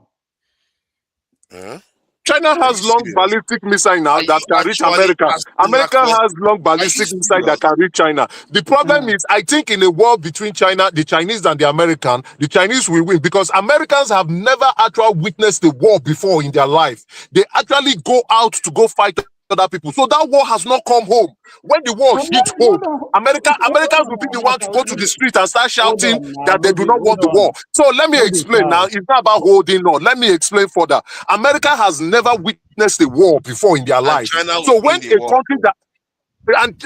country that has a long ballistic missile hits New York Stock Exchange first, hits Washington, Americans they will not take it. They will be the one to cause ceasefire immediately. All right. Just hold on. Emeka, hold on. Right?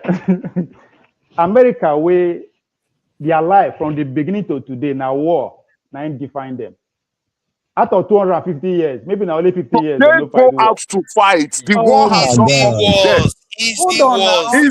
And they've never won a war. They've never won a war. America has never won any war. America,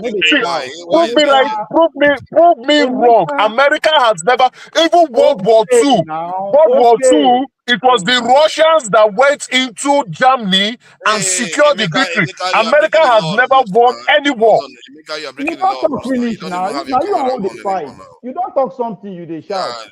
Emeka, you have to go backstage. You don't even have your camera on anymore now. See, when you say America never fight war from what he is saying, then you sit and think about them.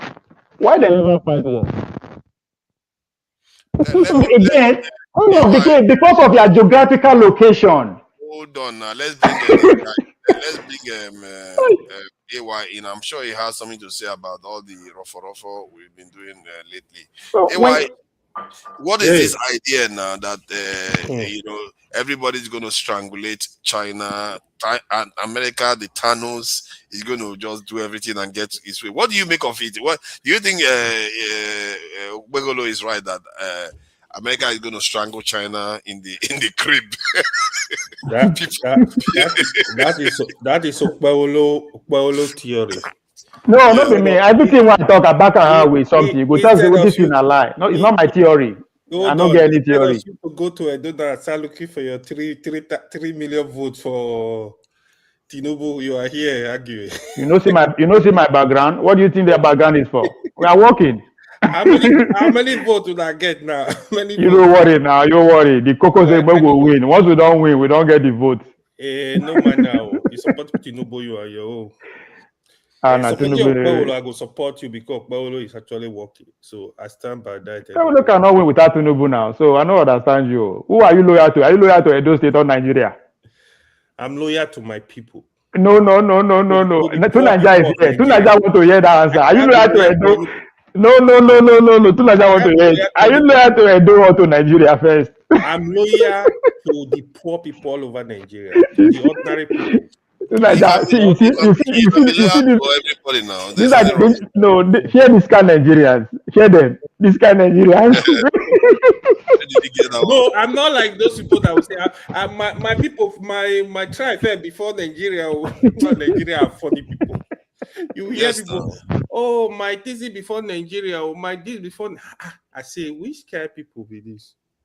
Yeah, but is there anything wrong with that? Because your child before your neighbor's child, isn't it? Does that mean that you hate your neighbor's child?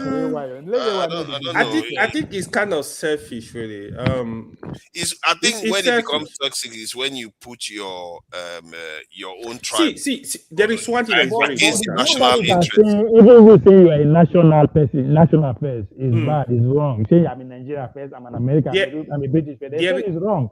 The globalists, they don't want to make you talk like that against them. Not talk of your village.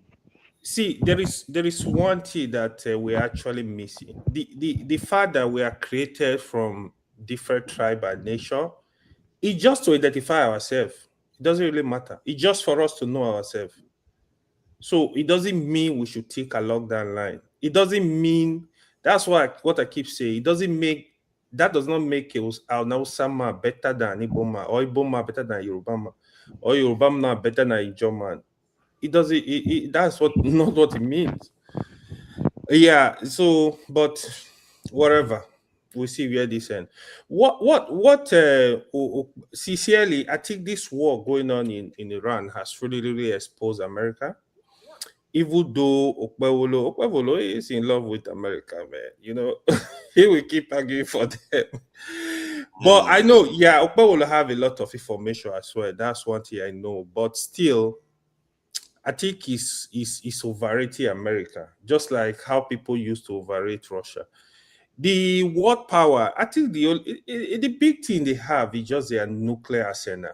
They think that is giving them so much confidence they can get any country down. Really, that's why you don't see where you have the nuclear. They don't challenge you. They don't go around your backyard. You see, you just look at how America respects small North Korea. You think if North Korea they don't have nuclear by now, they will be gone. So if you have that, they are gonna respect you definitely. But underrating China, I think is so much wrong. I think China have their own policies. Don't forget. I don't think if you push them to the war, I don't think America will be able to defeat China, to be honest, easily. The way he's just saying it. China, they know this war is coming. It's just like Iran today. Iran, whatever you see them doing, they are not just doing it. Even 20, 40, 30 years ago, they know this day will come. They prepare for it. From the way they are behaving, you know they prepare for it. You know, this is just a fact. China knows one day this war is coming. They are prepared. If you think, they don't want to waste their energy. They want to conserve their energy until the D-Day. The D-Day is going to shock the world. And the power of America before now, it's not only America alone.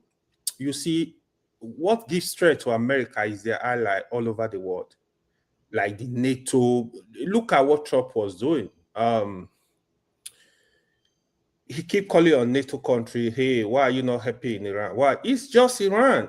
If you call them non-entity, why are you not just taking them out in 2 seconds and let the world? Why are you not? What have you been able to do apart from just killing innocent people? You've not achieved anything over there. So Iran, they understand how to really choke America, and they actually demonstrated it. So anyone underrating China, no, I don't actually agree with that. I think China, they have a lot, but they just keep silent until you push them to the wall. You get to that point, then you are going to know what they are capable of doing. This is just the reality, to be honest. Yeah, I know sometimes with what Trump make the whole case worse, he says that from day one, how he keep lying about this war, how he keep lying what is going on. He's going to tell you have dismantle Iranian Navy. Is it Mami water they are using to keep Strait of Hormuz intact? How he keep lying he had dismantled the whole military. How he keep lying. He just lie. But to be honest, I think Iran, they've actually turned a war superpower right now, because any country that want to attack them. Look at Strait of Hormuz is the biggest energy corridor in the world. Look at what they are doing there. You know, they kind of put the whole world in chokehold. Like everybody is paying for it now. Price of gas and the Houthis are also on the other side, just in case. Yeah, that was part of the reason you see Iran building those axes of resistance, the Houthi, the Hezbollah especially. That's why they were preparing for that. So even Houthis, I remember America attacked Houthis. Trump have to withdraw because Houthis were giving them bloody nose in the Red Sea. So this thing, it's not as easy the way you see it. I understand where Okpewolo, what he was saying in terms of if America decide to say, okay, we're just going to go there, destroy the country, attack the civilian facilities, yeah, they can do that. But is that how to win a war? That's really a war crime. But in terms of military, then they're going to run into trouble. And the bigger, look at what they've done with America military bases in the Middle East. They destroy literally all the military base over there. So Iran are now declaring that they don't want military base in that region. Look at what they did to your ally that are giving you billions, trillions of dollars, you know. So that is why you see, the reason why you see Trump does not want to go back to that war. He does not want to resume it, really, to be honest.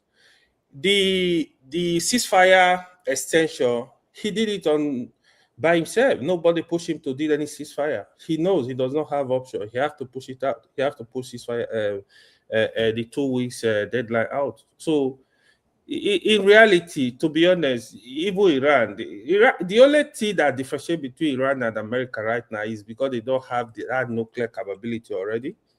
I mean, they have it, but they don't have the nuclear bomb, you know. If that happens, they are not even going to go near Iran. This is just the reality. But that might happen because they still have enough uranium to produce, I think, from the analysis, about 6 nuclear bombs. If that happens, everybody is going to stay clear from them. So, do you think they are going to go nuclear? They have to. They will. They will. With what have happened, they will. They are ready to die to get that. And they have the countries that can really support them. Russia are backing them. China are backing them. They will actually make sure they have it. Once they have it, they just to protect their border. They are not troublemakers. Even with their MISA program, they keep repeating like, no, we are not fighting anybody. We just need to protect ourselves. And you have to protect yourself. It's better to, God forgive me, it's better to even allow 1 million people die and have your nuclear weapon. So next time they will not kill your people. With what is going on in the world, so it's a big lesson to them. You kill their leaders, you know. If they have nuclear weapon, you're not going to mess with their leaders like that. So any country that have sense, if you have a way of protecting yourself, do it. Do it and do it right. That is just as simple. The truth is, no nuclear power is really scared of another nuclear power. In terms of, nobody is gonna start a nuclear war easily like that, except you are ready for your country to be wiped out completely. So there is no country. Everybody is scared. It's just the reality. So why do we even have the nuclear weapon? Why is any country having it? If you don't want anybody to have such weapon, you just stop it in general. Why are some countries having it? You are telling other countries, no, you can't have it. This is where the problem is.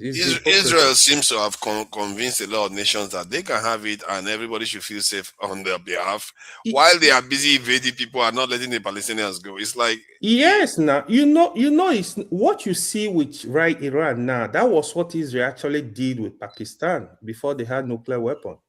They wanted to actually bomb the Pakistani when they were building their nuclear. Yeah, they wanted to bomb them. Go read the history. They were even working with India to bomb Pakistan. It was the America that really stopped them then, because Pakistan were in the very good book with the American president then. I forgot who that was. Yeah, that was what happened. That was the only reason. So they were also putting fear in the world. If Pakistan had nuclear weapon, Pakistan, they've had nuclear weapon for how many years now? Did you hear them doing any nonsense? You can't. Pakistan will not. This is just for deterrence. Pakistan will not wake up and you want to do nonsense with your nuclear weapon. No. The world power are not going to allow you. Trust me. It's a natural instinct of living entities. When you know you will suffer, you don't tend to use that weapon. Yeah, because you know the other side has got the same weapon. Yeah. So I don't know why people don't get that part. So the only reason America don't allow countries to have it, they want to have control of your country. They want to be able to do whatever they want to do with you. This is the only reason. Exactly. Not more. So that they don't want you to resist when they are there to butcher you. It's just the To be reality. fair, in the case of Iran, people will feel a little bit sympathetic to Iran because Mm. they did try not to build this bomb. If they were Yeah. not to build it, I mean, they did try. They are trying not to build it, but America seems to be saying, even if we know you, even if we think you believe you are telling the truth, we don't trust you. We still feel like even if it's Naija, half a percent chance that imagine, sorry. to Naija, imagine, sorry, this one to it, why? Imagine say British people don't discover nuclear technology before America come of age. Now, therefore, they do all this thing what America they do so. Therefore, no allow America to build. But I'm not disputing that. I'm not disputing that. so anybody will do what they are doing, and anybody do what Iran is doing too. Oh no, to be fair, So- what America is doing is slightly different. This is not America's doing. This is the Israelis doing. But not be Israel, not be them build Israel. Forefather, here is the funny part. Here is the funny part. The America that are telling you Iran. America started the Iranian nuclear program. They started it. Yeah, with the Shah, anyway, with the Shah. Yeah, that dumb. And I think, what you talk so, that's what we need to understand the difference between the globalists and the nationalists. America, that's why I said the Donald Trump administration, they are nationalists. They are not ready to say they won't destroy Iran. Oh. They don't even make Iranian get a nuclear enrichment, right? They can't because they believe they can control it. Now the other power where they follow them, they fight, right? Now them they actually finger Iran too. So it's not just like Iran is standing on his own. Everybody they try will in power. Whoever that have influence in the Strait of Hormuz is pulling power. The Chinese too are doing their own underground. So that's why I see the resistance of Iran this strong. So it's not that they are standing on their own, because just as you said, some people will be sympathetic to them just because they don't want America to succeed, right? They will want Iran to get that nuclear. So it's a very complicated issue that within that Strait of Hormuz. So it's not just Iran, America like that, right? So just like when the Dutch and the French, they join America fight, they beat British people now, right? So all those kind of things also going on. That's why I thought a lot of things will change. The world, when we say the world will change, now all those kind of things go make them change. Some economy go fall, some economy go fall, some country no go come back. Just so many things go happen. Go ahead, sorry. Thank you.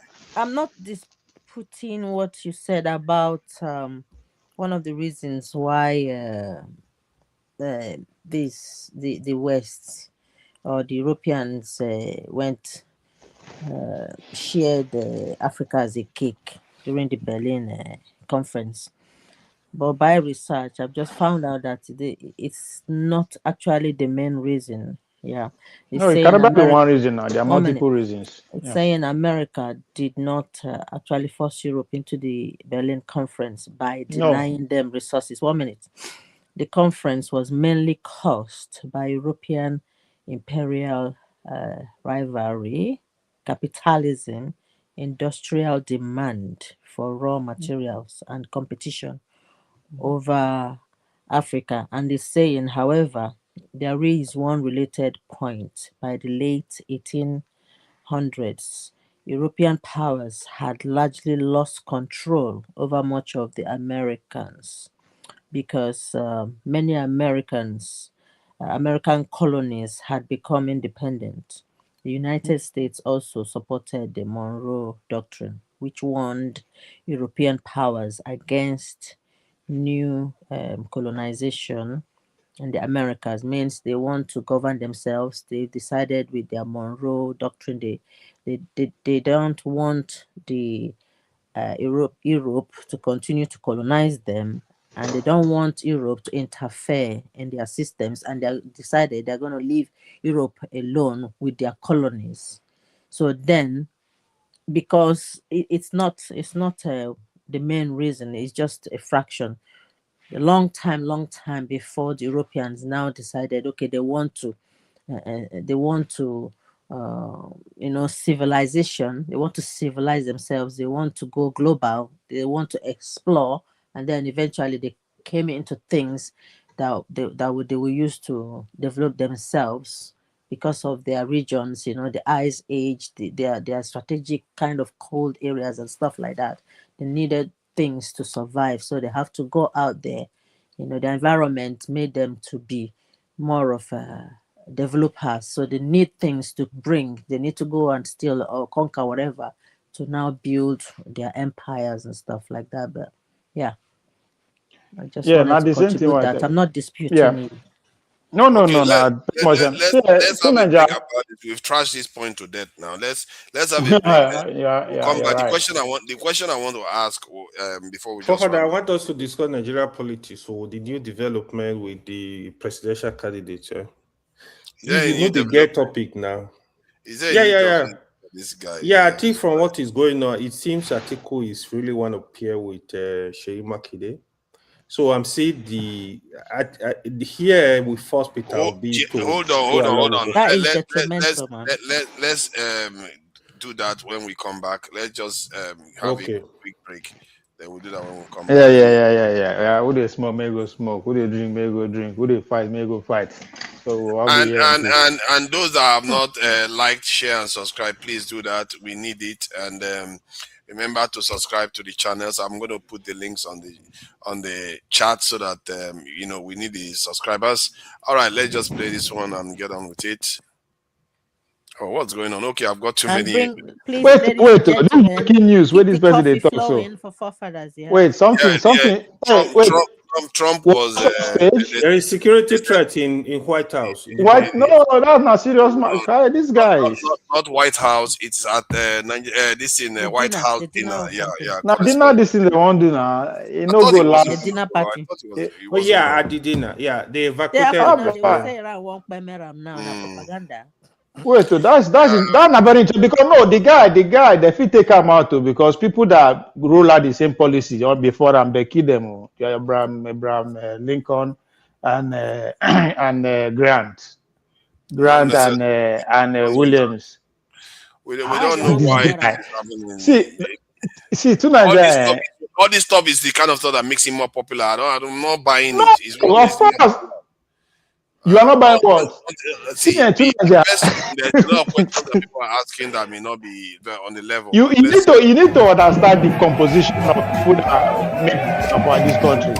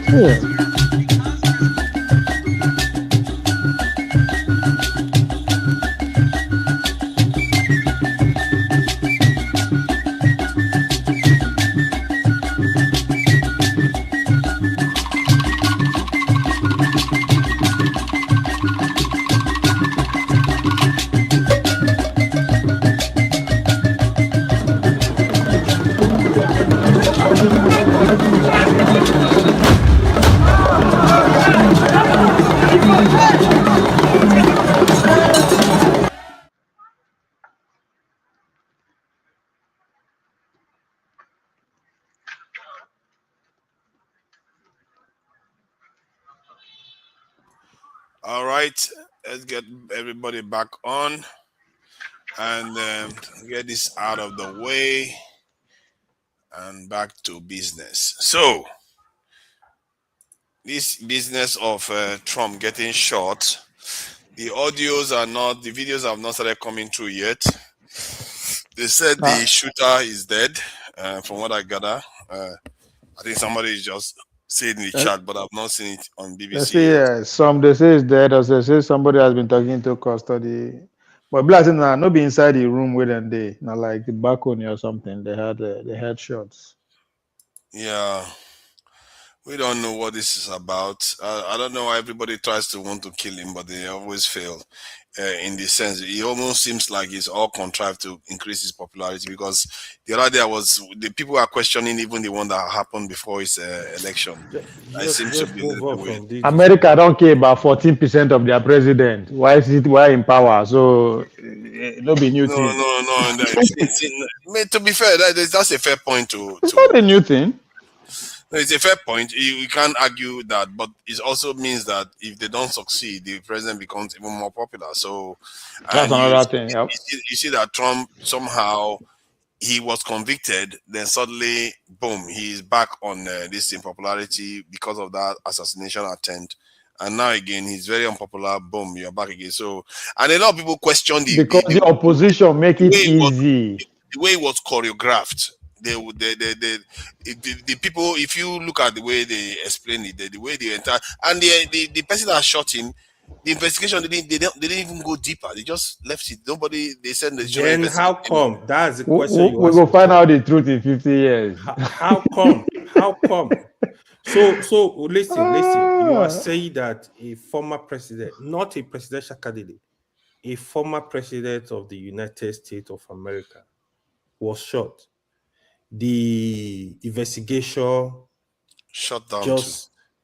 But if you understand the story of America, listen, if you understand the story of America, the CIA, all those things, guy, that's not normal, a regular thing. I swear to God, not normal. Yeah, because it's normal because of course they know these what people is bad, going on, right? It's normal since 1960. Kennedy was taken out. Yeah, it's normal. But before then, they do get to the bottom They are of everything. complicit. Like the people that killed this Abraham Lincoln, and they get to the bottom. But since Kennedy, those days now manual now everything now like face me, I face you. You have to, but things are getting more sophisticated. Right? Well, we don't see.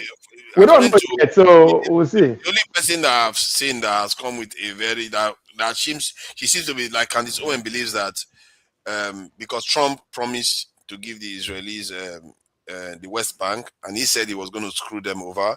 That's what he told Charlie Kirk and his assistant. That's the person next to in command.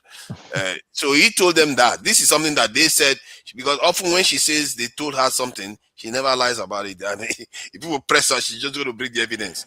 She said they told her. Say now people should get married to her. The then Trump told them that he was going to screw the Israelis over. After that, there was an assassination attempt on Trump, and maybe part of it was also using Charlie Kirk as an example, so that he makes sure he gets it done. And look at what happened a year later. He's already gone into Iran and doing what he was supposed to do. So these things are a trade, and maybe we don't know. This is allegedly Candace Owen feeling that this is her own suggestion because she was close to it. These are people that talk to Trump regularly, so we don't know. We don't know. That's why even what's his name, Tucker Carlson, that disagrees with Trump, feels, according to him, he says he feels sorry for Trump because Trump is like a slave now. That's how he looks at it. This is an American president. American president. Because at the beginning, hello. At the beginning, after they are independent, when they economically, the reality still remains that there are 20% black people slave.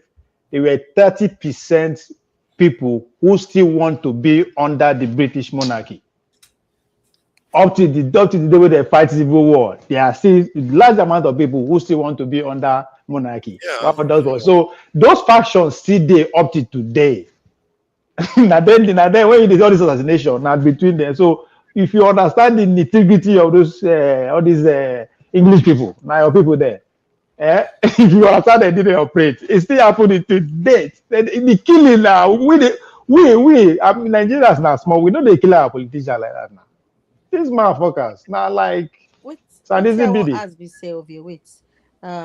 If say, okay, now this woman, this Candice, who is she working for? Why we say they never do have anything?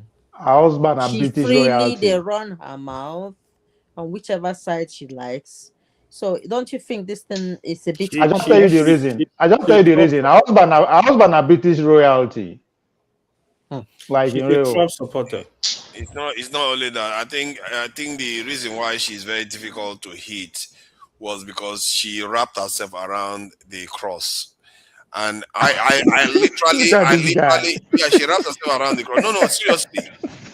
So cross let me finish speaking before you start laughing, please. So I literally watched her transform herself to that figure, where she was talking about Macron and all the things that they are doing, all the things they have been up to, and she derides those things using Christ and calling Christ his king. And you know, Americans, religion is not something that they talk openly, and not like people like Candace Owen bringing it up as a major issue. She was using those languages to condemn all those evil things that she's seen, and that became something else. Make no mistake, don't think this is a joke. There's a lot of white people that follow her. They will follow her to any end. For you to Nigeria. So if Cross they work for Candice Owen for America, why don't they work for Nigeria? you don't when I say the cross, it means that the people that support her, the Christians support her. That's what I mean. Not the because evangelical. the cross itself. They are very powerful. People that believe in Christ feel like she's speaking for them. More than Trump is, of course. I mean, even Carson is not very religious. They compare this. No, even Carson. Actually, you're right. Actually, it's religious, but it's not very vehement. It's not like Candace Owen, like Christ is king. You don't hear Tucker Carlson talking like that. Christ, that was the backing of the of evil Charlie Cock. That was what he was using. I saw her transform into that, and I said, this lady is going to go far. Because before then, all I saw of her was this lady talks down to black people and George Floyd condemnation of black people. Now they follow this fight. What do you think of this fight? What do you think of this fight within them and the young guy, the Fuentes? Fuentes is on one side, Candice and Tucker on the other side. Look, and then the other short guy from what's that they call her? The guy that fought first with Tucker. We get that. Where Candice they worked before? Ben Shapiro. So, how do you think it's going to turn out? Who is going to win? It's a very, very interesting question. I don't think Fuentes is very careless. Because of that, the Tucker Carlsons, Candace Owens, and they are going to win the argument.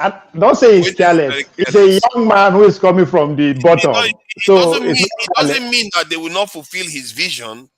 They may it will be the Candace Owens and Tucker Carlson that might fulfill his vision, but he himself is not going to make it there because he comes across as being a little bit too crass and childish with his ideas. He's a young man that is acting his age. Why are you there? He's acting his age and his economic background. So he's not even married. I don't think he's married from what they said. He's a young man. He's a bit of a strange person. People are not going to gravitate towards him. He has community. There are millions of people like that in America. So that's why they're saying it's good. So, he has a community that fall into that weirdness, according to him. So is it when I listen to the fight, I just laugh. It's so entertaining. The shooter has been apprehended, not shot, apprehended. So there's so many things coming out. But tomorrow it will be clear. So let's go to where I think which is Nigeria, AY. Okay, I wanted to ask a question. I wanted to go to Nigerian politics. What do you want to say? For me, Nigerian politics is already over. If Peter Obi I did laugh because this is where we were in 2022. The same thing way they happen. So for you to conclude like this, hold on, I'm not concluding anything. You say my point is that if Peter Obi and Kwakwaso have a ticket and Atiku doesn't back them, the election is over. Because there's no way I will put my money. Obi and Konkoso will be on one ticket. I don't know that. I know that. That's where I put my money. The only permutation that is going to defeat this government as it stands right now is that permutation. All of them be together. Not be just the ticket. Me all of them as they do so. All the opposite as they do so. They let be together till the end. Yes, they start a chant. Do you know that somebody is even accusing Atiku of working for Tinubu? I saw a report about that, and I won't be surprised. I've always been saying it that this guy, the way he's moving, he doesn't want. It's like he created the avenue for Tinubu to become president. Agreement now after Tinubu na in turn. So why are you surprised? I turn by turn. I say look at no. He's the one for ADC now. Who be ADC? Serious. I am serious. Atiku, what are you talking about? Unless he die, you won't stop him from contesting 2031. You can't stop him. Just told what you are you talking about? What are you talking about? What he said, he's already forget it now. You believe him. Me no believe him. Has he said that before? No, for that's the most for the fact that he said it. That's why I don't believe him. He says that all the time. He's been saying that since '99. He never said he was not going to run again. Dog, he said that since '99, bro. He's been saying that since. Unless he died before that time, he will always contest. Unless he die, I guarantee you that one. Why ain't go stop to the contest? Yeah. Now, una not take us serious from day one. Person where they move like president already, una they take and they play. This is not to they shout. That man has been there. Experience counts. Now he get ADC. I said it here. Now he invite other guys come. There's no way. I mean, Nigeria is not that. It's more complicated than I those. don't see Peter B going to anywhere, Sha. It's going to NDC. No, Peter Obi will move. You see, He's he going will to move, but he will NDC. not win the election because the election the election is already won. No, You don't can't say tell that. who's going to win. They were not All planning these to things they are win. doing is just propaganda. Nobody They're did sharing them all the anything. national cake behind closed doors. Whether all of them are the same, whether they're in ADC or APC or CCC, they just belong to parties to run in front of us. Nigeria, behind, the only way 2027 would day now DC, Washington DC. Those people who they lobby, both the Tinubu side and the Christian side, they are just getting started. Now the only way Tinubu no fit make deal, now they go come out. But I don't see that someone that cannot make deal. If they start another problem in Nigeria tomorrow, and they start screaming Christian persecution, and they start. Sonia, hold on. There's no record of Atiku ever saying he was never. All right, that's for you. I'm not arguing that. So in any event, if they start a problem, if they start a problem today in Nigeria and start screaming, amplifying Christian persecution, and they start screaming marginalization and America, and they say, oh, well, look, OB, they don't want him to be president. America gets involved and America says, listen, we don't care how you vote. He has to be your next president. It's going to happen. America has been deciding our president from 1960.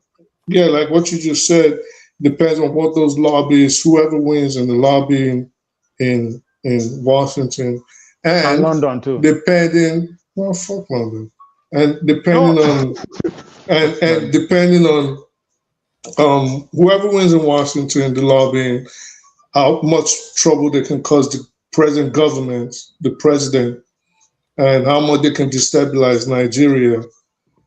Yeah, I still believe America, and I'm telling you guys, America is going to interfere in Nigeria's next election. If American has been deciding our president from 1960s. If the president cannot cut a deal, they will decide the next president. So America don't decide our president since 1960s. It's not new thing. Yeah, I don't know why they say America would decide. We know they are going to be involved, right? Definitely. We don't want a president. We don't want somebody that will sell out the country completely, because the gang that we have there right now, it seems they can sell everything out, man. How this one different from the past gang? The question. No, the question I asked you.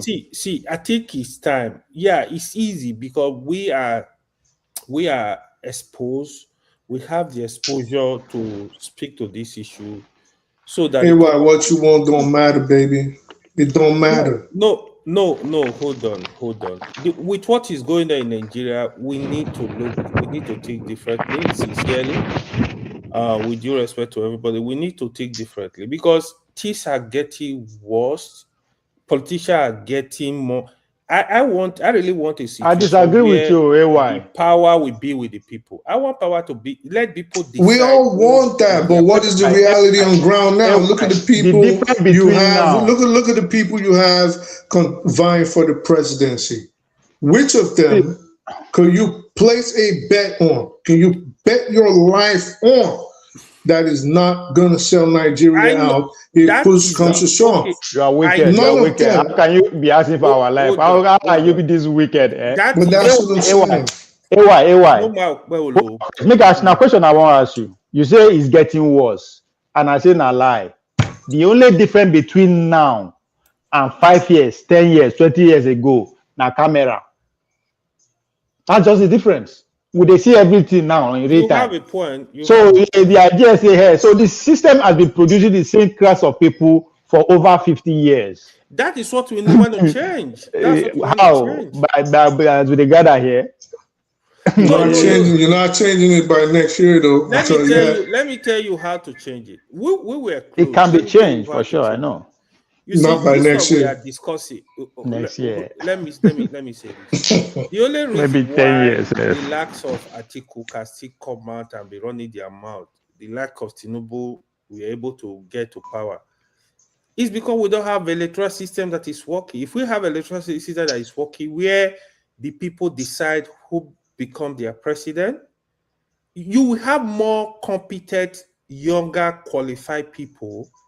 Because don't forget, this is money bank election. We'll have more younger, more qualified people coming up to say, you know what, I want to be president of America. Just imagine Obama at 40-something, 48, right?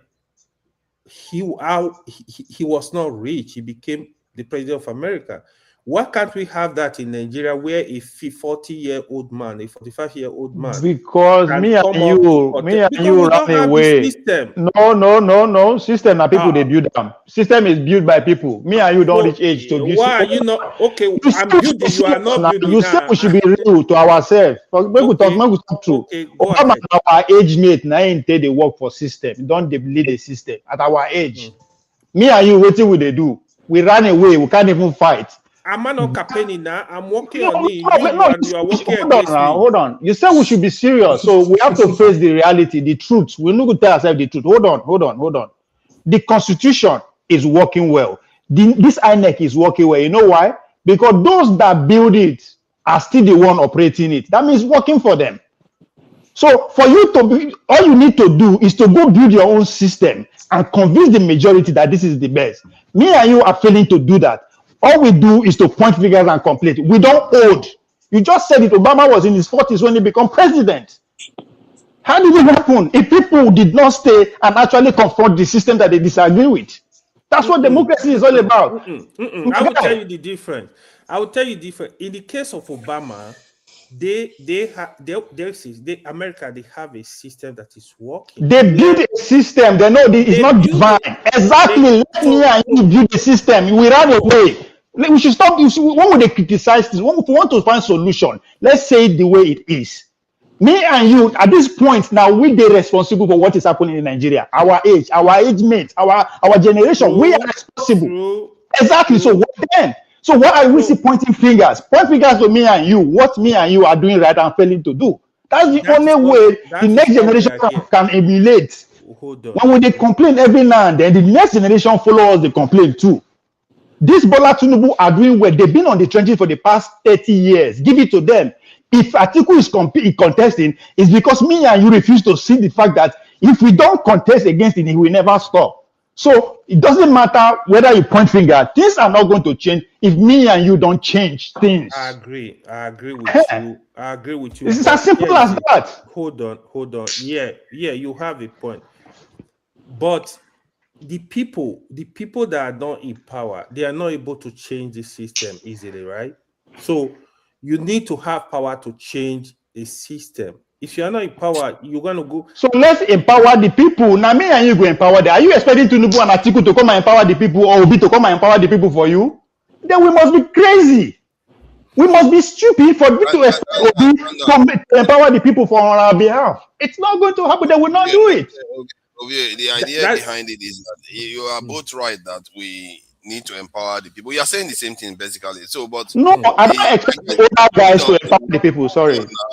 I think the issue is when do we start? And I know that obviously we should have started 5 years ago. And the problem now is that technically, I said it earlier, we are at the forefront. If you feel like things need to change, you probably need to start looking for means and the levers to pull to change things on the ground. Because if we forget, we are like, who said it just now, that we are actually older than some of the people that have ruled Nigeria. Yes. And we somehow seem to think that we are that weak. Maybe we should be taking action and finding ways to change things on the ground itself, not looking at it like our head. If it turns out it's over, you find out. If it's over your head, you find out. But it's good to try to push for something. We have to, because I don't expect Obi to come and convince the younger generation on my behalf. Stupid. But the question is how? How are you going to do that? If you can't do it then, how are you going to do it now? No, because the truth is that then you get energy, right? We will fail to use our energy. Now you have more experience and a little money. So invest in those people that have the energy. Simple as that. Do on your way. Invest in people that have the energy. that means you are organizing and financing.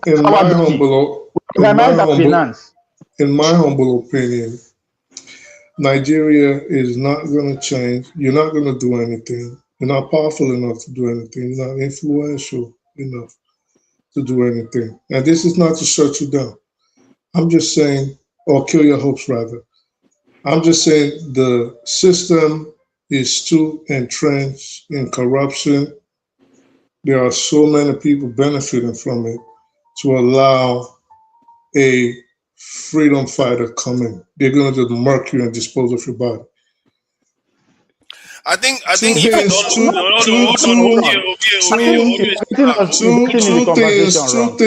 two things will have to happen, in my opinion, in Nigeria, for there to be a change in the system outside of some miracle at the ballot box, which I don't think is going to happen. Either you're just going to be patient and let these dudes die off, and you speak about them in history as the dark ages of Nigeria, or, and I'm not advocating violence, or someone somehow comes and wipes out this political class. But outside of that, they have a hold on the system, and trust me, or at least don't trust me, my opinion, it's going to be a futile attempt. The country is just too entrenched in corruption and the powers that be. Sorry if I understand you. Is it Yes, possible or it's not possible to change? That's what I want to understand you. At this point, no. It's not. I disagree with you. At this point, I don't think so. You know what? It is possible to just change it. I don't think anybody will say that a system cannot be changed. You just need to start systematically start. I've always the last time we talked about this was to kind of start forming alliances within the system with a specific ideology and this thing what you want to do in mind. If you don't have an ideology, how soon do you think you can change? If give me a time limit. Hold on, sir. Calm down. How soon? Let's give a time frame right now. Let's say you want to change the system today, as we're speaking, with this ideology that you want to put together and these connections you say you want to put together. How soon do you think you could reasonably change the system starting today? Historically, it has been around, on average, 10 years it takes. But based on no, how soon do you think? I'm not historically. I said, how soon do you think the system could be changed? That's what I'm coming down to. Because if I just tell you one number right now, you will say, where did you pluck that one from? No. Just tell us a number. Because I'm saying, as it stands right now, you cannot change the system. That's what I'm saying right now. But if you say you have a number, you can't change it right now, but you could change it. Do you want me to respond? You could change the system within 5 years. Do you want me to respond? Oh yeah, whatever. You can respond. Realistically, we can change it 8 years, 2 election cycle. All right. I think that's more realistic. Yes. Because goes back to because of the emerging technology that will make things a little more faster. 8 years is actually long, because even in the time when they didn't have it takes on average 10 years. So I think you can even cut it short. So 8 to 10 years is basically eight to 10 years is basically the same thing. That's why I said it's wrong. Or you can do it faster now, because now there's technology that will amplify whatever you want to do. You can but that's just a realistic way technology. to That's realistic. Let me ask a question. How long did it take Nnamdi Kanu to become the top leading figure? That's main figure in the South. What does change mean to the average Nigerian? What does change mean? No, it said the system. So the system means the current political system. And that we enhance it or we dismantle it. What is wrong with the current political system? Is it democracy? What's wrong with it? It's adversarial and we don't control it. Sorry, hold on. Let me. Which democracy? There was a point Saxonia made that I felt like I wanted to talk about. Let me respond to that question. Sorry, because I'm part of the discussion now. I'm not a moderator, so we are just. Don't start. I'm not a moderator. Don't start that. So, but there was a point you made about us freedom fighter point, I'm beginning to think that the concept of freedom fighter is not the idea you should be going for.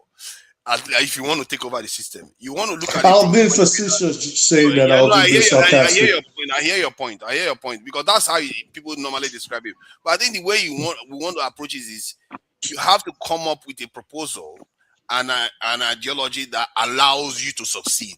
In other words, it doesn't necessarily have to be anti-West or anti-anything. You could have an ideology that says you work with the West, but it's not this arrangement. It's an arrangement that is What similar to the kind of arrangement? arrangement. To No, Niger. the kind of What arrangement that arrangement? is similar. Hold on now. What No, kind the of? question is, what is wrong with our political system now? See, Can I respond to that? Can I respond to that? You we not were even allow me once to land. You're asking me in questions. Just answer me. in Can I respond to that? 1998. In my point, my original point was that you are going to approach it like you have a better arrangement with the West, or you go somewhere else. Those are going to be your flexibility that you have to have. You don't have to have an ideology in terms of being against capitalism, or that's No, what I have. Tunanja, Like West, the West Shore na is a secondary. kind of socialist. I don't You like don't need The West is secondary. Go meet the people first. Get the people on your side. External forces are secondary. The West na the West are. The West is not secondary. The West cannot be secondary. Like my question again is, what is wrong with our political system? Everybody cannot be talking at the same time. The West is not secondary. Even when the Bolsheviks wanted to go into Russia, they had some support from nations in Western Europe.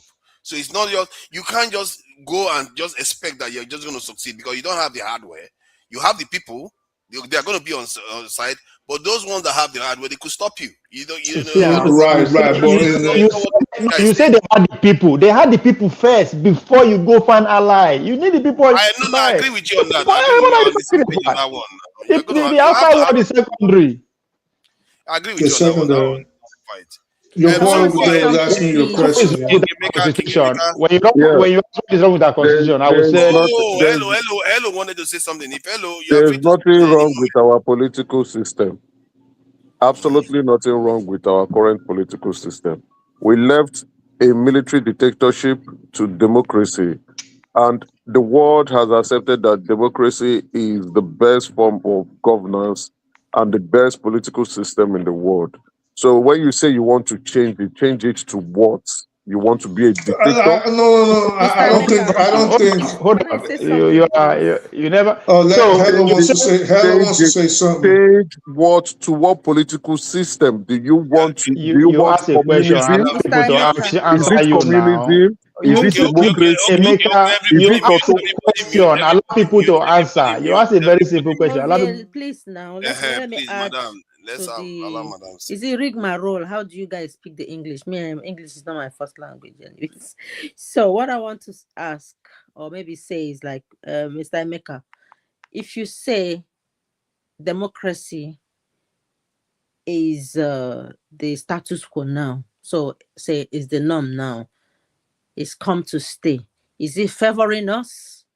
Is it who created the democracy? Is it our does it, and in what way does it benefit our people or our way of lives? Like what I'm seeing on the YouTube now, like some sort of an idea that a governor or someone has given some women red panty in Kano. So is that part of what is it? How is it going to enhance the lives of these women, or what's happening? Is that how democracy works? That women are handed red panties, and there is being shown on the I think social media now. They are soliciting for the votes of those women, and there's nothing absolutely wrong with it. Politicians will go about soliciting. So is that how women are being disrespected and treated cheaply? So you want me to vote? You now give me that's left for you to interpret. The women are collecting. Can I jump in? Can I jump in real quick? So I'm hearing a lot of fantasy here. It's not a fantasy. I'm a woman. There is a lot of people are coming up. You want to change the political system. Sorry, sir. Your point is legit, and I am telling you as a woman that if you give me red panty, you're not only insulting my intelligence, knowing that in Nigeria things are not working well. There are a lot of things you could invest that money into, even if it is 1 naira to give? Why are you giving me a red Fine, party for what? fine. Is it to That's please why I my say it's husband? left for What you to has red interpret. party That's got to why I do said with it's me and left you for and you the to government? What interpret. is that? If you are so annoyed, run for office. If you are That's pissed not the off, answer, run for sir. office. Mr. You're Emeka, That's I it. You see, don't think you're when moving people the come out to say we goalpost. want to change the system, you understand? Those are graveyard no. I illustrations. don't think. So No. I don't do think the you system. want to be under? Emeka, Hold on, easy. You I ask will a say the question. truth Let whether you people like. answer now. It's not about the truth. You ask a question. A lot of people don't answer. You ask a question. You want Let me just jump in real quick. Mr. Emeka, I don't think the system per se is what we're asking for a change for. Democracy, I think, well, not me. So I think democracy is the best system for a multi-ethnic, multi-religious society like Nigeria. So everybody can have their own say. Now, what kind of democracy are we going to practice? That is up in the air. But I think what we're practicing right now could work if the politicians in charge implemented the right qualities that are needed. So it's not the system of government or system of choosing the government itself that people are against. It is the fact that, like Miss Hello was trying to allude to, injustice, for example. A situation where the rule of law doesn't count, a situation where there's no ease of doing business, a situation where corruption reigns supreme. So can we have at least a semblance of justice? Can we have at least a semblance of proper governance in Nigeria? It's not like we want to get rid of democracy. We want to get rid of the people in charge right now and the kind of system that they're operating on. That's what I think. Let me give you my answer. Let me give you my answer. Let me. From what you're saying, you say you don't like the people in charge, the political party in charge. You don't like them, right? No, I didn't say the party. I said the way the people are implementing the system, regardless of the parties. I don't know the parties. I don't care about the parties. Well, I just mentioned corruption.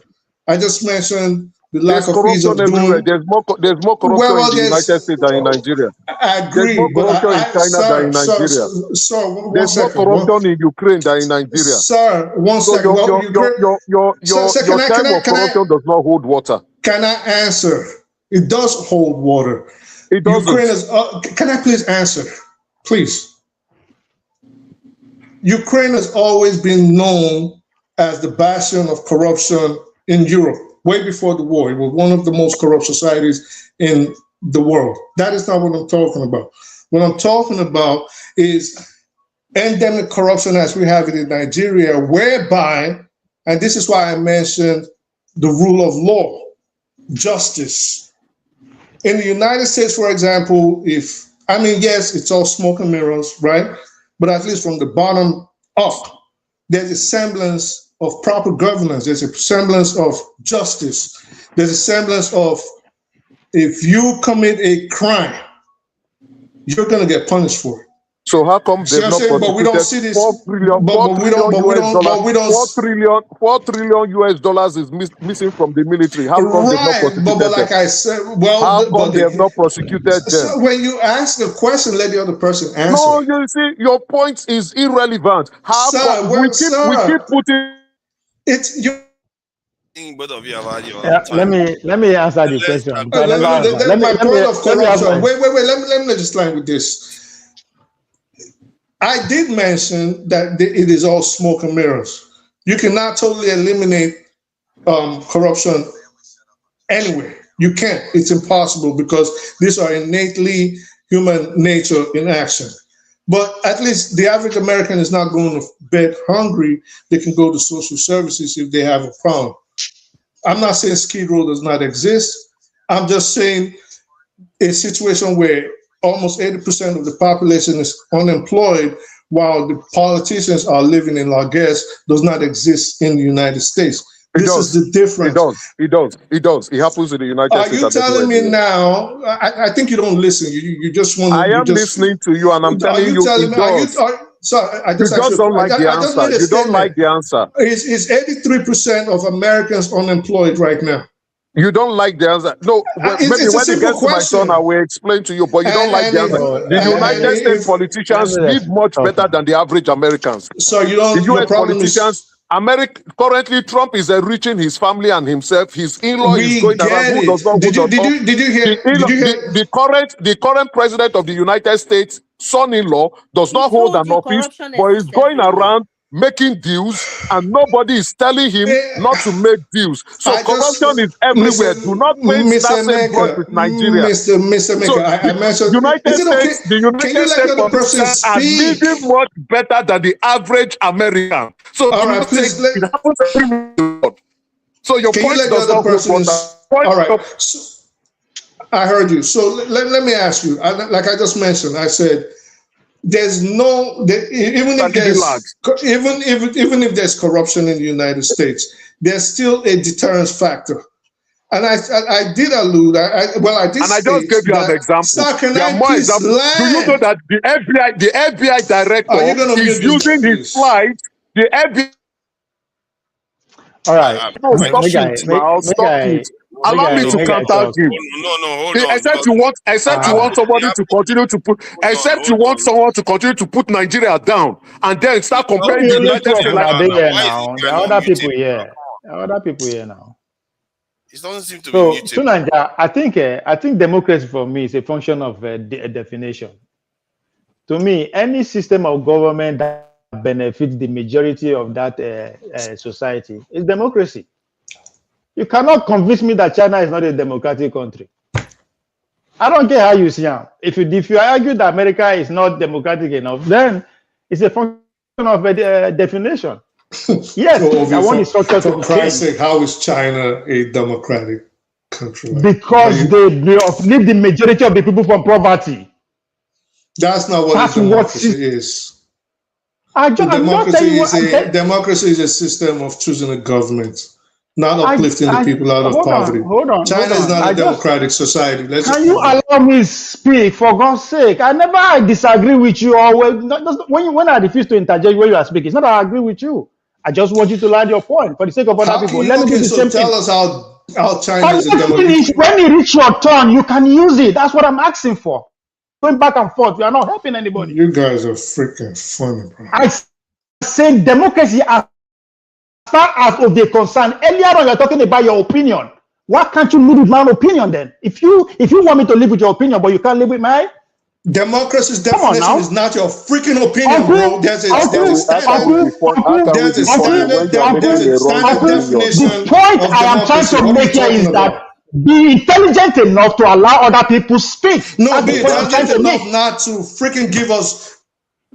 You cannot tell me what I should say and what I should not say. This is how you're saying. I can defend democracy as I want. It's up to you to accept it or not. Oh my God! Hold on. You don't have the right to shut me up. You have the right to accept what I said, or you don't. That's the only right you have. I can't accept this definition like that. I went to school not to learn that China is a democratic country. My brother, be stupidly enough to remain quiet. Let me make my foolish opinion. Allow me myself. That's what intelligent people do. Just because you are saying it doesn't mean I will not put my point. Democracy is a construct, is a matter of definition. That's what I'm saying. It's how you define it. Any system of government that benefits the majority, according to OVA, is democracy. You can disagree with it, you can accept it. That is up to you. But I will say it today, I will say it tomorrow, and I will say it anywhere. Any system of government that benefits the majority, bring it on. That is democracy for me. The American that actually mainstream the democracy that we emulate. Do you know what it's about? It's to preserve the affluent, the few affluent, over the majority. That's what they did from the beginning, from 1776 up to today. So don't tell me what democracy is. And you want me to accept it? Just want hear me out one second. Uncle, see. It's not. You are not going to tell me what America is. I will defend it as I want. It's an experiment. I didn't even say that. Do you think America invented democracy? Is that what you say? Hold my brother. I said the people that mainstream the democracy that we emulate. Now English I speak. If you don't understand me, tell me to break it down. Well, no, maybe you have to go relent it because that's rubbish. AY, do you have anything to I say never, about I never tell you about what kind of wahala is all it? these guys, they passed my power now. Okay. See, I think we are confusing. Okay, go ahead. If you want to say something, AY, before I speak. Let's stop the argument. Let's agree to disagree. You know, if let 40% of Nigeria enjoy as China is the enjoy, that's democracy for me. We can't say we have to. No. AY. Okay, see, Dude, say why you keep moving me? I mean, I can get no fear. Interrupting him. You're interrupting him. No, I didn't interrupt him. I'm saying we cannot agree to disagree on wrong stuff. That's what I'm saying. Okay, good. Let's see what I finish. Okay. So where are we, Father? Which topic do you want to really discuss? The idea they were talking about was the nature of democracy, and they are arguing. Some of them are saying democracy is not the same. That's the American democracy is worse than the Nigerian democracy, and Ovie is saying that as long as the country represents the people, it doesn't matter what type of government that represent the majority. Represent the majority. That's democracy. So, and I don't know what you make of it in terms sincerely, of. For me, I don't know how. I'm not interested in defining democracy. I don't know how you want to define what I'm going to explain. Right? It's all about the people. So, if a system is working for people, I think that's a proper system. If you like, who invented democracy? Is it God? If you believe in God, I don't know why the Greeks. Now human being like Ovio. Now human being like Ovio. Hold on. They are not special. The way people treat democracy, it's like it's untouchable. That's why I usually get peace with what is going on in Nigeria. How can a whole country of over 200 million people, you go take somebody's system, you don't want to touch the system. This is how democracy. What the heck? If you have to build a system to suit who you are, make it work for you. I usually describe it like it's just like when you live in United States of America, you live in Canada. During winter, you need a winter jacket. In Nigeria, you don't need a winter jacket ever.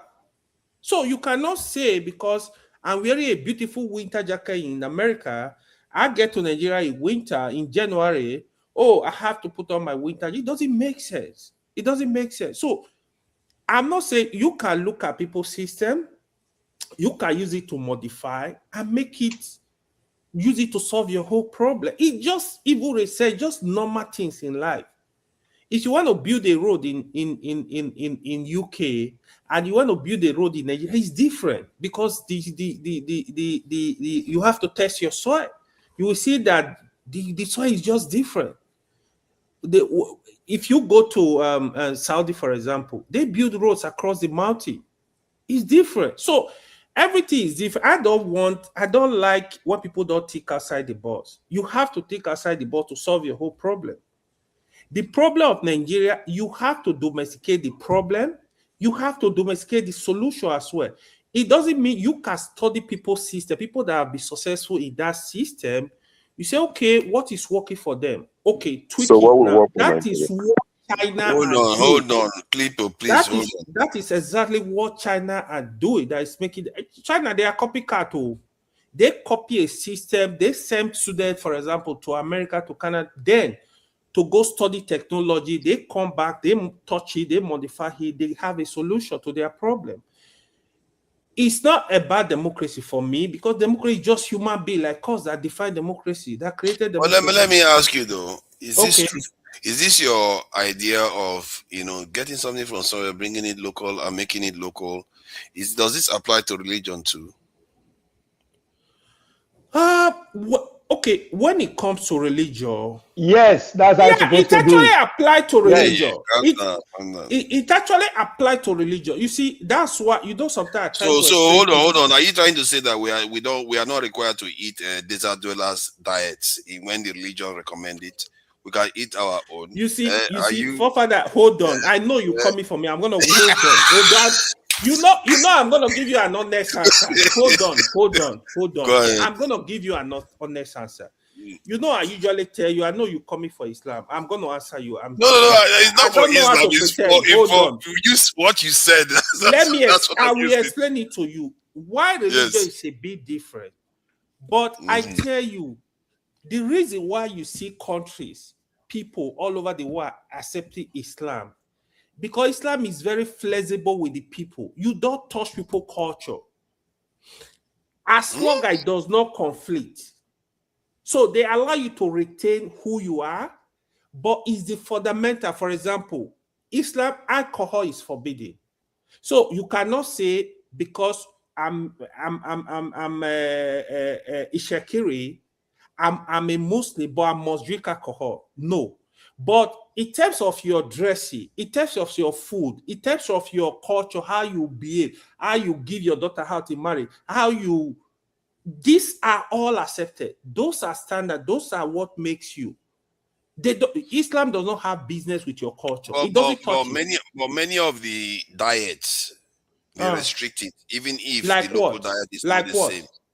Okay, you see, for you to understand, I don't want us to go far too much. I need to explain that to you. Hold on. For you to understand this thing, you have to know the reason behind it. For example, in Islam, pork is forbidden. I know there is a reason behind it, but the point is that they restrict you while them in the area. See, remember, the diets that they prefer tend to be available in their areas. It's not tailored to your local reality. No. Islam does not really restrict you to evil diet. Apart from those meats, it's just like it's mostly animals, the kind of animal you consume. It does not restrict you in terms of, say, eat your tuwo, eat your amala, eat your eba, it does not restrict you with that. But the animals that they recommend are the animals that are generally in their areas. You see, you have to be open to really understand these issues. The animals, what are animals Islam forbid? For example, pork. Like pork and animals that have certain features that look like the kind of animals that the kind of animals that you see in West African, southern regions that are like bushmeat now. Like bushmeat. No, Islam does not forbid bushmeat at all. That's not correct. What about bushmeat do they accept then? A lot of the bushmeat, Islam does not forbid. So is it only pig that they forbid? What of non-halal? Yeah, what? I don't know why we go this year. Okay, let me explain to Emeka. Hold on.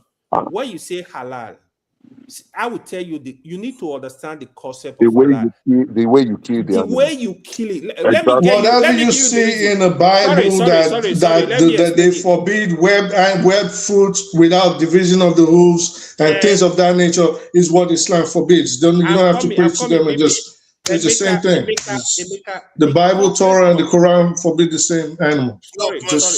My own is that if there are certain things that is particular to their region that they chose in what? Okay. No, like sheep. Sheep are very, very favored now. Sheep are very, very favored. Like ram, that you have to kill ram for. Because of their hoof. Because of their hoof, for example. So they have a split. But that is not native to many parts of the world. You see what I mean? So what about you? Okay, so is it only Islam that abhors it, or does Christianity and Judaism also abhor them? The same. See, the principle is if you want to indigenize stuff. It's a very simple question. Is it only Islam, or is it those? Of course not. So all of them, exactly. So whatever you see that Islam abhors, because Islam came after all of them, in the Torah. In the Old Testament, it's the same. To all of them. I'm not separating only Islam. Sorry, let me just learn. You're thinking that I'm separating only Islam. The concept is because you asked him a question about Islam, so I'm trying to clarify for the audience. It's not necessarily about Islam alone. All right, but it doesn't matter. So I'm trying to clarify for yourself and the audience. Oh my God, I'm trying to clarify for yourself. Hold on. Let me do this. We need to return back to the topic. I'm here. I don't want to also distract this thing. The concept was that if something indigenous, this is not only about Islam, something from somewhere else that they gave you, and if you want to indigenize it, you transform it. That was the argument AY was making. And I said, okay, does that apply to religion? That's what led to this direction. But I agree with the concept. You see, that's the thing. I agree with the concept generally. So it's just that sometimes our people, they go rigid. They don't want to change anything. They keep it the foreign way. That is the problem with our people. Forefather, in religion, a lot of things change. Even a lot of things, I'm telling you. See, our you chieftaincy title literally changed to Islamic. Chieftaincy title. So Islam does not have business with chieftaincy title. You can give out your chieftaincy title. Emirs, what emir? What is an emir?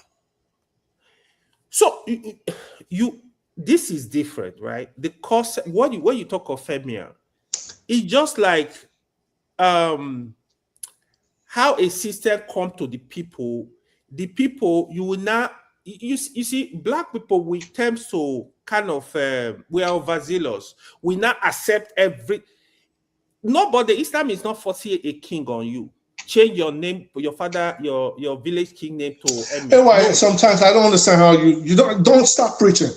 All you have to ask for, Father, is very simple. Before the emir was applied, the emirship was applied in northern Nigeria, let him tell you what system of government the houses we're using, and then he has to explain to you how it was different from the kingship of the emir. Just stop preaching. Just ask him this question back, because obviously he doesn't even know what he's talking about. So you tell us what is different from the system that the houses or the North practice pre-Islam, and how it's different now. And if you see that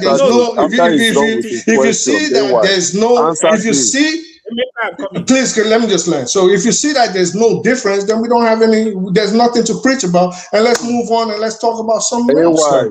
Islam does not pick a king for you, right, or a ruler. So what are the supreme leaders doing in Iran? So why do we have a Sultan in Sokoto who is the supreme leader for Islam in Nigeria? Why do we have other Islamic leaders in the world?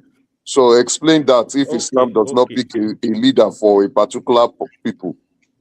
I love that. Let me answer the question. You see, Nigeria having a supreme leader of Islamic Council, whatever, it's not it's ceremonial.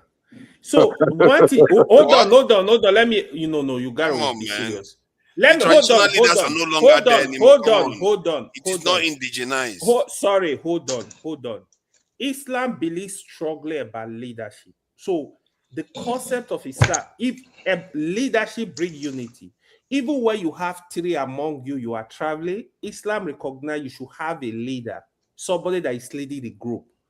It's very important. So it gives direction. We know that you are literally trying to counter your own argument earlier on. No, I'm not trying to counter it. So hold on.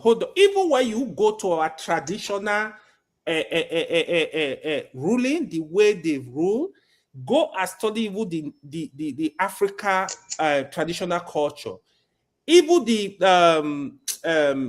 empire you hear, it's all about leadership. It does not. I don't think we should be discussing religion. I agree, but I just want to clarify something. What I would just say, for we black men, we have no business with military. We have no business. We'll come back to Father, me and you, let's have discussion. Black people have no business with mainstream on religion. Islamic topic. Ask me questions. I will be ready. Black people have no business with Islam. Black people have no business with Christianity. Black people have no business with Judaism. It's not our business. To be honest, Emeka, let me be honest. Let me say one thing. I hear people say this. You see, it's just like when people tell you, I told a friend, he said, Iran, they used to be non-Muslim, blah, blah, blah. I'm like, were your forefathers Christians? Why are you a Christian? Let me tell you this. Yeah, that's what I'm also saying now. We have no business with this mainstream religion. We don't have any business with them. But let me tell you where we are as a nation. I don't really think religion is a problem here. Let me give you. You see, when it comes to Nigeria, both Muslim and Christianity, it's gonna be hard to erase overnight, because the only thing you have to tell people, you have to keep it in the background. Let people practice religion in their religious places and their houses. This is where we're getting it wrong. We allow this thing to, for example, in America, you work with somebody for 5 years.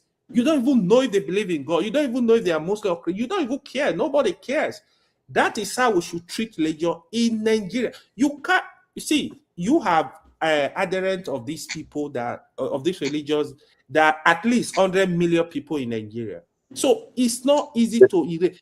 You can use that religion to actually make it better. AY, you are a liberal Muslim.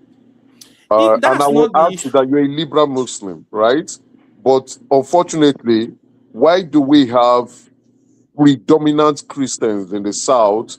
Was because Lord Lugard sponsored the rise of Christianity to counter the jihadist movement coming from the north. If Lord Lugard has not done that, I will tell you the geographical boundaries of Nigeria would have been an Islamic state. Which is wrong. No, hear me out, sir. I said, Lord Lugard, hear me out. Lord Lugard sponsored the rise of Christianity from the south. We were not Christians. Dude, I heard you already. Because the North was coming with a jihadist movement. And I say that is wrong. No, you don't know the history. I'm telling you now. I don't know the history. It's wrong. I don't want to argue. It's wrong. It's wrong. I don't know the history. You don't know the history. Are you serious? You don't even know what you're talking about. That's why AY would. It's wrong. If we check it right now, it was not Lord Lugard that sponsored any start to any jihadist movement. The North had already moved on to the Nupe territories before they ran into all the wars with the Yorubas and with the Nupes. There've always been wars.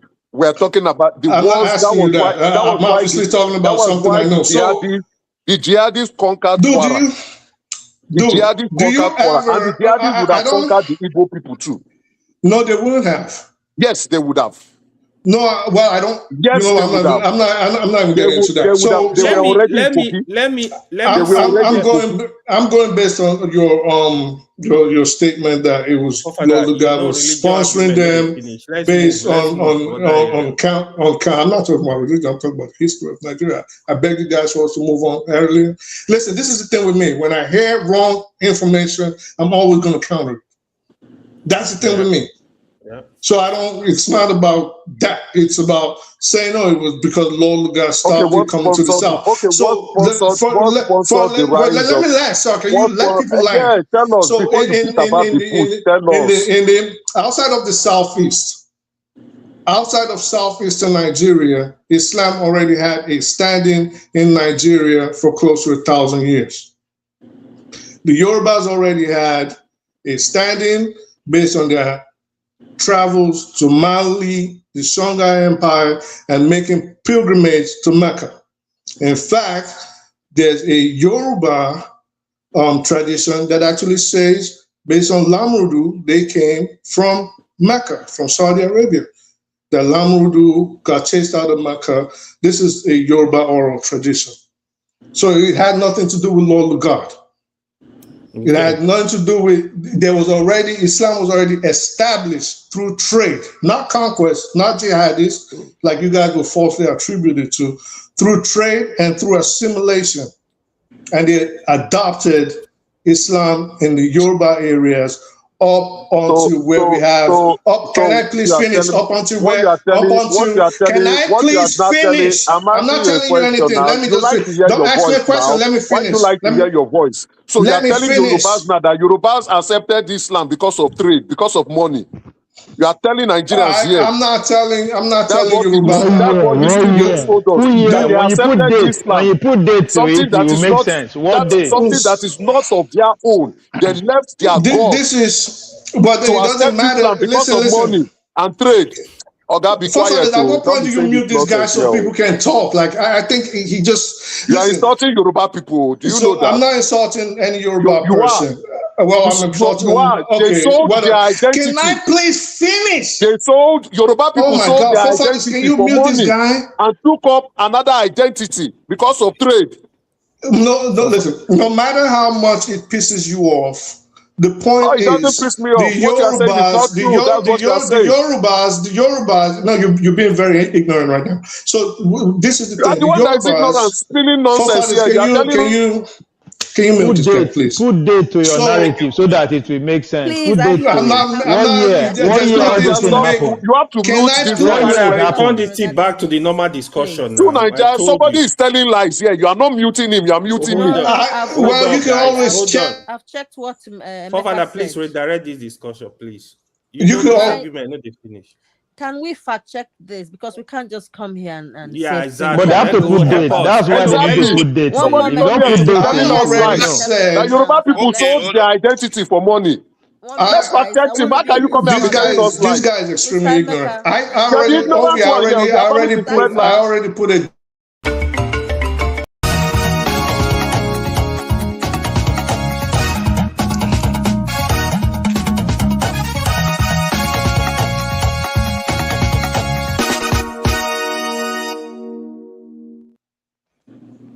Okay.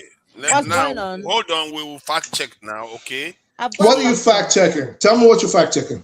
Okay, I found something. When I'm asked to speak, I will do. Thank you. No, speak. We want to speak, Adama. Please speak. Okay. What are you fact checking? I will fact check. What are you fact checking? Experts in politics, but let's stay on facts. You think people just go to school just like? I think people think this is just guesswork. What is it now? We have to, this is how we're going to. If you are so confident in what you are saying, allow her talk. Let's be one place. We are not going to be divided here. It says, I asked what Lord Lugard did regarding religion and the North and the South. And it's saying, not really. The claim is too simple and mostly wrong. Christianity in southern Nigeria was not created or sponsored by Lord Lugard as a weapon against northern jihadists. Christian missions were already active in southern Nigeria from the 1840s, long before Lugard became central to Nigerian administration. Missionaries, including Presbyterians, the Church Missionary Society, Methodists, and Baptists, were active in places such as Calabar, Lagos, Abeokuta, Onitsha, Brass, and Bonny. What Lugard actually did was different. In the north, he helped Britain defeat and absorb the Sokoto Caliphate/Emirates. By 1903, Kano and Sokoto had fallen, and the Emirates were under British control. After that, Lugard's main strategy was indirect rule, governing through existing emirs and chiefs, not replacing northern Islam with Christianity. So, in fact, British policy in the north often restricted Christian missionary expansion, partly because Muslim leaders resisted missionary education, and partly because colonial officials wanted to preserve order through the Emirate system. So I will just stop there. So it's like, I don't know. I believe in facts. Okay, so let me ask you, lady, Miss Hello, what did you garner in just simplistic terms? What did you garner from what you just read to us? In all honesty, factually, what Mr. Emeka said cannot be true. That's my end of story. Thank you. So let me go back to what I was saying about how it came. In my view, we don't care about your view. Let me just land, bro. Like, can you mute this guy, bro? Come on, mute this guy, man. Come on. Damn, mute this guy, man. What the fuck is this shit, man? Like, he's just coming on here, just talking over people. Like, is he on drugs or something? Is this nigga high? Is he high? Like, what's wrong with him? Don't disrespect highness, okay? Don't disrespect highness, okay? Nah, come on. Nah, this is past yours, OB. Like, this is way past yours. Like, come on, sir. Is this nigga high or something? It's Papa's fault. It's Papa's fault. What? How can you put it on me? All right. So if we're on this panel, I will just start playing. You are supposed to be Donald Trump of this platform. We make this a music channel. Damn, it's either we're teaching each other or we're learning from each other. Okay, let's go back to the democratic conversation. Yeah, I wanted to add something. You never let me finish. Look at that. I wanted to say something and you will let me finish. I want to say that, so maybe this will help us get closer to the answer we are looking for. Democratic systems have different types. That is Thank true. you. Thank you, my And the brother. idea that it has to be this constitutional system that America has got, it doesn't have to. And from what I gather, most people believe that the parliamentary system is even actually better. I actually think the best one is the presidential council system that the Swiss people have. That is actually far more democratic. They call it direct democratic system. So there are different types of democracies out there. The American one is very adversarial, and because it's adversarial, it's very unsuitable for Nigeria, because it means that all the tribes are going to be fighting each other. That's what people are having problem with, and that's what I think AY is trying to speak to when he says we have to tailor it to our own this thing. But I couldn't resist him acknowledging that maybe we should tailor religion to our own ways too. That's why I brought the religion. You that is causing this problem anyway. What did I do? I was just trying to ask questions. That's what the British did. That's what the Romans did. That's what the Greeks did. They tailor it to them as tailor it to your system. So Ovie will change the Nigerian democracy to his own definition in the next 20 years. And everybody will follow. So this evil is evil simple, to be honest, because you have to understand. If you look at Nigeria, you have 3 tribes that are in power struggle for years since independence. Dominant tribe that what they are fighting for is just power struggle. That's the fight you see. Then you have all the minority tribe, even where they are non-minority. You can't really call it your minority. There are tribes that are really big. They are big out there. So you have to study the system. You study the Nigerian environment. Like what Professor said is very important. Which country have the kind of configuration we have? Okay, we can take their system. Is it working for them? Okay, how can we touch it to suit our system so that everybody will feel important, everybody will feel involved? Because what you see today, announcer might be cried today because their person is not in power. It's Yoruba that are in power. But if they have power, what do? They do the same thing. And Igbo man might be cried today because he's not in power. When he get power, what do you think he's going to do? He's going to do the same thing. Are you going to blame him? So that is this. We need to change the system to work for everybody so that everybody will feel important. Everybody will. It's just as simple. It's not go hijack a system. People think like they can't think outside the box. They just think them. What are you talking about? How do you even do that? I don't even understand it. So this thing is very simple. If we really want to solve the problem, we have to get people that know what they are doing, study the system. Okay, what will work for us? Our character are different from the white, everybody is different. So you study the people you are dealing with. So you get a system that will work for them. That is why when you check countries today, even the superpower we are calling, Russia, they have their system. It's unique. They speak their language too. It's only in Africa. One, we don't have our own system. We don't have our own identity. We don't have our own language. It's only in Africa. If you cannot speak correct English, you are ashamed of yourself, but you can speak your local language. It's only in Africa. Which world power, which superpower do you know today? Even Iran here. Iran, even if their spokesman for the military want to speak RGC, they don't speak English, but they can speak English. But they are going to speak their language. They will force you to go interpret, go and learn what I'm talking about. Is it China? China stick to their language. They stick to their culture. Look at Russia, same thing. Look at all the British, they are originally English speaker. That's why they speak English, because they colonized the country. People are following there. Like, are you not saying we should adopt ourselves? But England never, the original language is not even English. Let me also say this, right? When I was in school with some Chinese guys, when they take courses, when you are taking, for example, let's say you are taking a circuit analysis with them, they will convert that to Chinese for them to, they understand it better than you. They will convert it. They convert textbook to Chinese language. They start studying it in Chinese language. and they will do. That's why they have a deeper understanding. In China, there are Even multiple languages. Which one exactly? Even hold on. Even in Which Nigeria, one right? exactly? Hold on. Even in Nigeria, there is a study that was carried out where they discovered that children learn better in their mother's tongue. That was it's a proper research. Hey, But I have a problem with what you are implement. saying. Okay. Because we have What's the multiple problem? tribes in the country. So Which if we country? want to adopt an official language, it has to be one of the major tribes. In Nigeria, right? And then that will not sit well with everybody.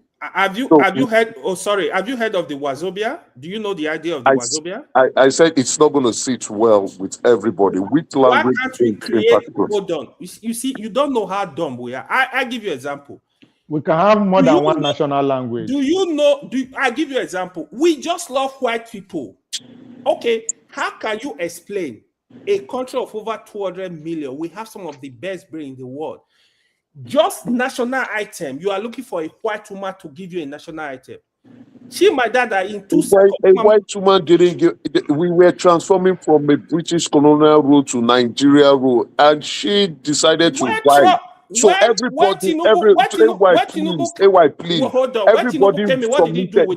There was an advert. Make a submission. Many people submitted their entry. She submitted hers. Hers was appreciated the most, and it became the national item. It's not like Nigerians could not. Everybody, it was an advert. Hold on. How come you see this kind of stuff? People say that almost gets me make me do lally. I think you are disrespecting me too much. Hold on. You just literally brushed aside the fact that a foreigner participated in creating a national anthem. Don't you understand the importance of doing it by your own nation? Don't you understand the concept? We can create our own national anthem without others doing it. We did now. We did. Yeah, but the problem is that we went and consulted a foreign national. We didn't consult. It was open. Adama, please. I know it was open. Nobody said it was not open. Hold on. Open to what? Hold on. Listen, hold on. Let me deal with this, please.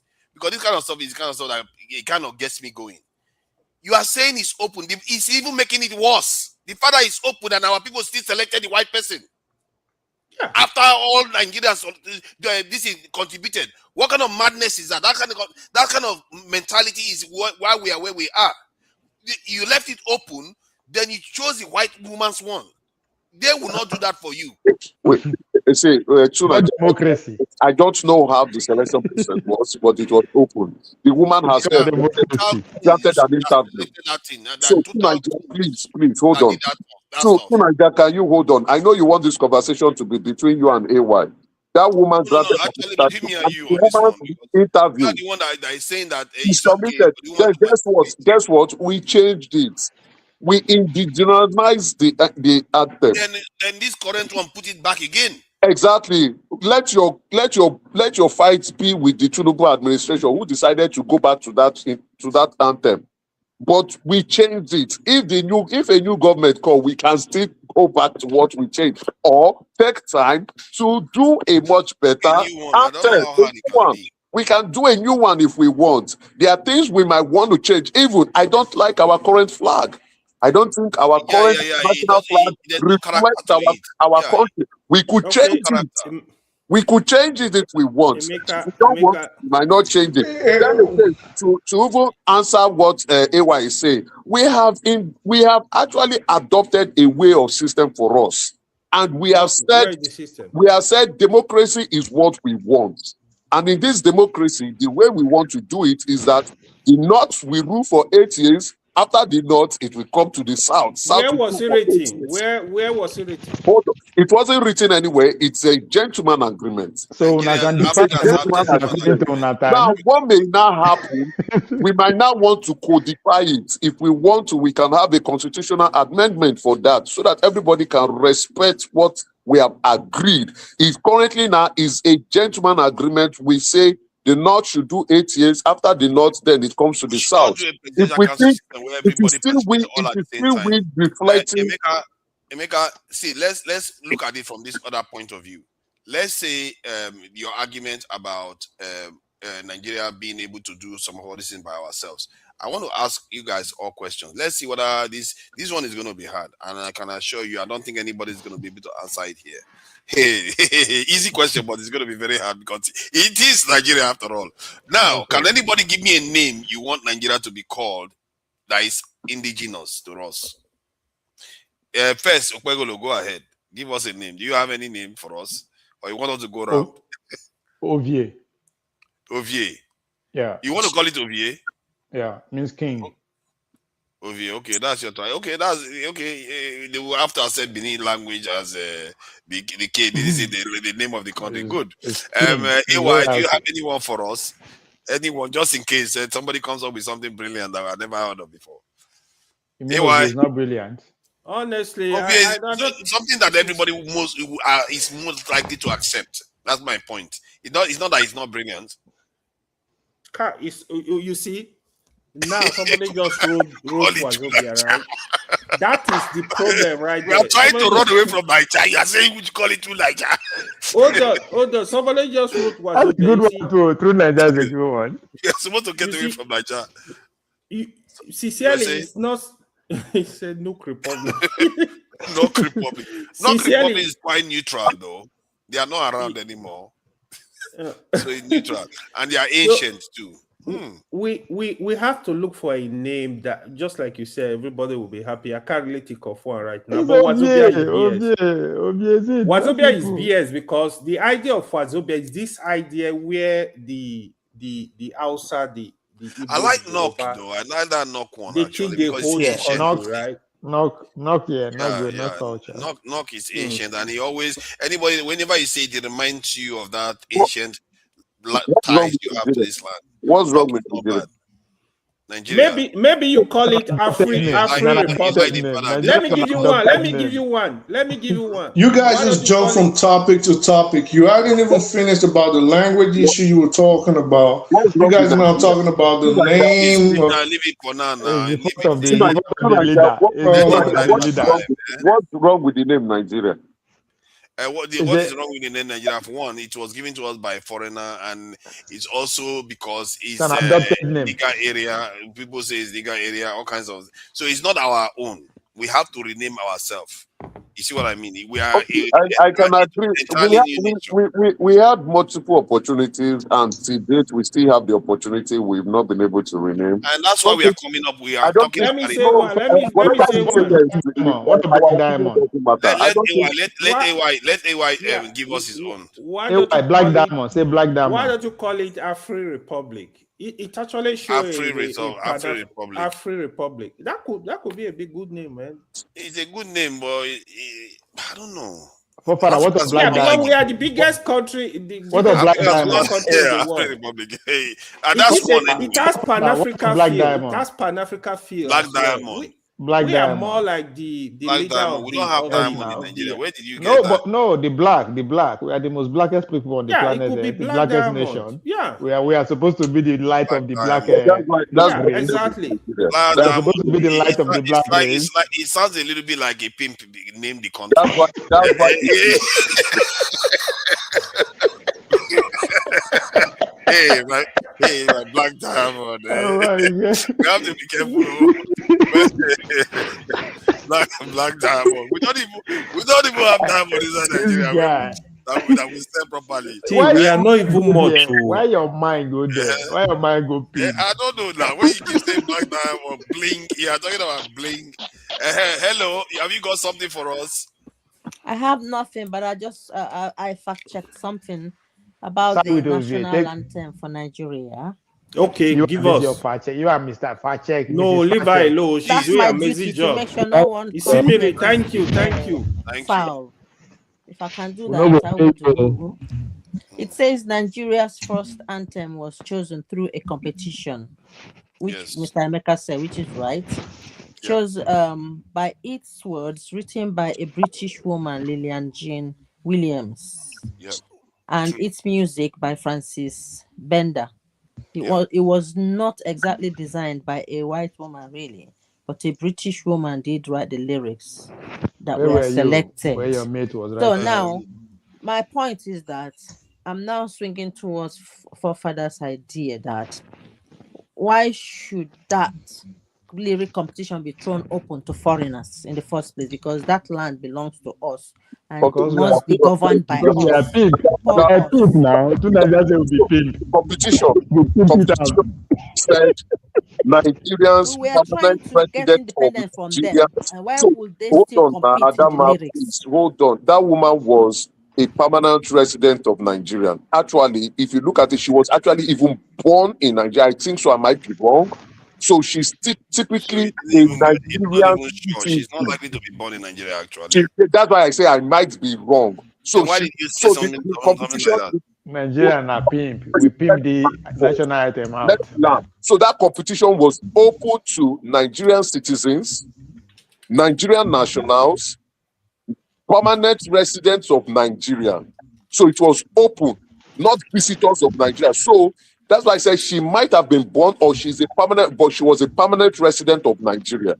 So if she was born in Nigeria and a permanent resident of Nigeria, she qualified to compete. Was she a citizen? No, she was born before Nigeria was put together. In the sense that the competition was open to permanent, it's just like now the competition is open. If there's a competition for Canadian citizen, permanent resident of Canadians, Canadian nationals. Emeka, when she was born, She was hold on.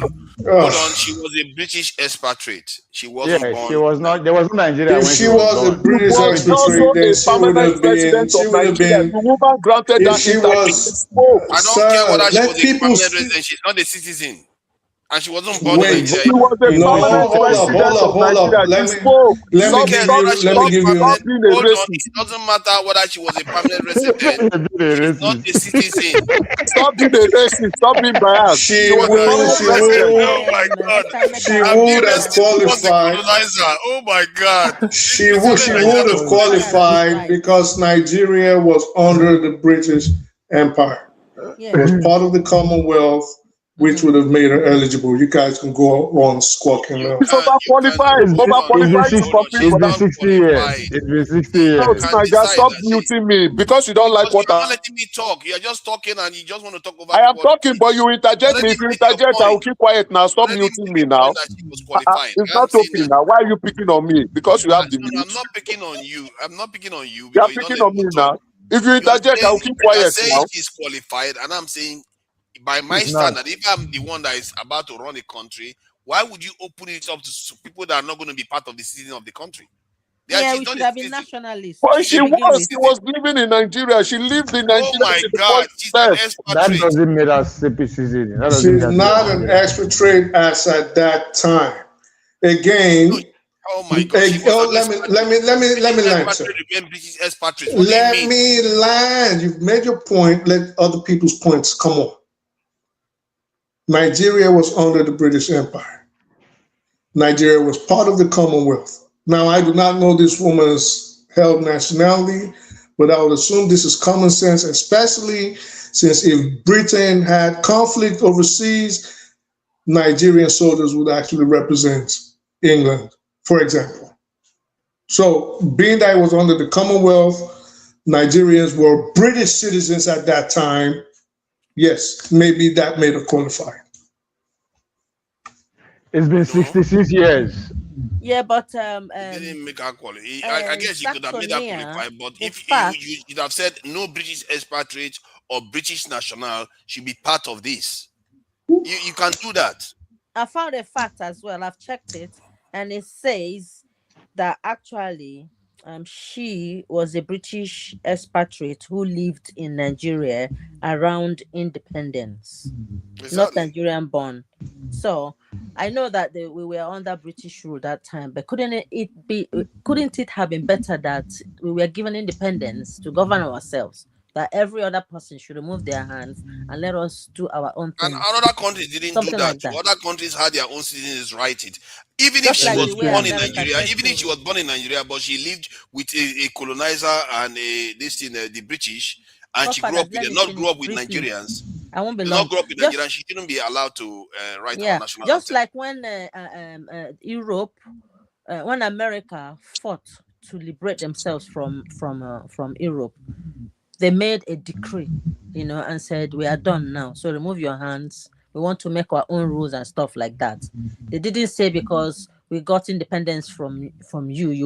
You've been around us all your lives. We can now take part. No, it means clear division. Just go your way. We go ours. Let us govern ourselves because we have that capacity and capability. So I didn't think that woman should have been in that ballot for that competition because we were coming out of their rules. And that rule wasn't palatable to begin with. Thank you. Exactly. Thank you for that.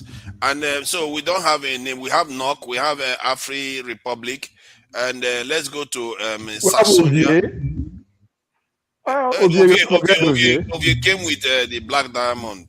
No. Ovie as the name of the country. That was my first choice. Ovie is there too. Ovie is there. Ovie the king, isn't it? Is it not the king? Yeah. That's the meaning, king. Yeah. Ovie, okay, that's not bad. But then the king that will rule the world. Africans will be like, look at them. They are full of themselves, calling themselves king. That's all we need. Calling Nigeria king.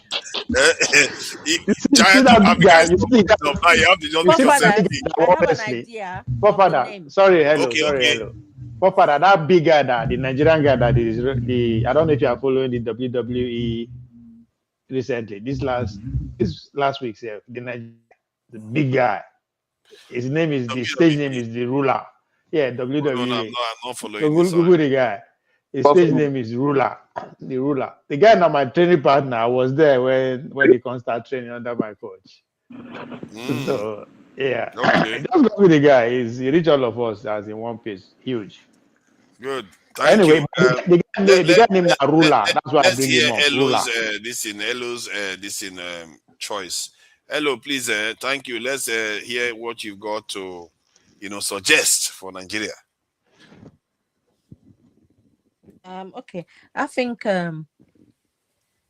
people that are poets or specialists that knows about branding should come together from all ethnicities that represent the country and then try to formulate a name whichever way they deem fit, rather than one person doing it, so that this person won't say, oh, you didn't include us. They should just come together and choose and say, bring out someone that would represent you, just one person. We don't want 20 people from your whatever.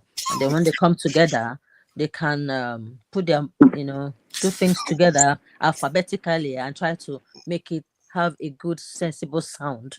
And then now, when it makes a sound, just like the way dictionary is written, if it's a lakasa, we can decide to say that lakasa means this, that represents everyone in one word, all agreed and stamped. And that is how the way we portray it, what you say you are, that's what people will take you for. That's imagine when you gather all those people together, they come out and say the name is Forefathers, I've never been mad with you before, but this time, if you were here, I shall deal with you in the language you will understand. That's a solid name. I like Nigerians.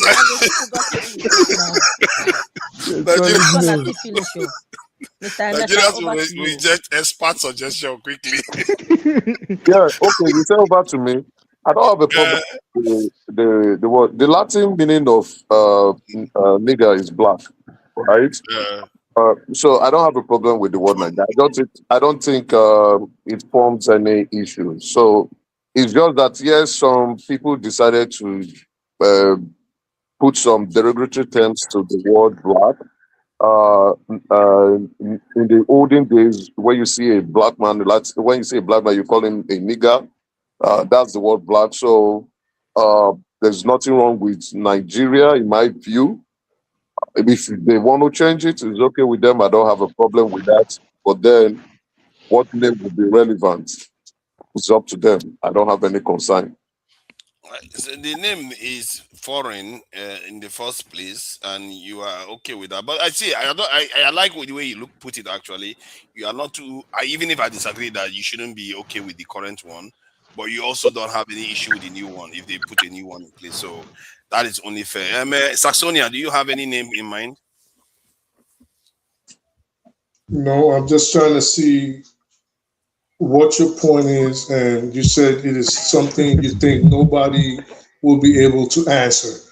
So I'm trying to hear your answer to, because I don't see a question, but I The don't question, think anything. the question was, I was saying that you should name Nigeria, and I believe that it's going to be a lot harder than we like to believe. As a matter of fact, it's So that the answer. the name will change within the in our future, maybe during under our time. You ever believe they will change it one day if the country survives?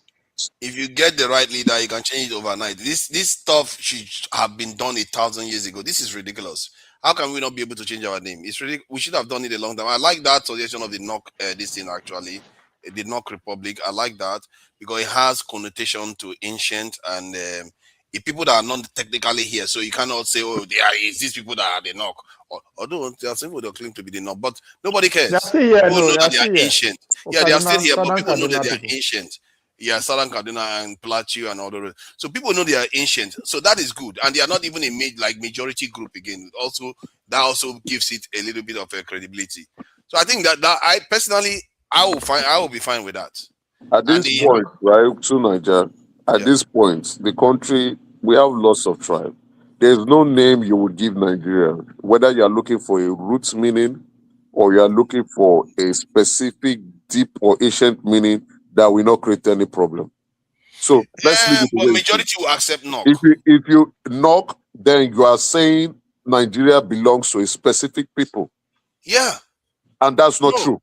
See, So you hold are on. now alienating the Ishekiris, the Igbos, the Yorubas, the Hausas, and you are answering knock. There was never a time that the entire boundary of that country. So we formed a boundary amongst ourselves. Well, we didn't decide.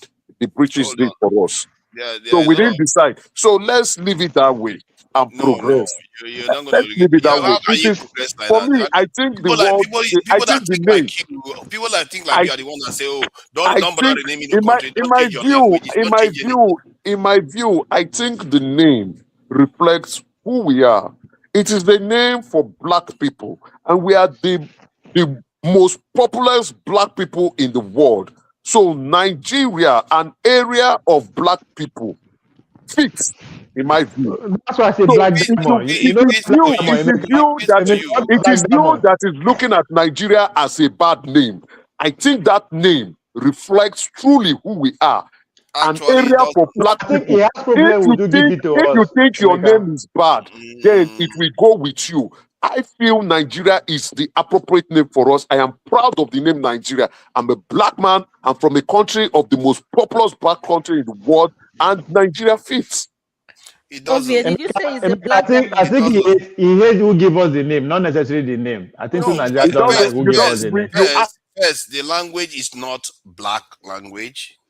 Secondly, the people that gave it to you is not yours. It's like saying I'm proud of being called King Charles because it fits you. That is ridiculous. You can't use that kind of mentality. And this is the way you are thinking. You might think that you have modern mentality. No, you don't. You No, have I'm the not old saying about mentality that modern. is that. I'm not talking of You actually modernism. believe your way of thinking is thinking like everything they did before. It doesn't need to be changed. They just carry on like that, like it's going to work. No people do that. Any people that went on to do well, they didn't do that. They changed. You can't. History suggests that you have to change, take ownership of whatever you want to. How? Our name does not reflect. We've accepted the name already. We have been using the name for over 60 years now. We've accepted it. You are the one that. You have not accepted it. Don't you get it?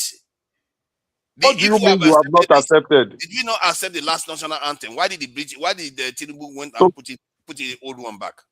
Did you not accept the current national anthem? Because he is brainwashed, and just like you are brainwashed, you don't see the need. I am not. Hold on. You don't see the need to change your name to your your own identity that has your own language in it. You don't even see the need to change to have the national this in language because your whole mentality is that it has to be only one. Where did you get that you have to have only one national official language?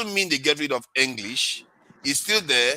Yoruba will still be part of the official language. Igbo. So the mother's tongue will still be taught to the children, but they still have on overarching English language. Even the Chinese learn English because that is language of business. Yo, you guys always so to Nigeria,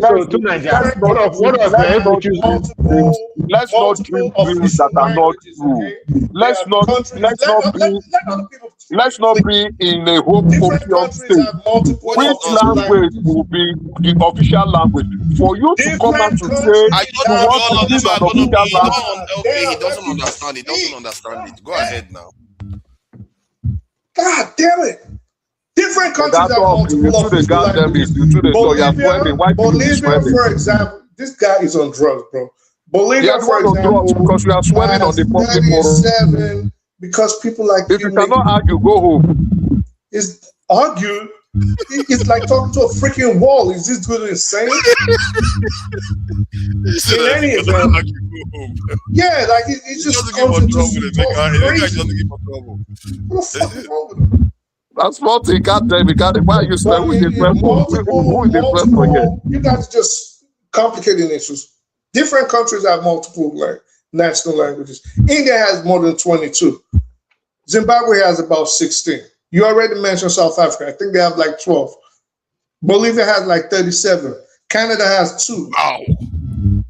Yeah, so it's you guys are just.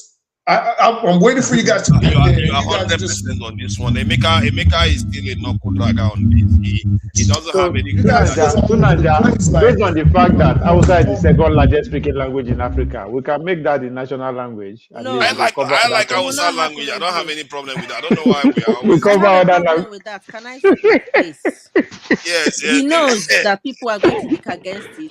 Why do you want to divide us now, V? Because this is not. No, I just make case. I say because it's the second largest language. That's it doesn't work like that. For. Because in the end, you don't want some people to cry wolf. Say, is it because it's our language? Then hello, you go learn. You go learn Hausa 6 months. You go learn Hausa 6 months. We don't learn it for the country that is already frowning towards the Islamization of Nigeria. People are currently frowning that Nigeria wants to become Islamized, and you are saying we.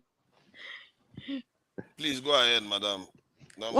What I want to say is that maybe we should leave it at what it is now, or add something to it, or twist it somehow. Maybe United States of Nigeria, or United States of something. We can create words from alphabets from all the languages or something.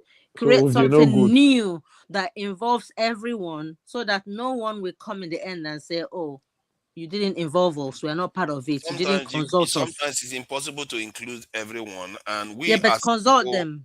See, I know. If he has everybody's name in it, you see how the Ghanaians did it. You see how the Ghanaians did it. There's Ghana Empire. They knew that there's something good about using something ancient. Even if some people in the country were from that Ghana Empire, they went with the Ghana one. Because there is Ghana. I think there are a few countries around the world that did that, because they knew that if they did, that ancient kingdom seems to percolate through all of them. Because I think in Nok culture. So we should go with Benin Kingdom. We should go with Edo, Benin Kingdom. No, Edo is not old enough. Nok culture goes back 4,000 years. Why are you disrespect them like this? Nok culture, they are one of the earliest to smelt iron. Because if you use such a name, it denotes that excellence, and it reminds every time you say it that we were one of the first. Okay, if we want to go back to ancient days, the map of 1528 actually shows that there was a Judea kingdom. We can say Judea. Hey God.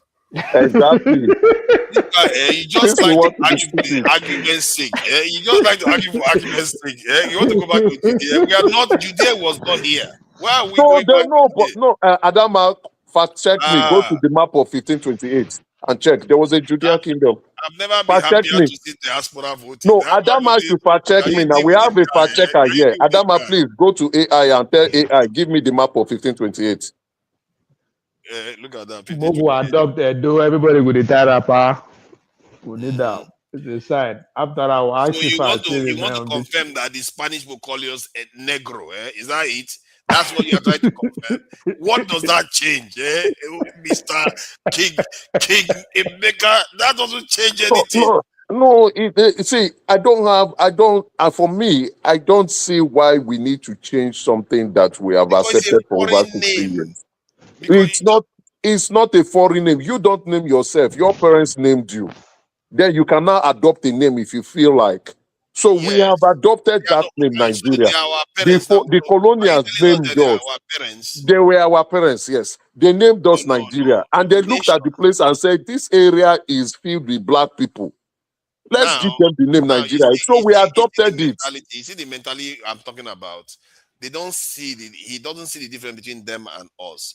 We were here before they came. You're getting it wrong. Hold on. I am indifferent. That's what I'm saying. I'm indifferent. Of course, I know the colonials do not have the best interest of us until date. I am very aware of it. It's not only that, even if they did, I'm very aware of it. They are a different people. So, but then again, we've moved on. Let's continue to move on with something rather than taking a problem. You can't just move on with things. Gulf of Guinea. We are going to be telling your children that these people named us. And those who exist in the world today, they named us. You are here telling we are here saying that we cannot even accept fellow Nigerians being part of the name, being the name of the Not country. only did they name us, they formed us. Yes, they formed us. No, hold on. They did, but after they left, we had the freedom to do whatever we liked, and we chose to keep Nigeria the way it is, and we can choose to rename it on our own distance, because you can't have people name you, and those who exist in the world today, they will tell you that, oh yeah, look at them, we gave them their name. That is not good mentality. For 230 million people cannot come up with a name for themselves. That is ridiculous. No, Nadia, if I follow this your argument, I will say let us all disintegrate because they formed us. Let's go back to our way. There's nothing wrong with that too. Let's disintegrate. Since they forced us together, based on this your line of argument, since they forced us together, let's go our separate ways. That is zero logic. I'm literally arguing that you then renaming Nigeria is also zero logic. Because you don't think rationally. That's your problem. You are not also thinking rationally. I've told you. You are not thinking rationally. For over more than 60 years, we have been arguing the name. Let's move on. What you are saying is irrational. We don't want a new name. Nigeria is telling you where has our... Don't keep shouting. You don't want shouting. Our political... See, hold on. I'm saying that I want a name that is Nigerian. But you are not the elite, so your opinion does not matter. I've given you one. It may not matter, but I'm saying what I want, what I prefer. What you want does not hold water to Nigeria. That's what I'm telling you. What you want does not hold water. It will not hold water. Because in the affairs of Nigeria. Oh, this guy, your mic is really messed up. Don't just unmute it and keep disturbing the stream. See.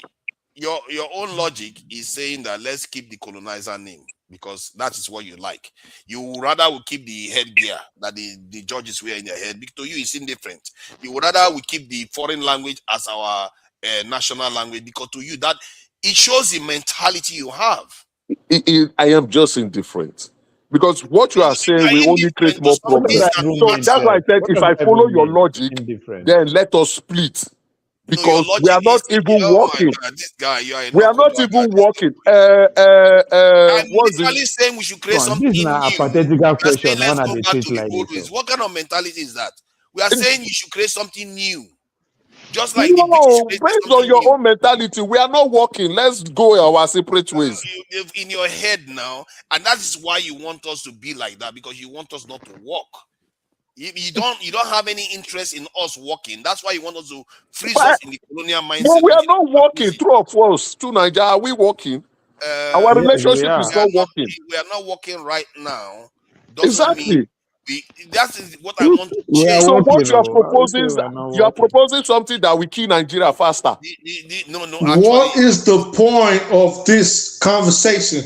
Thank you. The point of the conversation is that it's an interesting argument. See. Because he's challenging certain simple principles that everybody. What he's doing is that he's challenging a simple idea where people say change the name. It's a logical thing. Everybody will agree with that. But he's saying, why should you change it?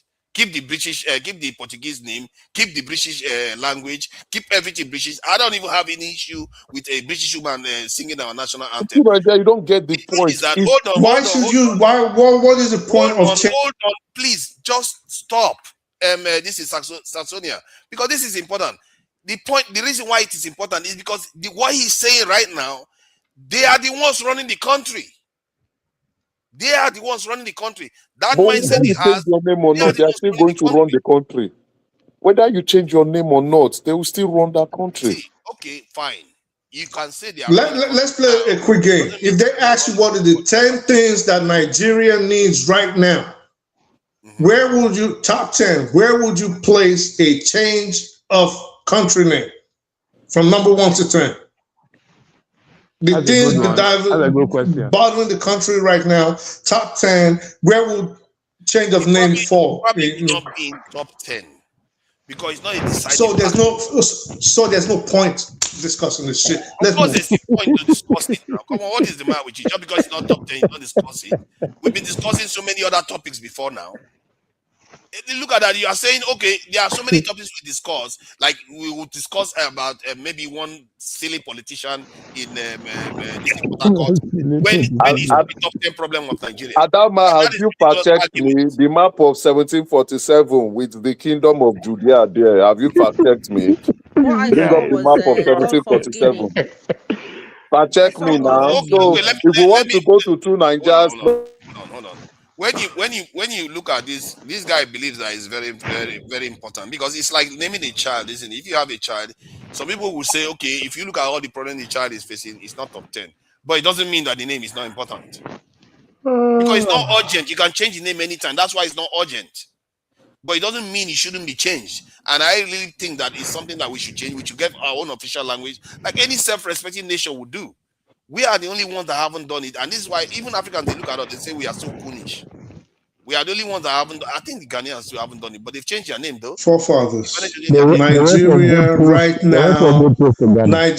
right now is too divided for you to bring up sensitive topics like this to the consciousness of Nigeria.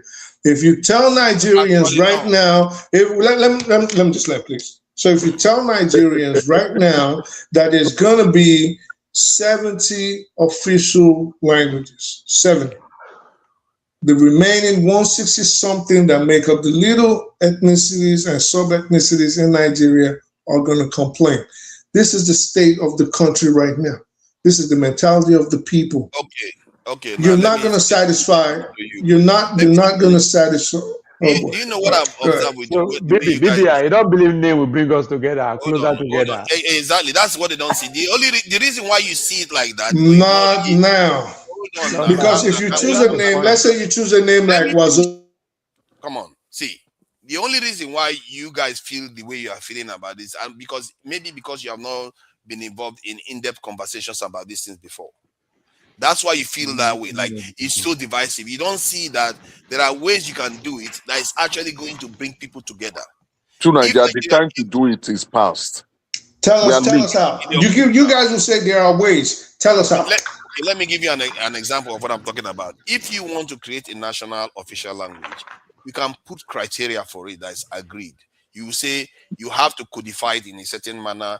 A certain number of people have to speak it. You have to be able to translate it in a way that they can be. Give us numbers. Give us numbers. Give us the code. Give us the code. Hold on 1 second. Give us the code. Oh my God. Give us the language. Can I please land? Mr. Maker, you've been talking forever. Let people speak. See. So give us the codifications that you're going to put in place. Give us the rules. Give us the numbers. We don't want just blanket, vague statements. Anybody can come here and make blanket, vague statements. Since you say you have this knowledge that you want to impart on the rest of us, tell us how you're going to do it. Okay. If you had the power. First of all, if you decide that, like the way some countries have 30-something, you can decide that, okay, we want to keep it around 20, and you look at the tribes in the country, the ones that the number of the top 20, let's say the top 20 tribes, the lowest one on that list. sorry, the lowest one on that list has about 500,000 speakers. You can now say, okay, if you meet up to 500,000, that doesn't mean automatically you can become this in official language. You have to do certain things that make it to be official. You have to be able to convert it to something that you can use to teach. There are certain criteria you have to meet before you actually translate it to. Give us the certain criteria, sir. Give us like the I said, criteria. I gave you one example. Give us more. We'll learn to teach. Anybody can use the language to teach. Give us more. Fine. You have to have a kind of alphabetical way of being able to write it down. You have to have a certain number of vocabulary that people can actually use in educational DC system. So there are certain things you can put in place. I can't name all of them. I'm not like I was about that already. No. I was about to say outside of the Hausas with their way of alphabets, right? Outside of the Hausas and maybe the Yoruba and maybe to some extent the Igbo, who else has an alphabetical? Look at me, please. Let me learn, please. Who else has and who else? Oh my God! You're so eager to speak. Go ahead and speak. We need a new voice. We need a new voice. Can we allow the person that was speaking? New voice was already. That's what I thought. Say, let the new person let the diaspora finish it up. No, he's saying that all languages have the same. What you just said, yeah. All languages have it, yeah. Changing Nigerian's name will not make any difference. It will make it worse. Because why? First, hello everybody. Sorry, my bad manners. Hello everybody. I hope you are all doing well. Changing Nigerian's name is going to make it worse. Why? Because everybody's sitting or dwelling on a volatile surface right now.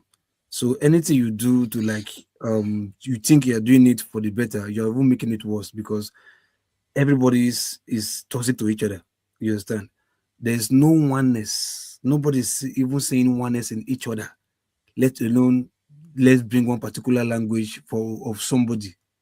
It will seem as if you are now forcing this language on every person. If you want to even bring a new language outside Nigerian language, that alone is not even possible. You understand? So because we don't see ourselves as one, telling me that I have to speak any other tribe apart from my mother's tongue, for me, you are oppressing me. And that I will never allow that. That is the volatile situation Nigeria is on right now. They just changed the national anthem. How many people are even there to even sing the national anthem? Who is even singing it? You understand? Who is even singing the national anthem? Anytime they are playing it, it's only the instrumental that they are playing. Everybody, even the stupid Bola Metinubu, it will just them. Normally, he can't even put his mouth to say better things. So not of singing national anthem. Akpabio or whatever, none of them can even sing the national anthem. None of them. They only play instrumental. You understand? So you change the national anthem. Nothing happened. It's just a national anthem that doesn't belong to anybody. Hold on, let me finish. This is just a national anthem that doesn't even belong to anybody. That everybody can easily accept. Not to say no. Why are you forcing this man's national anthem on me? It belongs to nobody. Yet nobody was even bold enough to okay, let's put effort to learn it. Nobody. You understand? Except few primary school children or whatever. Even the footballers, Super Eagles, nobody can sing it. Even the Eaglet or Falcons, nobody. You understand? I don't even you cannot even sing it. Me never. I won't even try. You get my point. Let alone bringing somebody's language that is existing, another mass language to force me to come as because they are what majority or what or what. Do you hear yourself? You are literally speaking another mass language. You are listen literally. To me. Why is it another mass language, my friend? Listen. If I say another mass language, somebody else's tribe that is not mine. Your tribe is not my tribe. You are. So if you ask me to speak your tribe as a main language, it's another mass tribe. Hold on. Are you saying that our people would rather speak a foreign language than in language that originated from Nigeria? We're not speaking a foreign language. I don't know where this argument is going to. Everybody, your tribe, you speak your tribe. If I want to communicate with a Yoruba man and I can't speak Yoruba, I speak English. If I want to communicate with an Igbo man, I speak Igbo. What language are you going to speak 100 years from now? 100 years from now, which you going to speak in English? This is just retarded now. Hold on. I just give you example. Let's abusing your power, this man. No, because you want to make it rowdy. You want to make it rowdy so that there's no common sense. No, we are not going to have this. We have to have common sense, or I close the show. Yes, you said I should speak, so let me speak. So, hold on. I'm trying to ask you a specific question. I'm trying to ask you specific questions so that we get to the crux of the matter. Judges first to ask me. Now, hold on. Let me ask you now. You are telling me that we will rather accept an English language that is not even African at all, not to mention Nigerian, now than speak a national language. Now let me tell you. Hold on. Let me tell you something. Nobody is going to ban you from speaking. Now let me tell you something. You rather in case you don't know. Speaking a national now language. listen to me. In case you don't know, something has been faulty foundationally. You understand? Look, let me tell you. The education that we were taught in Nigeria, we were taught what to learn. We weren't taught how to learn. You get me? Because we were taught what to learn, hence they gave us what to learn, which is the English. If we were taught how to learn, we would have been able to learn in our language and not even know to speak English. You get my point? So, like the French right now, if I go to France and I'm speaking hello, I'm doing like no Frenchman would even do not speak English. They will not speak. They will like we more English. They're speaking French with me in France. That is even just sharing close to England. You get my point? They don't speak English. They're speaking French. Some part of Nigeria don't do that. If you speak English, they were here in Quebec City. They're not even gonna answer you. They'll pretend like they don't understand English. Even in Canada, let me finish the even in Canada. Even in Canada, even in Canada, where you speak English, whatever. These French speaking part in Canada, they don't even want to speak the English part of the Canada. They want to stick it in French in Canada there. The same country. Listen, so don't tell me that one language will solve the problem. You have attitude. No, I'm not saying we should have one language. It's like you are misunderstanding the entire language. Listen, this is quite quiet. You said official language. That's what I'm saying. Okay, language. Tell me, how do you think South Africa has 12? Listen, I just give you a simple analogy. Even the national anthem that was South Africa official language is English. We struggle with it. Listen, even the national official language that was changed, we barely have people even trying to even learn it because there's a problem. You are not understanding. South Africa has 12 official languages. English is still one of them. It's not going to change anything. It's just that the regions, like your own Edo State now, you are allowed to use your own language to teach your people. Now, what did I tell you? If you listen to English, must be yourself. If you hear English, I said we were taught what to learn, not how to learn. You hear English? We were taught what to learn. If we were taught how to learn, we will not get this English conversation like English official language. Because we were taught what to learn, everybody was speaking on English. There was a time in Nigeria where if you speak your language in your house, you will tag illiterate. They will not even your place won't allow you to speak your language. They will want to speak English like to show that you are educated. But not the Nigerian constitution encourage other language. If you are the National Assembly, you can speak other language. In as far as somebody is there to interpret. I'm telling you education. I don't understand two Nigerians' argument. Education needs to go. They are just destructive. You guys don't have a clue. You just want to be like British all the time. This your argument. I don't understand that. Now, let me tell you how. Okay, I think I need to find. Let me tell you how. I don't use the word dementia for you. Hold on, let me tell you. Official languages. Listen, when you were growing up, hold on, quiet. When you were growing up from primary school, to secondary school, how many times have they put any domestic language or Nigerian language as a core subject in your primary or secondary school in your exam? How many times have they done? Have you ever seen anyone? No. Instead, after English, they put French as second. Not even any of the language. That's why I'm saying we should change. So keep quiet your mouth. It's not the problem. Change is not the problem. You have a bigger issue. I'm not seeing you as a trusted. I'm not seeing you like myself. You are not seeing me like yourself. We don't see ourselves as one first. Speak your own language first. Just listen to me. We don't even see each other as one first. So because we have one other problem, we should not solve another problem. Listen. There's called a problem can simultaneously or systematically solve another problem without even touching it. It's called ripple effect. Okay, Tunanja, I think I have a solution for your. I think I have a solution. Why don't we adopt the Pidgin English as our official language? You see, there's nothing bad in that. Exactly. Pidgin English. Because we have over 520 native languages. Let's just use Pidgin. I mean, one of Jamaica's official language is Patois. Exactly. It's English. Let's use Pidgin. It's English. And foreigners should come and learn our Pidgin. They like it too. Let's use pidgin. Okay, can you give me one? Okay, hold on. Let me ask you guys now. Can you guys give me one major civilization in the world right now that speaks any foreign language? Give me one. One word. Give me one. Any major nation. Let's say if you go to Asia, this is the major nation in Asia. I mean the Swiss that you did, the Swiss that you love so much. Let me please land. The Swiss that you love so much speak. Local P, can I please answer the question? How many of those countries are the Swiss that you love so much actually speak Italian, they speak French, they speak German, and they speak French, Swiss. And those are foreign languages. You know that it's their language. No, they didn't colonize them, it's their language. Well, Germany, they're not German, they're not French, they're not Italian. Your God, for real. Like, you know how Yoruba people end up in Benin Republic. That's how they ended up in Switzerland too. So there are different countries in that region. Singapore speak English. That's how they join together there. Singapore speak English. It's a foreign language. I mean, Singapore was colonized, bro. They also have other official languages. They speak Malay. They speak Chinese. Official language. It's only us.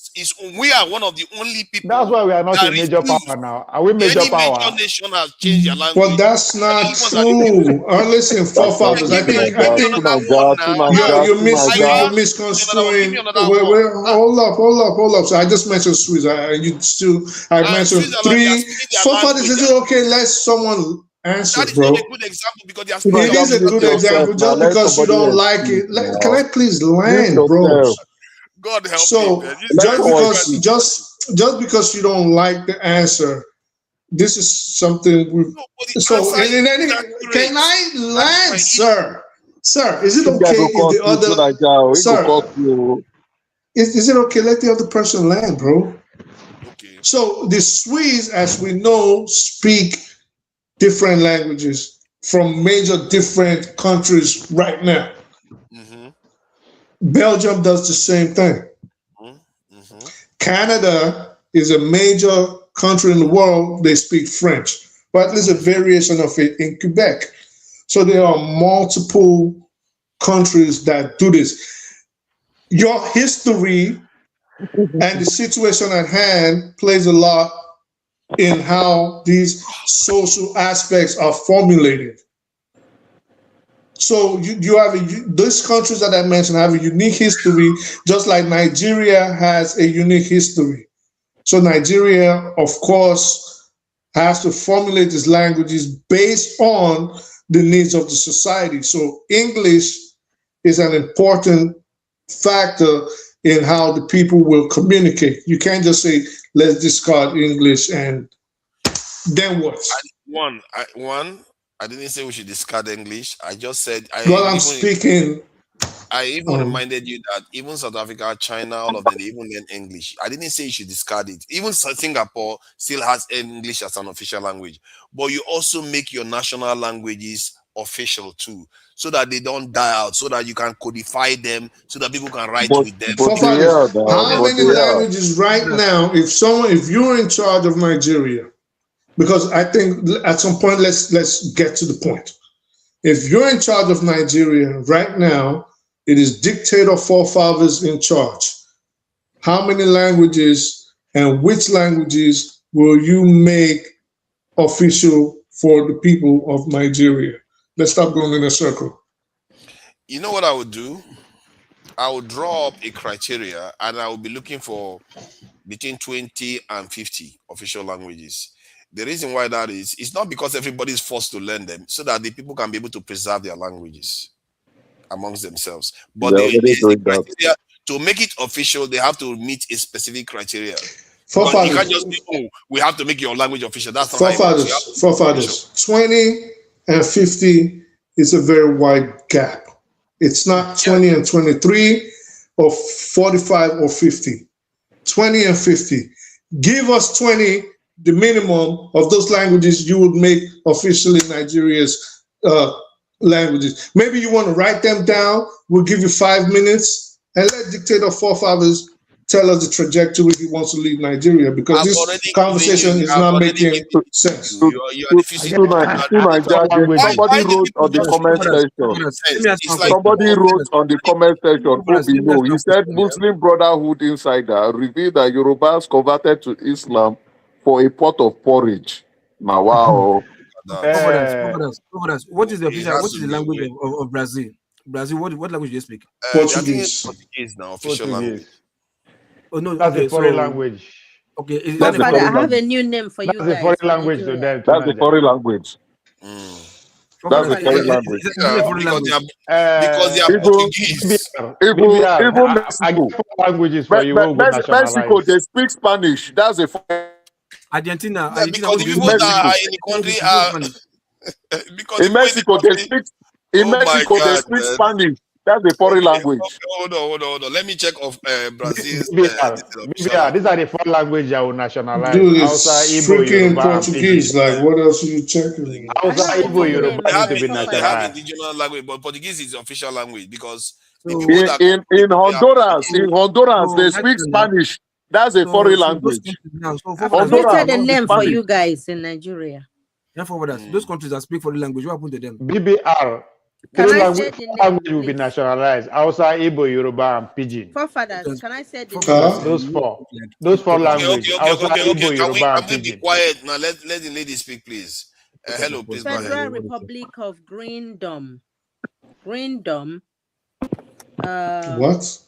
Yeah, Greendom. That's our language. That's our name. Because we have wait.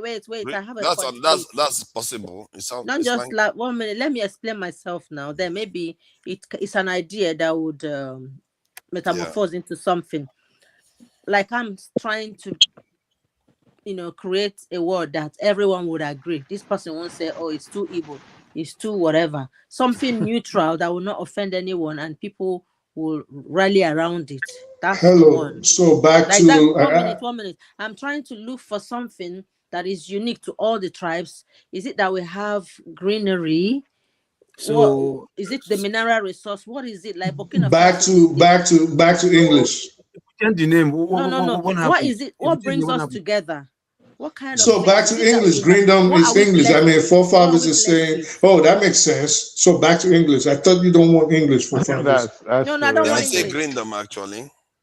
She said Greendom. Greendom. I wanted to say that it sounds like somewhere in Harry Potter. Wait, hold on.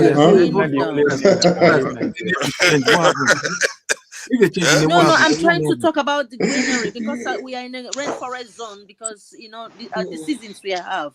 We have the people in the north with the desert and the arid land will start crying and talking about, well, what happened to our deserts and what happened to our sand? Wait, that's why I'm saying we should bring out something that is unique to us, maybe not languages. I get what you're saying. I'm just saying it's not. I think people name themselves about what they are truly proud of. Generally, I'm one of their oldest. This is why for me, I like the Knock one. The Knock one is the oldest. King, Ovie is the best. Everybody like King. Everybody wants to be King. Eventually, Nigeria is going to change its name. As the country progresses, as the people become prouder of their nationality, as a sense of nationalism engulfs the nation and they have something to fight for, Nigeria will be forced to discard its colonialist past totally. Now, when is that going to happen? 50 years from now, 100 years from now? We don't know. But I'd say right now, that is the least. Right now, that is the least. Right now, that is the least of Nigeria. Postpone the change of Nigeria to I'm saying, I only say that. If you heard me, I only say that because I am only saying that because if you follow the trajectory of how nations evolve, like I said, I think most times you guys hear, but you don't listen. I said it is inevitable. God damn it! I said it is inevitable that it'll happen. And I listed the reasons why it'll happen. But that right now is the least of the average Nigerian's problem. And what do you think? You said if we have something to fight for as a nation, I like that. A sense of nationhood. A sense of nationhood is the most paramount thing which Nigeria sorely lacks right now. This is what causes all the division in Nigeria. This is why I said. Sorry, what do you think? What do you think that thing can be? Doing things together and doing things in a unique way. That's how nationhood comes. If the nation decide that, okay, hold on. Because if you're in a club, is making a point. Calm down now. If you're in a club, you decide to come together and do something together. Generally, that's part of the bonding process. Like the changing of an national anthem. If Tinubu has said, hey, let's throw this in out, Nigerians come together, put this national anthem together, that would be a unifying factor. But instead, he allocated it to foreigners. Do you realize right now that there are at least two major sections of Nigeria that cannot wait to divide and destroy that country? If there was a war declared today, not true. Definitely not true. Actually, you're not here. You've never been here. I'm from here. No, it's not true. I've heard them talk, and they talk about and I'm saying it's not. And I'm saying it's not true. So in any event, well, you can't show evidence all the way from London. Come live here and come be from here. My point is that in Nigeria right now, there are at least two major sections of the country, and I'll name them if you want. The Middle Belt area and the southeastern part of Nigeria. And I'm not saying absolutely everybody, because I know people are going to start nitpicking that. I'm saying those two areas, because of what they term today the genocide. One side says we've been discriminated upon since 1970. They can't wait to tear that country apart. There's no sense of nationhood. That is my point, forefathers. So if you're asking for a unifying factor, there's absolutely none in Nigeria right now. What do you think that unifies us to be that we can fight for? Bumbering. You said something that I like, that we are lacking something. Lack awareness. They totally lack awareness. Like literally, we are here because we are Nigerians and there's nothing uniting us. It's crazy. How many South Africans are here? Where is the Ghanaian? Oh, let's see. We don't know. No. Somehow we are able to talk to each other more than the way any other person. Yeah, there are Nigerians in that country. I don't know what country you went to when you went to Nigeria, but most of them are in there. They are getting along just fine, even if they still have their little bit tiff with each other.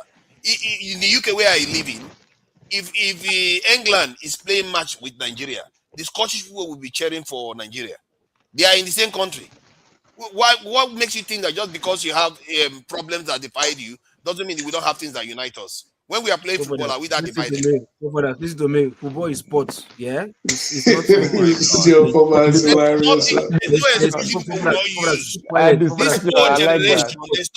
There's no excuse you will not use to say we are not one. Forefathers, let me ask you a question. No, please, pardon me. Pardon me, 1 minute. Forefathers, you always tell us you want 1 million people in the army, right? We know that Nigeria needs an increase in its fighting force to be able to tackle terrorism, at least in combat. Maybe not as much in intelligence, but in combat. If you asked people in Nigeria, as the president has been asking, as the military chiefs have been asking, to come sign up for the army, because you claim there's a unifying factor, we need 1 million men in the next 90 days, 3 months. Do you think you're going to get 1 million men without conscripting people and dragging them out of their houses? You're not even going to get that in the US. No, forget about the US. It's more organized here. Focus on what you know. You don't know about the US. Let's talk about Nigeria. So would you get that in Nigeria? How many people are going to say, I want to fight for my motherland against these goddamn terrorists from Sambisa, these Muslim terrorists. We want to go kill them. We need 1 million men in 90 days. How many people do you think you're going to get 1 million men Nigerians to sign up within 90 days? People get 100,000. Why would you get 9 million men? If Ukraine that is at war, they don't get 1 million men in 90 days. No, always focus on Nigeria. You don't know you are trying to set a criteria that they will lose so that you feel happy and make yourself feel better. Over that. What are you talking about? Let me tell you. Okay, so let me tell you something. Do you think if a terrorist group from Mexico was attacking the United States right now, right now, because you always want to act like you know what you're talking about. If the terrorist group was bothering the United States, coming in, running, soft hits, blown up stuff, running back and forth across the border, and the United States put it up that we need 1 million men within 90 days. You think we're not going to get 1 million men? They'll get it. We'll get it within 60 days. They'll get it instantly. Wow. What is wrong with me? Am I going crazy or something is wrong with you are delusional. You are delusional. 100%. You're delusional. Now, let me talk now. Be quiet for a second there, please. Be quiet. Yeah, I'm delusional. Be quiet for a second because let me reveal the delusion that is going on right here. He just asked about whether the country will be able to get 1 million people to respond to the terrorist attack. Guess what? They've already done it. They have 2 million. Jesus Christ. We don't even have 500,000. Who has 2 million? America has 2 million.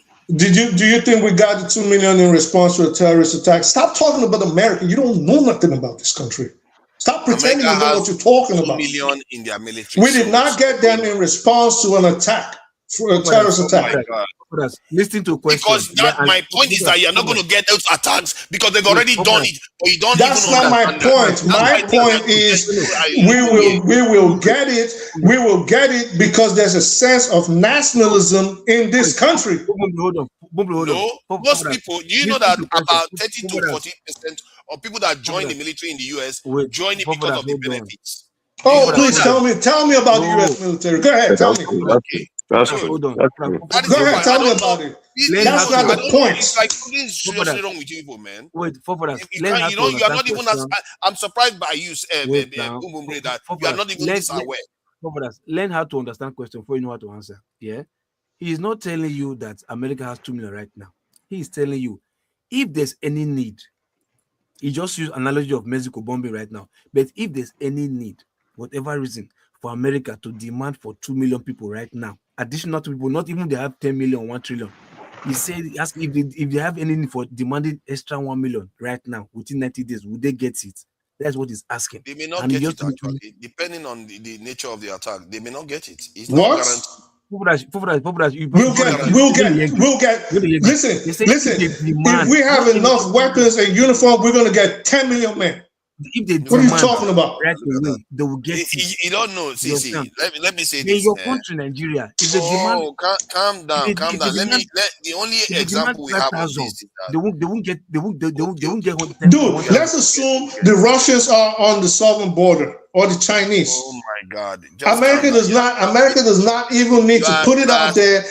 You are spiking the question. Let's not spike the question. No, we're not spiking it. Let people talk. You always want to act like he's making you to understand the question, so you know how to think and answer. I know what he's saying, and I've just said that question is already being is a suggestive question. It's a suggestive question. What he should be looking at is what has happened in the real world. If you look at what happened in Ukraine, they were attacked by another country, which is Russia. The Ukrainians wanted soldiers. They didn't get them. Even Russia wanted soldiers. Some of their men were running the other direction. They had to start forcing them to come and join the thing, and they didn't let them cross the border. So, but he's saying that his own country is somehow different, depending on the nature of the attack. Dude, when we got attacked in 2001, all right? Let me explain this because I think you don't understand America. I think you think this is all what you see on TV. When we got attacked in 2001, okay, every freaking boy over the age of 16 was eager to go kill something in the Middle East. Every freaking boy, pardon my French. So you think if we have the Chinese... Hold on. Let me just land. Let me land. Please let me land. Please let me land. Please let me land. Calm down now. Calm down. I don't want to waste time. Look at the one that likes to interrupt people. No, before he starts going on and trying to educate me, I didn't disagree with that point. Look at that, he's laughing. I didn't disagree with that point. So that should tell you that maybe that direction you are going is not the direction you should be going. I didn't disagree with the 9/11. I was trying to tell you it depends on the nature of attack, including Nigeria. It depends on the nature and I'm telling you, it does not matter the nature of the. Hold on, one second. And I'm telling you that in America, it does not matter the nature of the attack. If we feel, let me land, sir. If Americans feel that they are at threat from a foreign body, I promise you, it is even the government that will be begging them. Now, listen, we've had enough people. And my only point of saying all of this is to distinguish from the mentality in Nigeria. And when I say mentality, I'm not trying to put anybody down.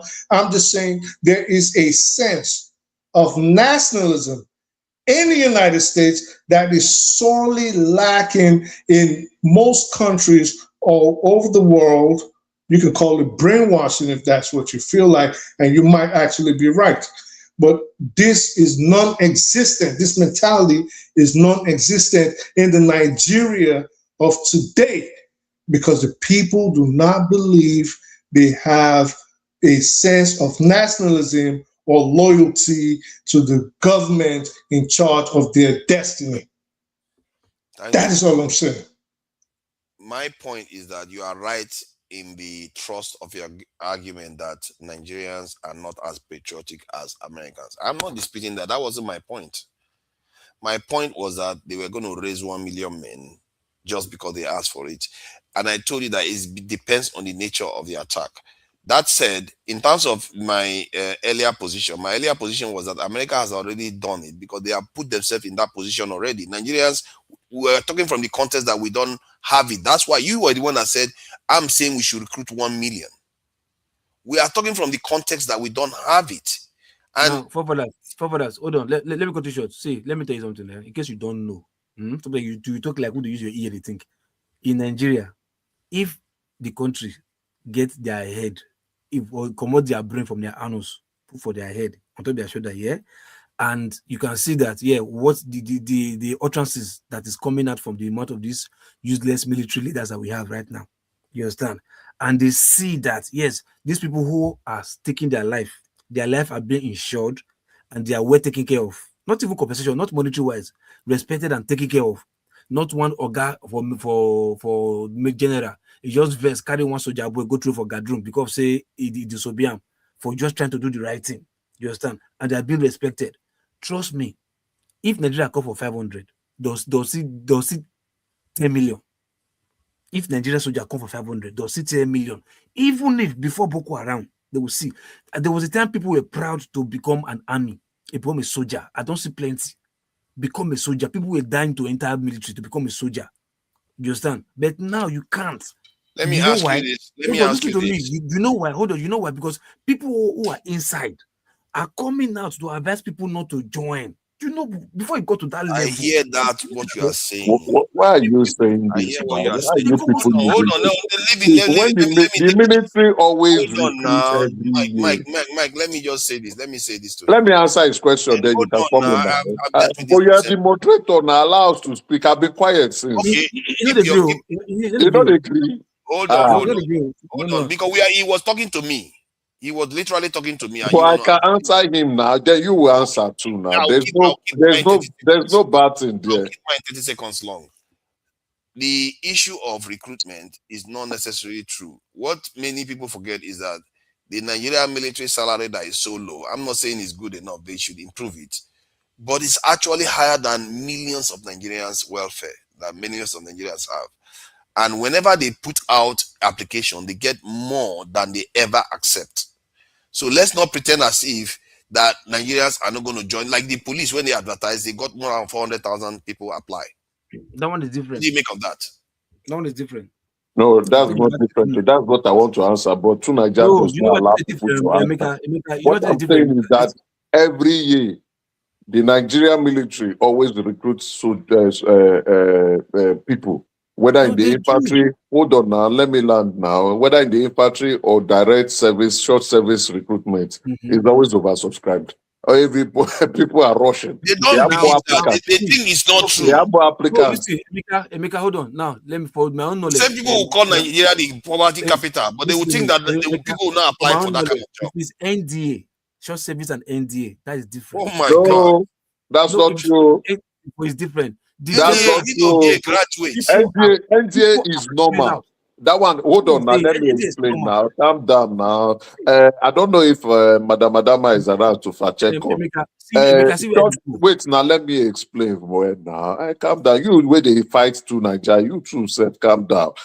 Direct short service, they will do it. And direct short service is not every time. More applicants. NDA is normal. That one is normal. It's ongoing all the time. Then they always recruit soldiers for infantry. More candidates apply. I'm telling you, hoo-ha. Nigeria is right on this one. You know me too, and they always they tackle Nigeria. Nigeria forefather is right. When he's right, I will agree. When he's wrong, I will tell him he's wrong. But you know when you keep saying that he talks like he's talking from his ear. Sometimes it sounds from his ear, but this one is sounding from his ear. When you tell me I'm wrong, you are wrong. Sometimes when you tell me I'm wrong, you are wrong. Emeka, see, this one is like saying that, like say NDA, that one we both agree on that one, like yes, that. But I'm talking about that the short service and those that have been put to go and fight in this Boko Haram. Yeah, all those places, yeah. What I'm saying, like people are deserting the army, like they're tired of my brother, I'm not they tell you like people as they leave, more people they come. Google them now and make you see. Hold on. If more people they come, you will not see army, they beg Nigerians, say okay, Muna conjo. If they're overwhelmed, who are they putting those adverts for? For more Nigerians to come in, and they are coming. No, hold on. Like you say, if they're overwhelmed, though, according to you allow propaganda to twist it. I'm telling you. They will always they want to recruit more, and they always meet their quota. Every year, the military budget is the highest in our country. So every year they are recruiting people. People are joining. Don't see. You may not like to hear good news about Nigeria, but trust me. That's not my question that I'm asking, you're not answering. The one that they are asking, the Nigerian military is putting advert out there for more recruitment. What is that for? If overwhelmed, it's for more people to come. And they are how can somebody be overwhelmed and yourself? No, you're not getting the partner. So organizations grow, right? Every year, organizations will increase and they will see if they need recruitment capabilities. Same thing with the Nigerian military. And they need, because there's an ongoing war. They are fighting. So they keep on needing more people to come. And they are always getting new people to join. If you say they need more people, the number of people that are even losing in the there are people that they are killing. People they die. That significant. People are dying. So they are replacing and also they are increasing the count. And see, if Nigeria is wrong, I will say Nigeria is right. Bro, with the advert they are putting out there, and according to you, they are overwhelmed. They are not. See, it's not just you are looking at it from a negative viewpoint. That is wrong. The UK military is always recruiting. To Nigeria, am I lying? They are always recruiting. Yes. Same with Nigerians. They are always recruiting. And in Nigeria, the number of applicants is more than the desired number they want to take. Always like that. So what you are saying, you are looking at it from the mindset that it's like people are not coming. Now lie. No, you're still not getting my point. I don't. You are the one not getting your own point. Hold on. Emeka, listen. Emeka, I don't live there. I don't know if they're coming or not. What I'm telling you is this. What I'm telling you is this. Based on their adverts, you get my point. So from you, they are overwhelmed. If they are overwhelmed, no, I didn't say they are overwhelmed. I said they need more people. No.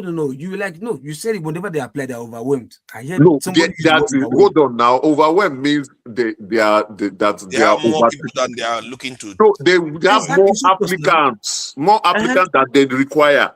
Yes. Okay. So not the intake. What do you mean by intake? They will take out of the applicants now. If there's applicant, that doesn't mean all of them will be accepted. So let's say they need 1,000 people, 2,000 applied. They will take the 1,000. The rest would leave. Next year, come and reapply again.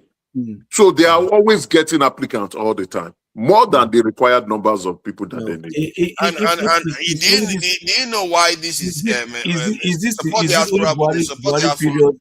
Support the diaspora. Buhari and Tinubu period. Jonathan's time, this never happened. I don't know what you are saying. Jonathan's time, they did not recruit like this. People won't let anybody talk. See, support the diaspora voting. Hear me out. Hear me out. See, just hear me out. See, this is one of the issues that I believe it also affects everything else we do. You know full well, if they tell you that Nigerians are suffering, you'll be very happy to say yes, Nigerians are suffering. Nigerians are living below $1 a day and everything. And you know, military people, they get a house, they get uniform, they get this, they get that. And you think those millions of Nigerians that are poor, hold on, let me finish now. Let me finish my point. I'm going to land. Wait. You say they get house, they get uniform, they get what? Military? Yeah, they have housing allowance. They get pensions, they get all those things. They have insurance too. Is it the uniform that they use their own money to buy? No, hold on. Let's say no uniform, but they get house, they get pensions, they get salary, they get a bit of respect. If you smoke Igbo, person will not give you money, make buy uniform for you. Then I'm going to give you money, make buy house. Bros, no, they live in barracks. What is wrong with you? They live in barracks, that's 3,000. And if you don't want to wait now, calm down, sir. Don't rubbish our military now. It's one of the highest paying institutions in the country. It looks like it's one of the highest paying institutions in the country. The average Nigerian business cannot pay what the Nigerian military is paying. Hold on. I need to get to the bottom of this so that Nigerians will see the problem we have. Is always a big budget in every country. No, hold on. If somebody didn't tell you, you are supposed to make that deduction yourself, but you won't. And when they try to correct you, you won't correct yourself. That Nigerians are poorer than the military is affording. Do you agree with that? No, a lot of millions of Nigerians are poorer than the military is affording to their soldiers. Do you agree with that? Okay, hold on. Like Nigeria pays their military more than many Nigerians. Like many military. Yes. In other words, many Nigerians are poorer. Millions of Nigerians are poorer than what the military is getting. Yes. Yeah. So what does that mean? By that deduction, it should tell you that when you open application for it, people are going to apply for it. Okay. Because a lot of people are desperately poor. See where you get no problem. Hold on. Yeah. Okay. Let me hear it. Hold on. Now, why if you say if somebody they do like mining or rig offshore work or whatever, yeah, or they do, why we say that they insure their life? Then somebody that is even doing honorary work on onshore or office work, their life not insured. The ones that are in the sea rig, why are their life insured? Or people going to war, why are they insuring their life? Sorry, please. Because of the risks now. I'm listening to then you. Why are you telling me, because they pay army pass person within the other people? Other people the risk is the same risk where army the risk. I don't understand. Why they compare the two?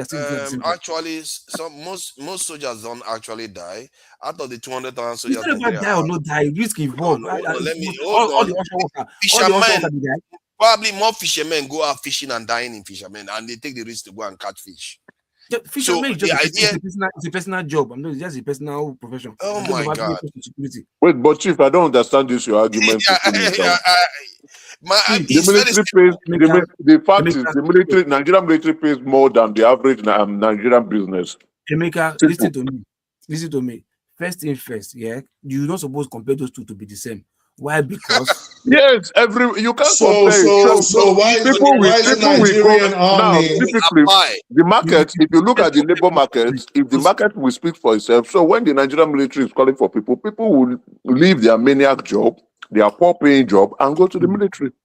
I know. So why is the Nigerian army having problems reaching recruiting numbers, like the numbers they intend to recruit into the army? Why do they have a problem reaching that? The same Nigeria that you see the soldiers at the war front complaining that they were being rationed bullets, that they're not getting paid, that the army chief is stealing all the money. What are you guys talking about, bro? Wait. Are they saying they are not being paid their monthly salary? Yes. Multiple times. That's not true. How are you going to ask a question? That's not true. And then the person tells you... Present your part. Don't say what. Well, go on social media. You can easily find it. I don't want to argue with a brick wall. How are you going to ask a question? If you cannot present the part, it's not true. They don't. Nobody. I just told you. I just. They don't sir, owe can any you let? Nigerian Can you? army. No. All right. I Can you won't let allow you to other? rub Can it. you let people talk? So this No, is the no, you same cannot say country like. that. This is the same country that. All right. Now let me share Police. This is the same. This. before you talk. Hold on. Let me share this information. Are you seeing that on the screen? The CDFBI, Civil Defense, Immigration, Fire and Correctional Services in Nigeria, in the same period saw an application of 1.873 that's 1,873,522 applicants. That is the security institution and basically the forces institution in Nigeria. Almost 2 million people applied.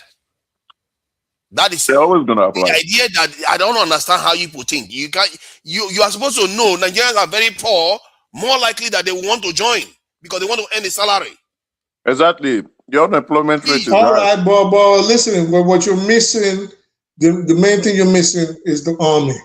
It talks about fire. It talks about immigration. Wait, hold up, sir, please. It talks about immigration. It talks about the fire. It talks about civil defense. It says nothing about the army.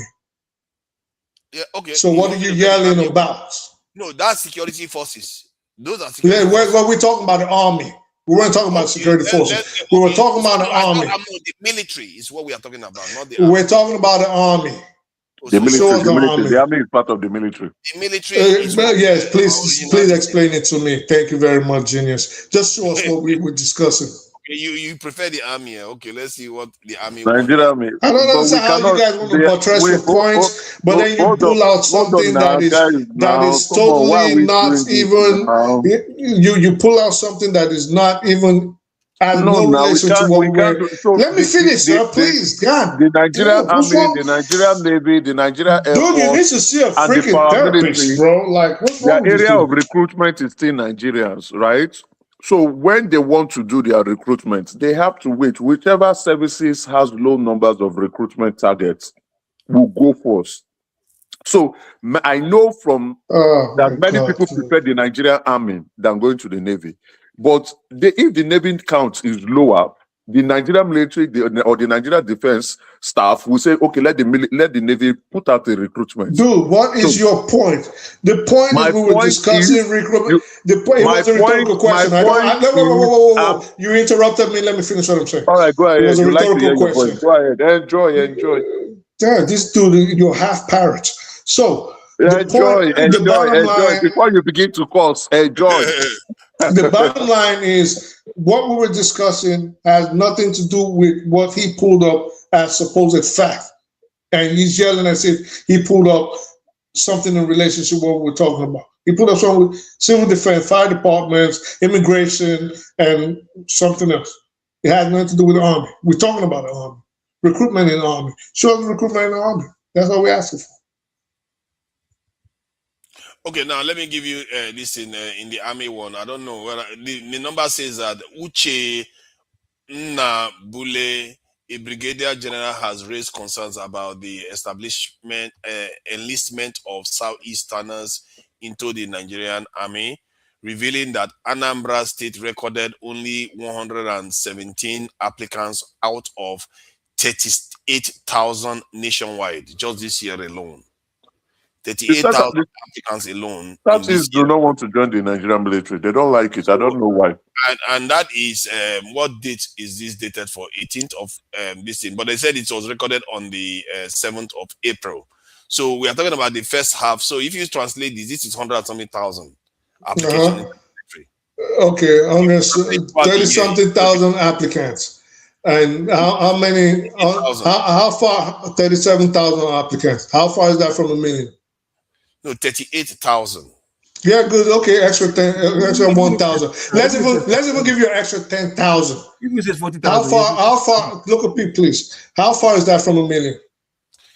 Even if you wanted to recruit 1 million soldiers, first of all, it's not something you do in one year. My God, this guy is freaking ridiculous. I've said it before. I don't know why you. Okay, fine. If you don't want to listen, I've said it before. 38,000 compared to a million. You can't recruit them in 1 year. You recruit them over a period of about 4 years. Oh, You can't, wow. So you know that. I thought you used to say, when I would tell you to take multiple years, 5 to 10 years, you will be on here arguing. Now, all of a sudden, you know that it will take more than 4 years. Your question really? was different. That question that you talked about 10 years was different. You said, how long does it take to build an army? That's a different thing. Not recruit. Oh, it's different. Recruiting and building is different. Yeah, what because are you talking about, bro? It's different. You are asking a different question there. Because you don't have any. Forefathers. 38,000. If you have said, how long does it take to build an army of 1,000? You see what I mean? That is different. You are asking a different question. No, I don't see what you mean. If you have 38,000, if you're getting 38,000 annually, or is it quarterly, or is it twice a year? Okay, biannually. So if you get it, tell me how many. If it's 38,000 annually in your 4 years, you still think you're going to get 1 million fighting men? 38,000 annually. 38,000 for the first 4 months. Quarterly. All right. So the first 4 months. It's 3 months because it's all right. So 38,000 times 3 times 4. You still think you get close to 1 million men? 120,000. Huh? That's about 120,000 easy. Again, my question is very simple. Of course, I know the answer. Like, do you think you're still going to get close to 1 million men in 4 years? If your average every 3 months or 4 months is 38,000 applicants. That is when they are not doing an aggressive drive. Wait, what are you talking about? You said to battle Boko Haram right now, we need 1 million men. Our men are you gonna get 1 million men based on the numbers right now, based on the 4 years that you just told us? Are you going to get 1 million men in 4 years? You cannot recruit 1 million Nigerian soldiers at a go. You don't do that it's not possible. You don't have the money for Dude, it. I'm not asking. You've never been here. You don't have the money for about... it. These are the things you say. Later on, you will now come and say Nigeria is not working. Is wrong? You don't have the money for it. Guy? Nothing is wrong with me. I'm telling you the reality. You can't recruit 1 million. Tunaja told you, and you are still not agreeing. Because you are. What is he talking about? I gave you the answer. I told you that we are not looking to recruit in 1 year, and I also told you that the numbers. Listen, dude. Go look at past and the audience. Oh, it's not based on the government urgently saying, "Oh, come." No, I'm just trying to tell him that. I'm just trying to tell him that. Even. I'm just trying to tell him. Let me go ask him. Has the United States recruited 1 million soldiers at a go? Oh my God! Have they done I'm it? just trying to. Where have you seen it before in this life? Dude, can you listen? It's not about what is wrong with this dude? I'm not a dude. Have the United States recruited 1 million soldiers at a go? Something what is not true. This guy. Anyway, so tell your little friend over there that this is not a conversation we started having today. And the reason I'm calling you out, Local P has been on this discussion multiple times. I am calling you out. So you've claimed on here that we need 1 million men. And I've been telling you forever, what your little friend over there thinks is revealing to us, that this is the reasons why we can't get those men anytime soon. Now, based on the numbers you've given us, do you still think in your 4 years you can get 1 million men? And the answer is no. You can dodge it. You can duck it. You can dodge it. You can duck it. You can ask me a question. You can evade it. Yeah, because it was a rhetorical question, because you don't want to answer. So I said you can duck it. You can dodge it. You can evade it all you want. The bottom line is 100 and something thousand based on the numbers today. In 4 years is still a far cry from the 1 million men you say Nigeria needs. And then now you have to ask yourself, why? I don't know the ongoing argument that both you are having. Nigeria cannot afford to recruit 1 million soldiers at a go. I've said that. Even the United States can't afford it. We know that. Maybe you want to tell your... Let me ask you this simple question. Have I ever said that just like the way Trump threatened significant action against illegal immigrants that are coming through the border, just by threatening that reduces the people that are showing up at the border. If you remember me ever saying that, that is the context that I was making the argument that you don't have to get the 1 million in one day, but you signal that that is the direction you are going, and you start aggressive recruitment. In one day. That, but okay, do you remember me ever mentioning that Trump example? That has nothing to do with what we're talking about. Hold on. So to your little friend over there. No. It has nothing. Acknowledge. Just I'd say whether you remember it or not. But it has nothing to do with what we're talking about. Just acknowledge it first. Acknowledge it for what? Does that even make sense to you? It has nothing to do with what we're talking about. If you acknowledge that I said that, then the context I said that will make sense. No, it won't make sense. It won't make sense because multiple times on here, you didn't acknowledge it because you feel like I'm not going to acknowledge it because Masca is one of those people that will come. It makes you can love Masca all you want. It makes. It has nothing. It has nothing to do with what we're talking about. When we will discuss on here, I will tell you multiple times that there's no way we can get that, and I'll give you reasons. The nationalism issue, the money issue, the lack of training, proper training issue. But now, all of a sudden, you want to pretend as if this has always been your position. You see why he's waffling now? I told him clearly, I gave the example of Trump to let him understand that I'm not telling you that we should recruit 1 million in one go, but you have to signal the direction you are traveling, because that will motivate. Oh my God, that will drive morale up with the soldiers. That will also deter the bandits, because they will know what will drive morale up? What will drive morale up? If you let them know that you are bringing more reinforcement, it will drive morale up is what I'm asking you. What will drive morale up?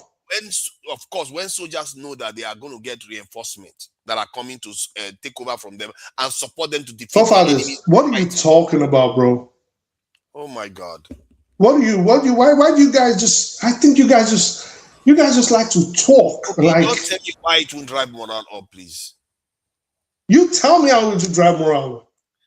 I just gave you the reason that if you are fighting a battle that is very difficult and you fear that. No, I don't want to. You know what? I don't want to have a discussion. You have the right to All right. Let's close that. I think it's time. Sometimes you guys can argue. I accept your surrender. It's all right. You know, I like Masca, and I also like AI because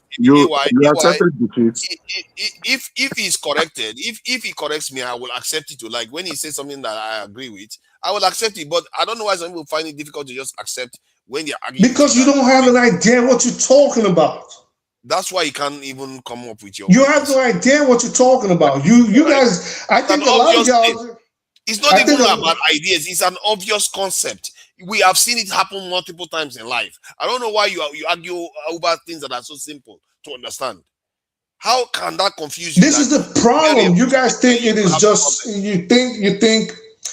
It's just like people will come on here and say, "Oh, the law is common sense. It's just common sense." Or over here today talking about he's an expert in anybody Dr. Damages wants to bring on in geopolitics and in history and this. Dr. Damages can bring them on because he's studied this for the last 10 years every day. We're on YouTube University. Oh God. Okay. Let's close out. I think it's time to close out. Thank you very much. You guys are bugging. I mean, as always, AI remains the undisputed. Who is AI? Yeah, AI. Please come on. Let's have discussion at the background. Yeah, you are AI. So this is support the diaspora voting because of course Saxonia is still the rot of the litter. I'm sorry, I'm not joking.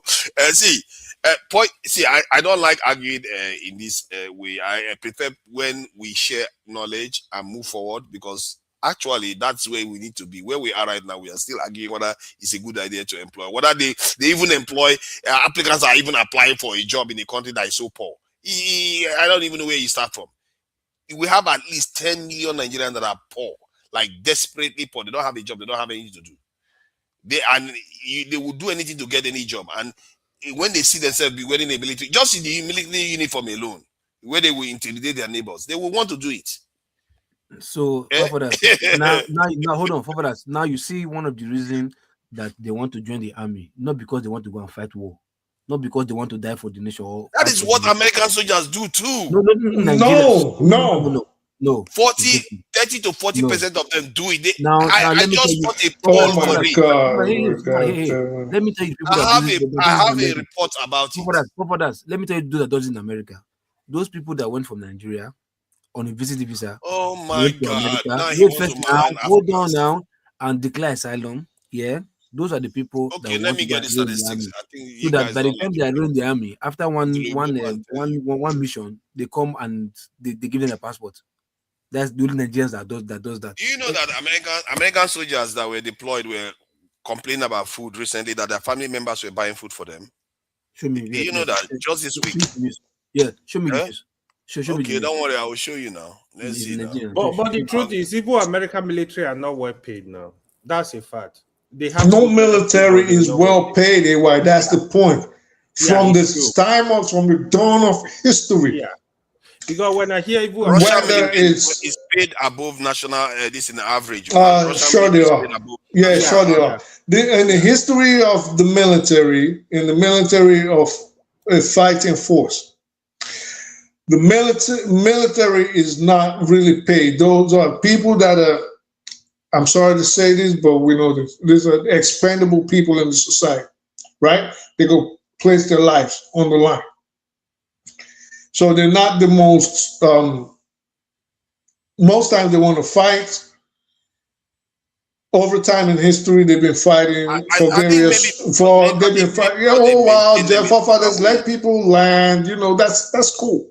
You need to land on time now. This one that is circle the this is why you don't learn. And then you just go based on suppositions. Why are you so mean? No, I'm not mean. It's like you people have a problem with listening or letting people talk, or it's just like everybody just believes. You know what? Let me just. I speak the truth. Here we go. Yeah. I speak the truth was nice, innit? Now, I speak the truth was a nice guy, and he said he changed it to boo and became all this nasty. Okay, why are you like this now? Why just go back to I speak the truth? It's cool.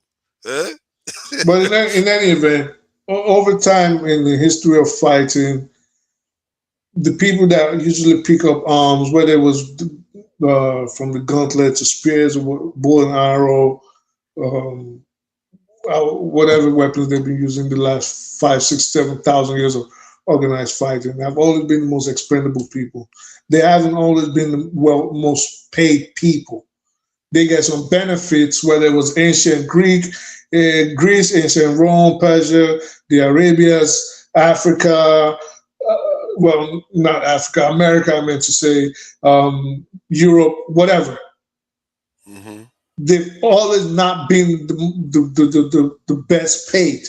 But usually people join the army either back in the day through slavery, they were captured at war, or because they did it as a sense of nationalism.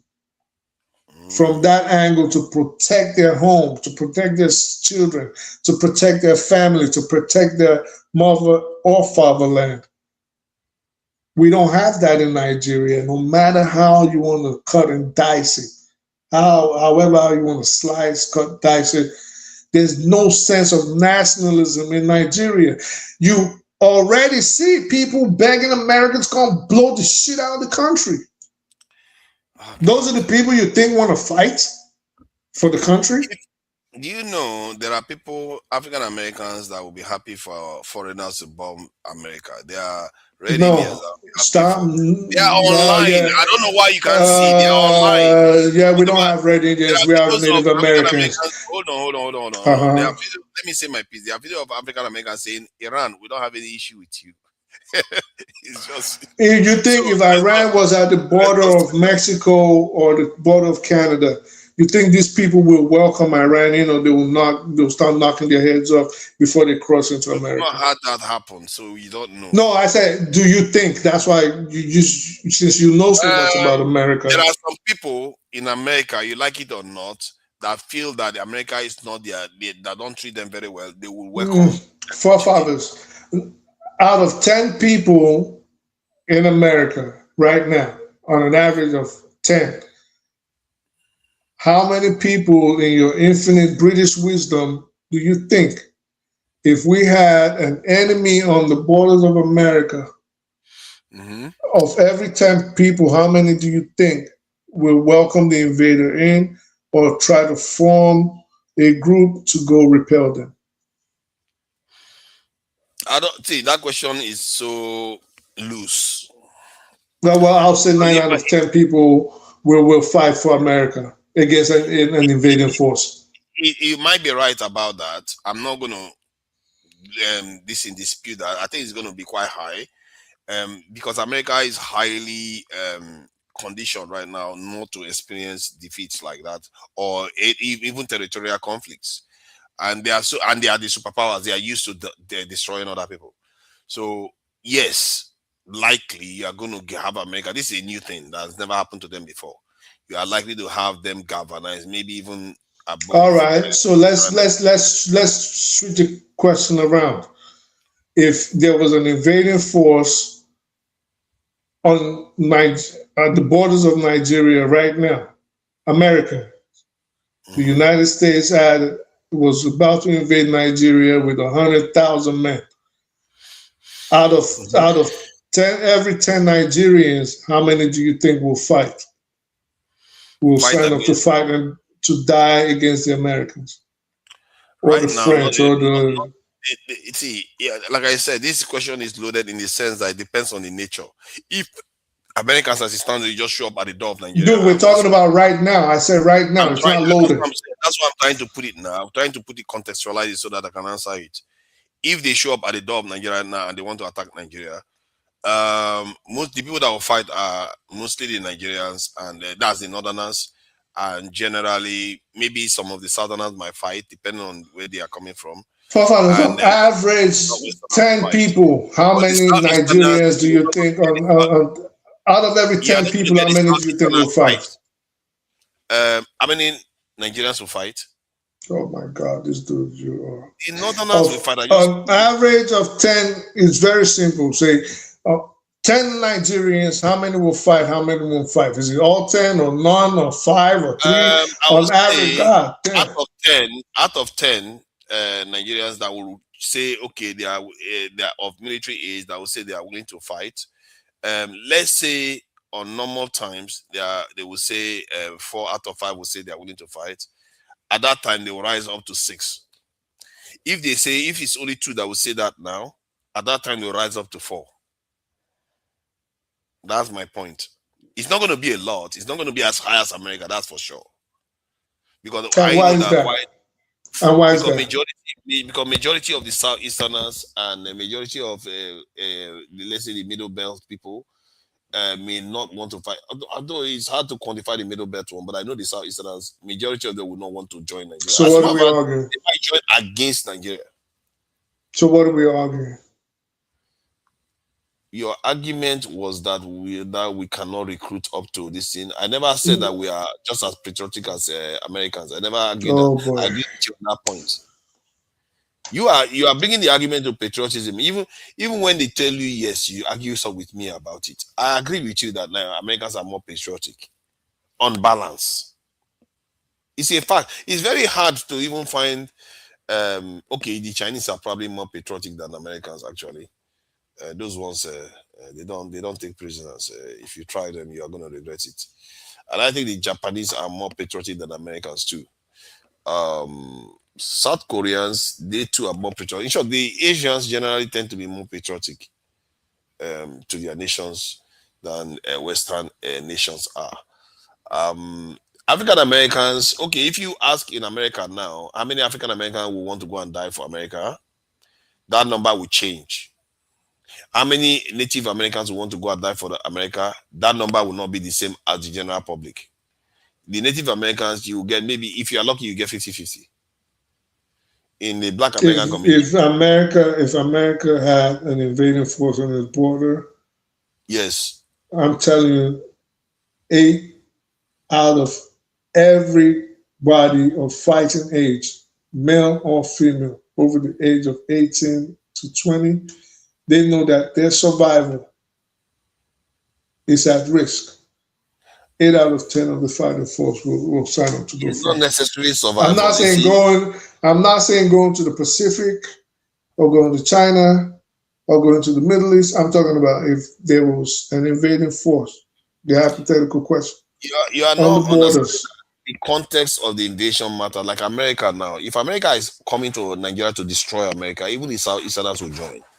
My point is that when they are coming, they are going to come with a different mindset.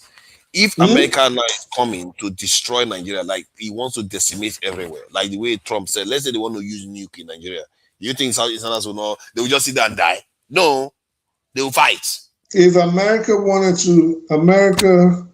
to bomb Nigeria right now, let's say America wants to. Oh my God, sir, let me land. If America wanted to bomb Nigeria again, the Southeast, by nature of the fact that they want to leave that entity called Nigeria, would actually even work with America to destroy Nigeria. Yes, they are going to work with America, but I just told you just now, what if America wants to destroy the entire Nigeria? So like they say they want to destroy the Iranian civilization. They want to destroy everything and take over. You think the Southeasterners would support that nonsense? The context changes. How crazy, you know how crazy Nigerians are? I mean, and that's a wild hypothetical. I don't know. I don't even know why you're bringing that up. But let me even just blow your mind right now. Because there could be a day. So let me know, but that's not true. You don't just say you want to throw nukes. Even Iran didn't throw nukes. But let me even blow your mind right now. Nigerians, there are Nigerians that will tell you that what are we gaining being alive anyways? Let them nuke the whole shit. Nuke everybody. Kill everything. Okay. So yeah. I think that African Americans, the number will not be as high as Europeans if America was facing a threat. The Native Americans, it will not be as high. The Mexicans, it will not be as high. So especially if the force, let's say the force that was coming to invade was a South American country that just discovered a new technology that they want to use to invade America, and they want to come and free the Native Americans and black. The context matters. Whoever is coming matters. I think you don't understand how brainwashed Americans are. Listen, during World War II, I know. During World War II, racism was very prevalent here. Black people couldn't go in the same restaurant as whites. They couldn't drink from the same fountains. They couldn't sit on the same bus. Blacks, Jews, and dogs not allowed. You see those signs everywhere. Different park benches. Black Americans still fought for the right to go die overseas for America. Yeah. They fought, literally fought, like it's our right. We want to go. We want to join the army. Huh? Yet many did not. What do you mean many did not? Majority of black people did not. That's majority of the men, if they are given the choice, they would not want to go. Dude, they had black divisions. They had solely black units. I know they had some of them, but they are, compared to the population of black people in the country at the time, they were minuscule. I don't get what your point is. My point is facing all that discrimination based on everything you've been saying, you would think that they will be the first people to say, we're not going to fight for this damn country. They hardly have a choice. What do you mean they hardly had a choice? They hardly have a choice than to join. And so you don't understand this country. Wait. Let's stop jumping all over the place. What do you mean they hardly had a choice? I said they didn't even want them. They fought to go in, and you're saying they didn't have a choice. Yeah, what part of that don't you understand? They fought to go in because that is whom they are. That tells you. So what do you mean they didn't have a choice? They didn't have a choice because of the country they are in now. Some of them joined for whatever reason, other reason that they wanted to join. What are you talking about, for fathers? Are you telling me that all of them fought to join the military? All of them fought to join the military. That's most of them fought to join the military. There were in America, even in the U.S. Army, there was segregation. There were black units. They were just hear me out because I think maybe because I think you think this is a guessation again. There were black units, like you've heard about the Tuskegee Airmen. I know. Have you ever heard? So, sure you do. So there were black units and there were white units. Yes. They begged. They didn't even beg. They fought for their right. They said, "This is our right. We want to go fight for this country." So, based on what you're saying, wouldn't that make sense if you're saying, "Oh, the black people won't join, Native Americans won't join it"? Wouldn't that make sense that they should have been like, "Nah, we're not going. We're gonna have to get conscripted and dragged from our beds before we go in"? But your argument falls on its face when even in Nigeria, Southeasterners are still joining the military. In what numbers? 1,000 people out of 40 million people? What are you talking about, bro? Remember, it's just Anambra that they were talking about. There are other Southeastern states. Those other Southeastern states didn't flash any issues. Anambra they are talking about. So even in Nigeria, that is as bad as we are saying, they still are joining the military. But that's the point I'm making. If you look at the white population then versus the black population in the military, it's tiny. I agree. So you think so again, it goes back to the question local people's asking, why do you think they're joining?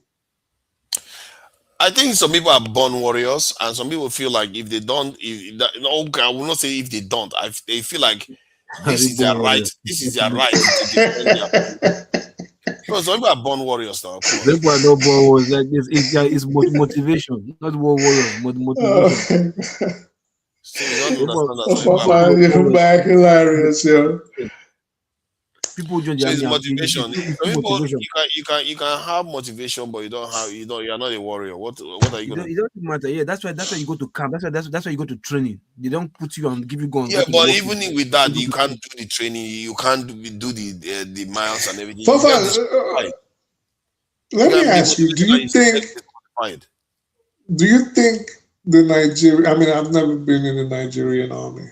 Right. And I told you when I was younger, I was saying I was going to go back, join it.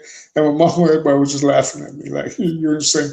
So let me ask you, do you think the Nigerian army is being properly run? Because that's the impression I'm getting from you. I'm not saying it is properly run. It's supposed to be better resource, a lot more better resource.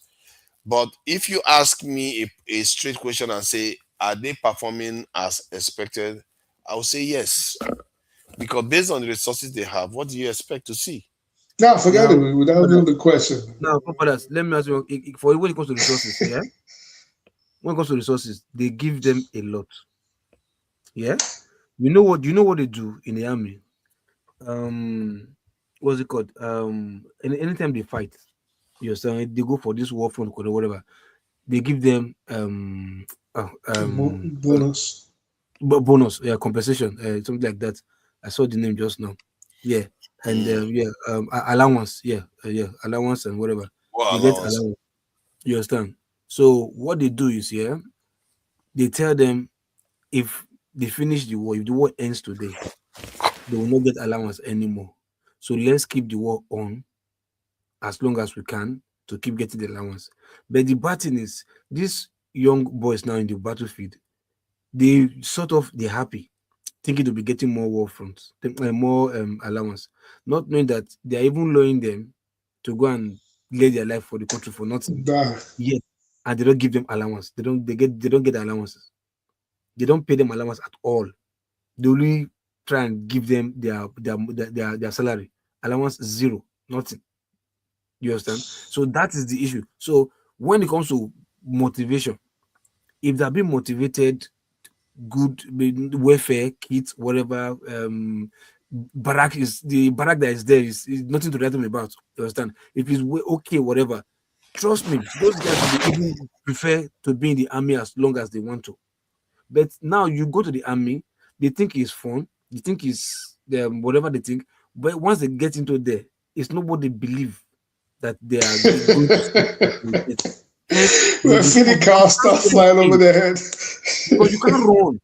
Many of them, so people have abandoned, drop their weapon and run into charge. AWOL. I don't know why. I don't know why we just keep like see support the diaspora vote. No, you just finish talking and let somebody else talk. I've not finished talking. I've not finished talking. There are two soldiers. You want to talk for 5 minutes straight? There's one. Hold on. There's one they call. I'll go to that boy's channel. It's called X Man. That's his YouTube channel. It's from Auchi. You understand? A donut. His YouTube channel. Go to X Man.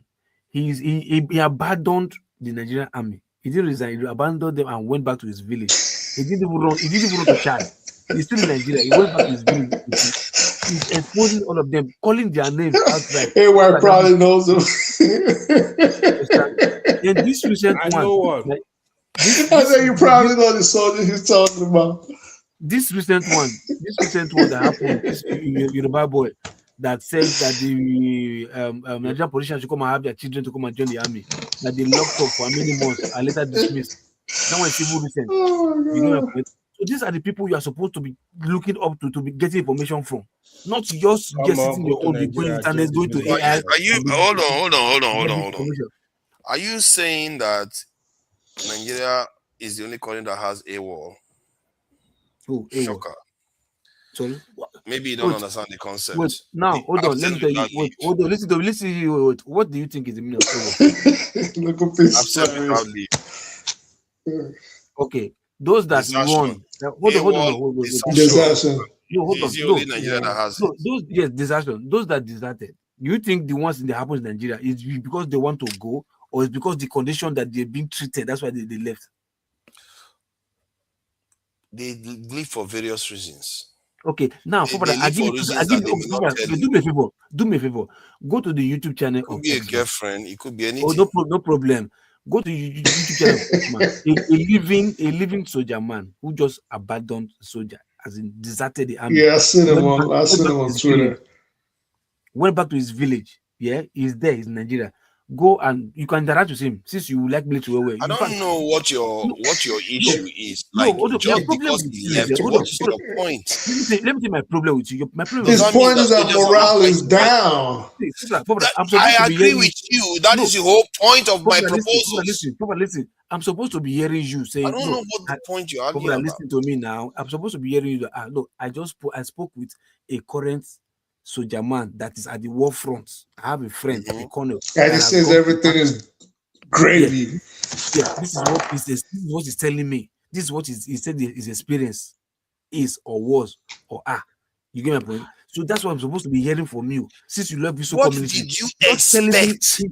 Not telling me internet data or statistics. That's where you're getting it wrong. Your problem is on that ground. Your problem is that you are not connecting the dots. You are not connecting the dots. I don't know why you don't connect the dots. It's like just like you expected that Nigerians should not apply for the military. You actually think that when you go to battlefield, given the condition Nigerians are facing right now, that is going to be pretty. It's going to be good. No, you will definitely have people that will like, this is not what my trouble. It's not what my life. I'm not going to come here. Even I will not see. If you tell me you, based on the way Nigerian military is right now, you're not going to send your children to the military, I'm not going to blame you. Because the military is not configured to win. No. Okay, they're configured to win. Now, let me tell you. Hold on. No. You're wrong. They are configured to win. The problem you're having is, your problem they can't win. No, listen to Israel me. Israel couldn't win.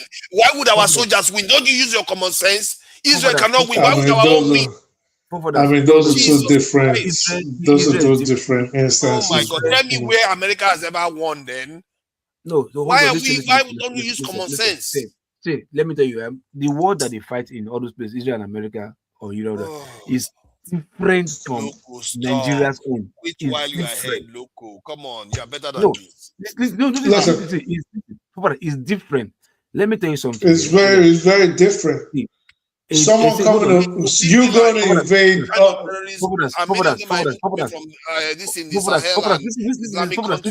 listen. Recently, a senator in America, I think this is or whatever, maybe somebody in government in America, was calling out during interview was calling out Matawalle. You get my point? That look at what Matawalle was telling her. You get my point? So now imagine if somebody in that caliber, that 7 in the government, is doing that. Yeah. What about those so-called maybe business for the politicians who don't have political office, but they are political chairmen or whatever. You understand? Maybe big meets, whatever. What about what those people might be doing in terms of insecurity, in terms of insurgents? Don't you think we'll have more of them? If somebody can be in the government doing that with this woman, don't you think those who are non-state actors, who are not serving in the government, can also be at the background, really funding these boys to get something? This is internal. This is insurgency. This is internal. America is somewhere. It's not internal. It's somebody from America fighting somebody from somewhere else. It's just the same thousands thing. of miles away. You know what? Nigeria is fighting with itself. Let me make this simple. Nigeria is fighting with itself. You know, there's a movie. I think I remember somewhere in the movie somebody said, "Let me make it simple for you." Those same military that you're talking about, those same police, those same useless people that you're talking about are the ones protecting the cities that you are living in Nigeria. I don't think anybody's calling them useless. We're just saying. No, are the ones keeping the cities stable. Hold on. Let me have my say, because you had your say. Yeah, because if you keep saying, "Oh, this is horrible," and this all this happening, no.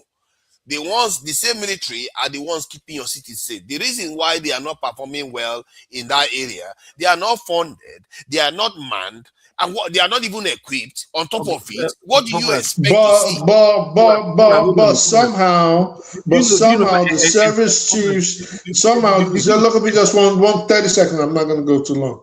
But somehow the service chiefs end up with palatial homes in Dubai, in Macau, in Kuwait, in Sweden. They have all these bank accounts.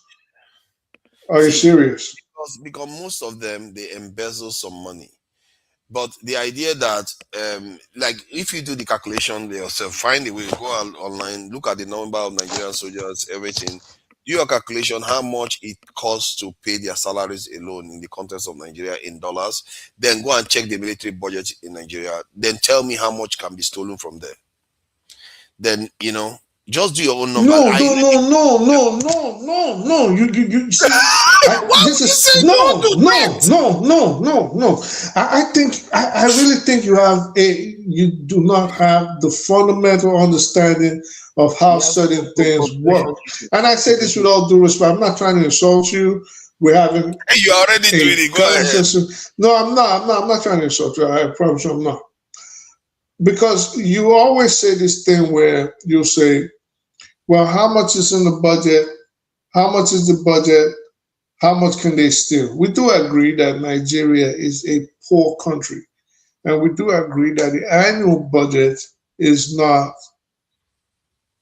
as you would expect, the richest or the most influential Black country on the planet. We agree to all of this. But still, we can make these monies work. You can't tell me now that how much could possibly be stolen when we see these people, for example, a general. He has a $5 million home in Dubai, or he gets arrested and they find that he embezzled 10, 15, $20 million. But then his forefathers telling us, well, look at the budget for the army. How much could they possibly steal?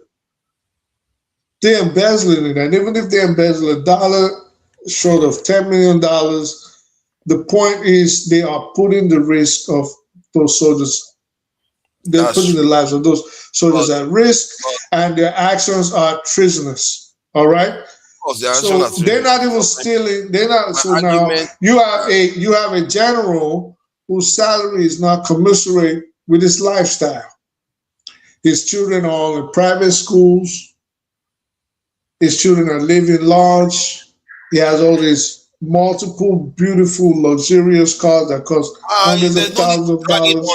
We are 6 hours. I can drag it on. I can drag it on. I surrender. I'm not ready for you to go. I'm not trying to win. I'm just trying to paint a picture. I'm just you can't tell me I'm going long. I'm painting a picture. Well, the picture is not for only you. It's for people that probably. It's for people that probably think like you too. So monies are being embezzled. Millions of dollars are being embezzled. Thefts on a astronomical scale are being embezzled by the officials that are supposed to take care of the welfare of the people of Nigeria. So don't tell me how much could they possibly steal. Despicable, corrupt people that should be using every penny on every soldier. That's what you're trying to make me defend. My point still remains. The money is for the soldiers. My point is that even if a penny is not stolen, I'm not sure it's going to change the calculus. The situation will still be what the are you same. talking about, bro? What the problem? If money is not if the $5 million, for example, that was used to buy a mansion was put to the welfare of the soldiers, you think it will not change the way the army is run? What are you talking about, bro? No, it will not change the outcomes with the militants. Who's talking about militants? They talk about army, talk about militants. Do you realize that the main reason why Boko Haram festered in Nigeria? Let me land. And why it is a problem today, when it could have easily been dealt with when it started becoming a problem during Jonathan's time, was because the army chiefs were unbelievably corrupt and stealing the money. So much so that Nigeria had to go source to Nigeria. I'm not dragging it. I'm not over explaining. Can you let people talk? This is why you don't know most of what you talk about. 7 hours. Try to be snappy about it. You can say that you don't have time, but to say people are dragging it shows lack of intelligence. Now it might be ADHD, but your ability not to be able to listen or comprehend shows lack of intelligence to be. Right. What was that? There was a song about it. It's my I forgot the name of the song.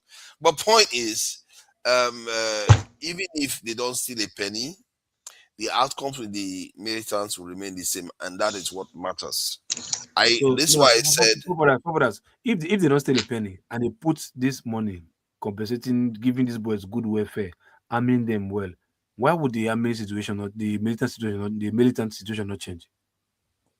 Or the terrorist situation? Why would it not change? Because it's an asymmetric warfare that we didn't do the necessary thing to combat. So who do you think is funding? Who do you think is funding these terrorists?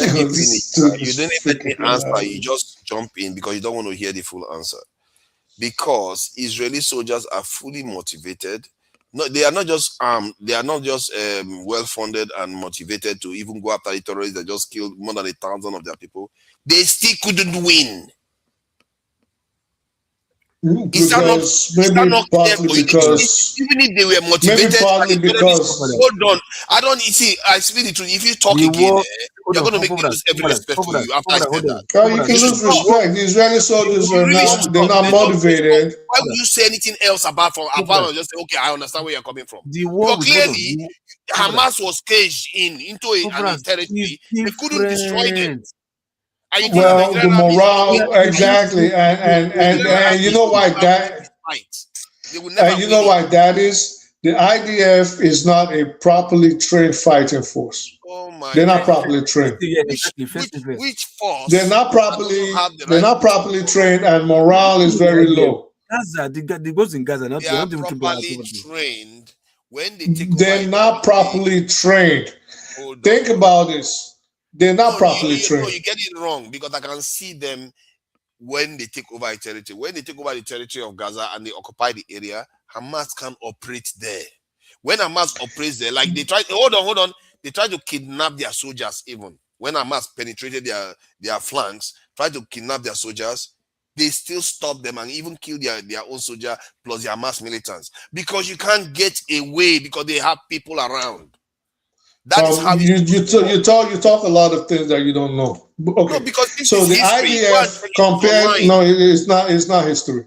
So you look at the fighting of the IDF. You arguing this. The fact that you are arguing I'm not a YouTube analyst. So the IDF is one of the worst. Out of all the Western countries, the IDF is one of the worst trained army in out of all the Western countries. Second to that, next to that, they haven't been able to ever win any war without the assistance of the United States. Hezbollah will kick their ass from here till kingdom come, same with Hamas. Without the assistance of the United States, using 2,000-pound bombs, for example, they cannot defeat those countries. And why is that? In terms of tactical warfare, they are not well trained at all. At all. This is why I say a lot of them also flee the battlefield, commit suicide, or just abandon their post altogether and run back to their countries where they have dual nationality. So they're not a good fighting force.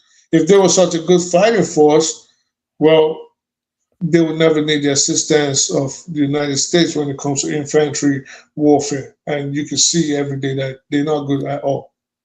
I literally think that the Israelis, yes, you are okay. They are not as bad, and they don't want to take casualties. That's part of the reason why they fight the way they do. They don't want to take casualties at all. They're a terrible fighting force. No matter how you want to shape it.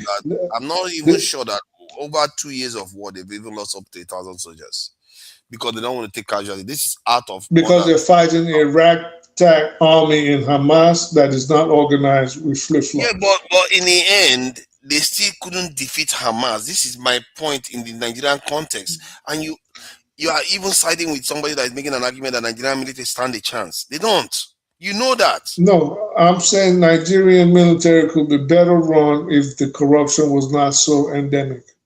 That's my point. It could be better run. I will agree with you on that. If there's no corruption, people would be actually to increase morale to an extent.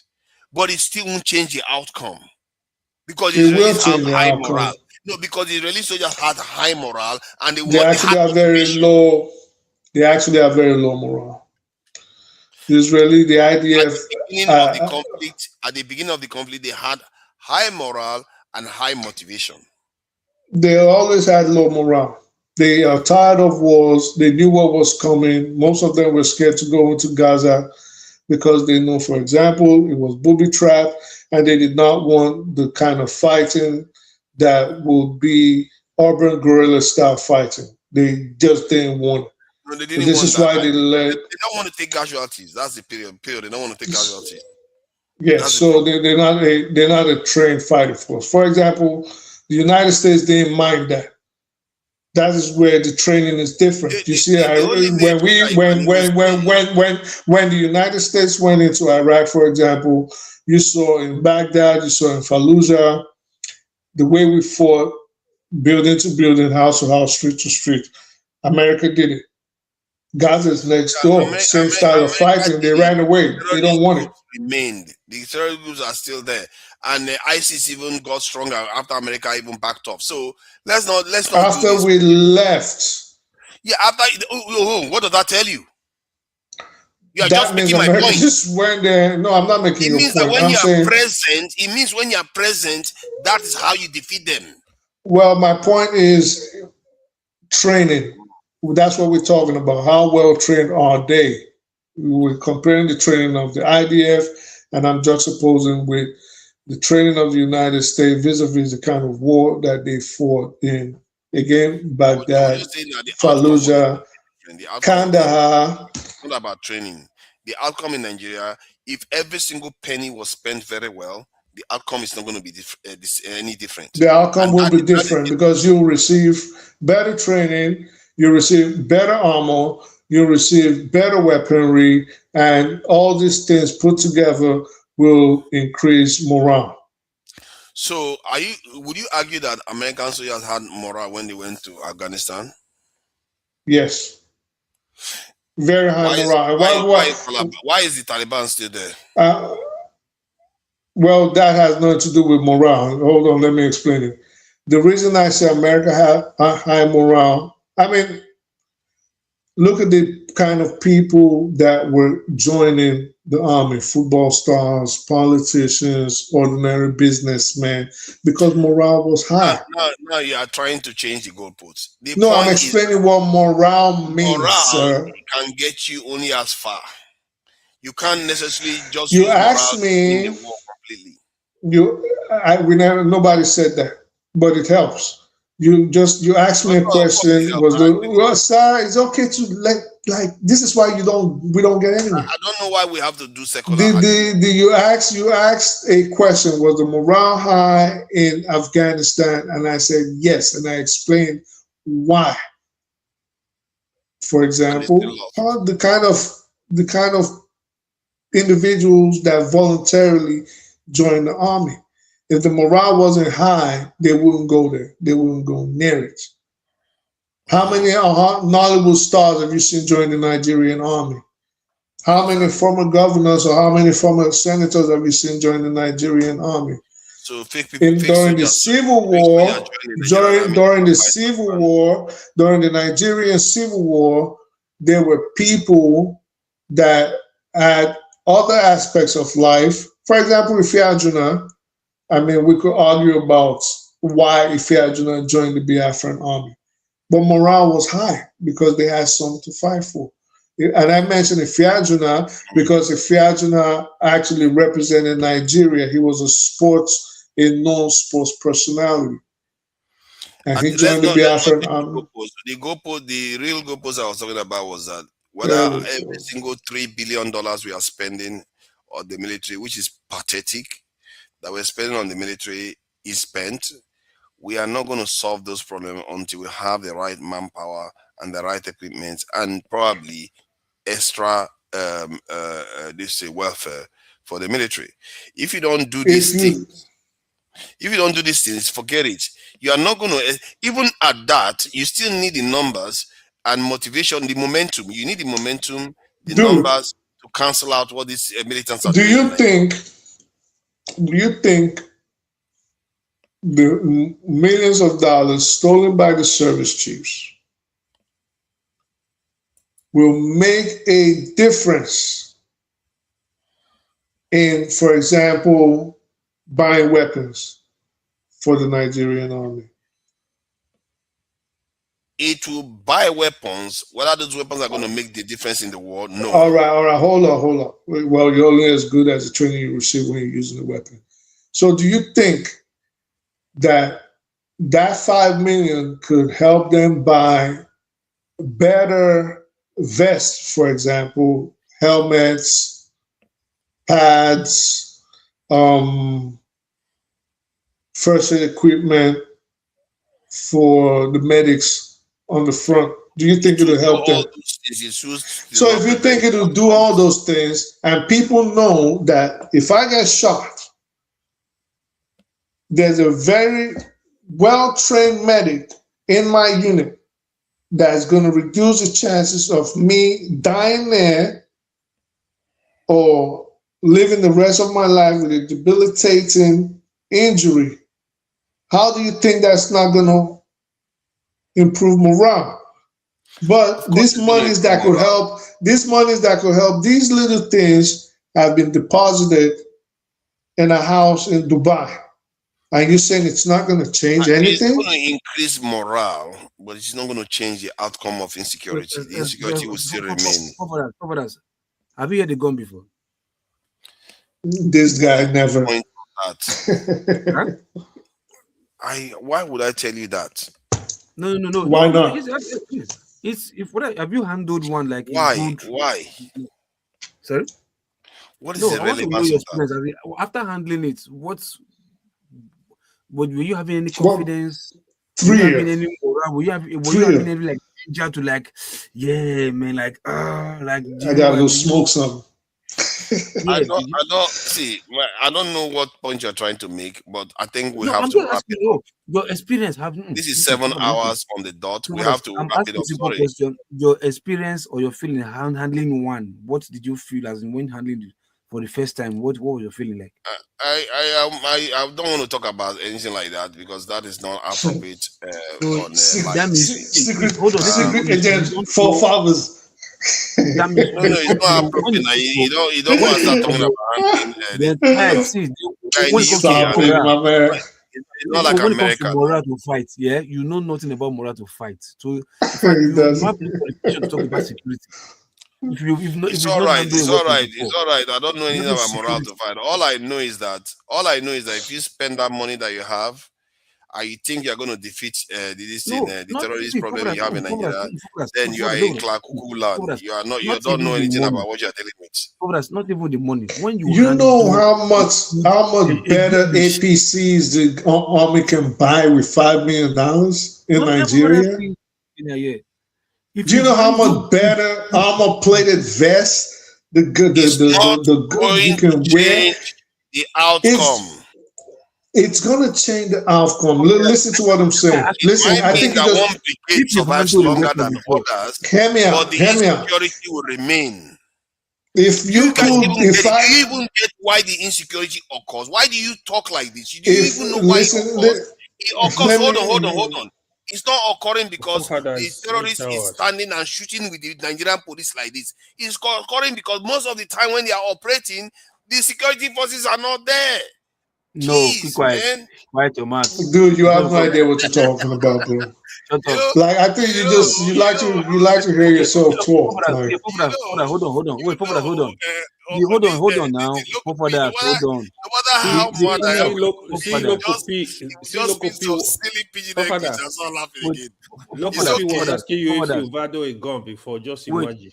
It's a legit question. All those toy gun when you be the handle for university now. Look at that, A bad guy now, a bad guy. No. Listen. I'm a very nice person. How dare you? You said because you're not there. Okay, the general they killed recently. Where did they meet him? Where did they meet him? In his house. It was not there. So no, you said because when they are operating, the army are not there. So the guys that they killed recently. No. Sometimes they do actually carry out. Most of the insecurity is not directly with the soldiers. You know that they are busy burning villages and destroying things. That's what. Hold on now. A simple question now. Why should that one even happen at all? The one that they engage with the armies. Why should it happen at all? First thing first. The reason why it can happen because they know they can get away. Okay, no, because now you have somebody who is trained, backed legally with weapon to fight against somebody who is not trained to even handle weapon, and yet they are still defeating the untrained are defeating the trained. So you think it's just because you know that sometimes they come with about 20 vehicles. 20 vehicles. No, if they have numbers and they're all armed, you swarm you.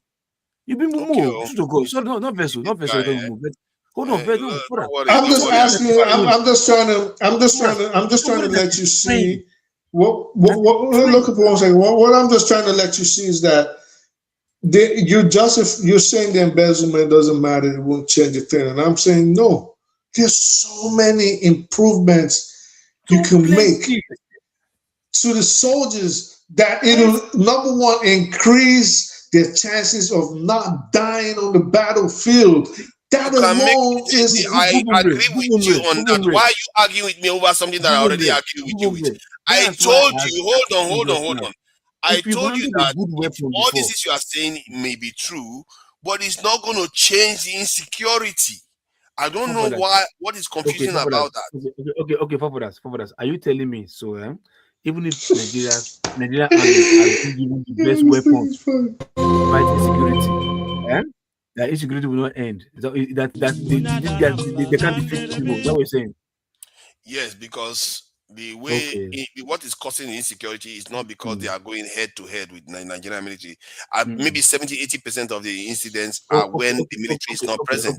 Wait. Why are we not seeing a situation whereby these people are being given the weapon? We'll never ever hear the loss of any soldier at all. Well, at least we'll know. Okay, at least if for your rhetoric to be correct, you mean the American soldiers with the best weapon in the world, like they do get killed. So I don't know what you mean. I know. In Afghanistan, in Iraq, you went to a territory that you don't know. You went to somebody's territory. You're doing funny. So you're asking for them to invade America to prove that they can kill American soldiers in America. They'll die. They won't last 24 hours. We're gonna kill all of them. Because Americans have done what we've not done. They have 2 million soldiers. We don't even need 2 million. Hold on. We're gonna kill everybody within 48. Number of American soldiers to 230,000, like Nigerian. Let's see how safe America is going to be. As a matter of fact, they will kill themselves. Let me tell you. Okay, so let me break it down to you. Let me break it down to you. All right, let's even reduce it to one. Let's even reduce it to one U.S. soldier. Let's reduce it to one. If we have those Boko Haram coming into the police departments, are going to slay all of them. We're going to slay every single one of them. We're going to kill every single one of them. Within 72 hours, they will cease to exist. We're going to kill everybody. Because you have numbers. You have numbers. No. You just said the army. I said reduce the army to one. And forget the army. I'm telling you, forget the army. I'm saying forget the army. Calm down. Then reduce the police to ordinary. Now you say reduce the police. Why don't you just tell us to go fight them with kindergarten? What you saying? Disadvantage as Nigerian ordinary tactical units.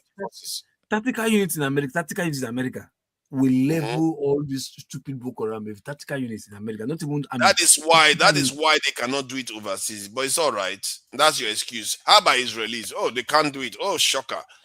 Move on. Let's see. The best argument against all the arguments people make is just to look at the Israeli military.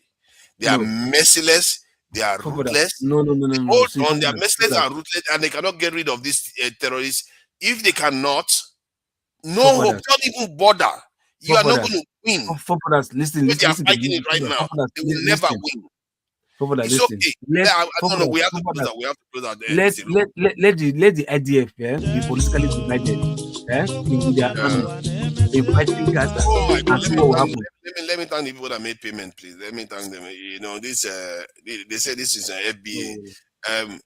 That's why US negotiates economic benefit when they go to help countries. We spent taxpayers for peacekeeping to get disrespected. That's Nigeria doing that. That's what we are getting for it. And I have to thank him, Deco 8. Thank you for the donation. You are the only person that donated today. OBO, I see you there. Kemri Bar is also there. And let me see, Mekanelli is there. And there's also Boom Boom Ray, and it's also on the chat. It's Loco P. Izon, I see you there. Thank you for joining us. Equity, fairness, and justice. That's one of the easiest names to say. Thank you for joining us. Equity, fairness, and justice. Oga is also there. Thank you for joining us. Adesina John, thank you for joining us. Oh, these are easy names today. Adesina John, thank you for joining us. Wow Sakwe, thank you for joining us too. I appreciate you. Who else is on the chat there? Let's see. Alex Onyema. Wow, that's like trying to troll Alex Onyema, isn't it? Thank you for joining us, Alex Onyema. You never know, it's maybe the real Alex Onyema for all we know. Who else is there? Izzo is quite busy there. But Ray is also there. I think Fumio was here too. Thank you for joining us, Fumio. And who else is there that I've not mentioned before I go? Okay, let me just do this one and go. Kyojene DG, thank you for joining us. And there will be a show this evening with Dr. Damage's. Endeavor to join them. I really don't like that term endeavor for some reason. And also, remember to like, share, and subscribe. That is important for us to, you have people coming whenever we have live stream, you're able to join. Specifically, try to join to Nigeria because we need the subscribers. Dr. Damages, join, like, share, because the political season is coming on stream, so that whenever we are online, you'll be able to join us. I'll be looking to stream as much as I can, and I'm sure the other hosts will be looking to do the same. So support the channel, get the word out there. This is where the discussions are actually happening. Most people are out there just trying to carry out some kind of agenda and all their nonsense. They have a concept that they call data boys now. They give them money to buy data to just come and spew lies and support APC, whatever else they have to. do out there. So here, there is no agenda than to learn as much as possible. And I really wish a lot of people are doing more of that. I really like the way what's his name, Mascot tends to approach his things, and AY tends to approach it very well. Sometimes Boom Boom Ray does that, where he will actually try to listen and hear, but sometimes we get too fighty. I don't get it. And well, let's not do that. Let's not do that. We are all we have right now. I'm telling you, the emperor has no clothes. These little conversations we have here, and some people will say it doesn't mean anything. It does. It does. Many of these people AY could end up in the house of this thing, governor house, or where you might end up in a sort of what you do. So you never know where people end up. But Tinubu himself was once like this. Let's make no mistake. When during Abacha time he ran to the UK, he probably went on some kind of weird online session. Then they didn't have YouTube StreamYard, but they had different. I think somebody was talking about it the other day. They had different things that they were talking with. That's how they formed this ideology that you see now. This ideology we see now is not. It shouldn't be surprising, because when in the early 2000s, Nigerian students in the UK here were sounding like that. To them is to just go into office and chew money. That's their approach to life. I saw them having this conversation. I was there and I was saying, maybe you should do something instead of just thinking of making money. They want to go back and make money. And that's what you got today. Let's hope that the conversation the people are having today, when they have the opportunity, they are not going to go and just rake money in. They are actually going to do something for the country. So this is important. I don't buy the idea that the things we say here cannot make a difference. It does, because Tinubu is an example of them. He was once overseas. He had conversations. They had exchanges. They came up with their own way of looking at the world, which is not always the best, but they did. It's true. All right. Till next time. Bye.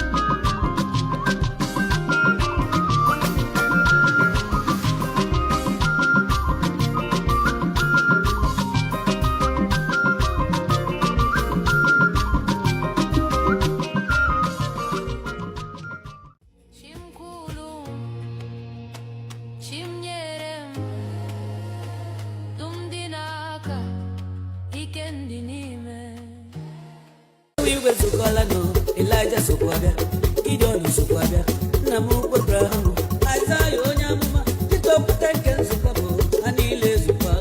Anto, Alva, Eweronye mabekweba, Ide, Eweronye medewu. Come on, Anya Bano, yeah, I have a canoe, Kanga, and Edwin, yeah, Kilibim, Kilibim, Kilibim, yeah, Kilibim,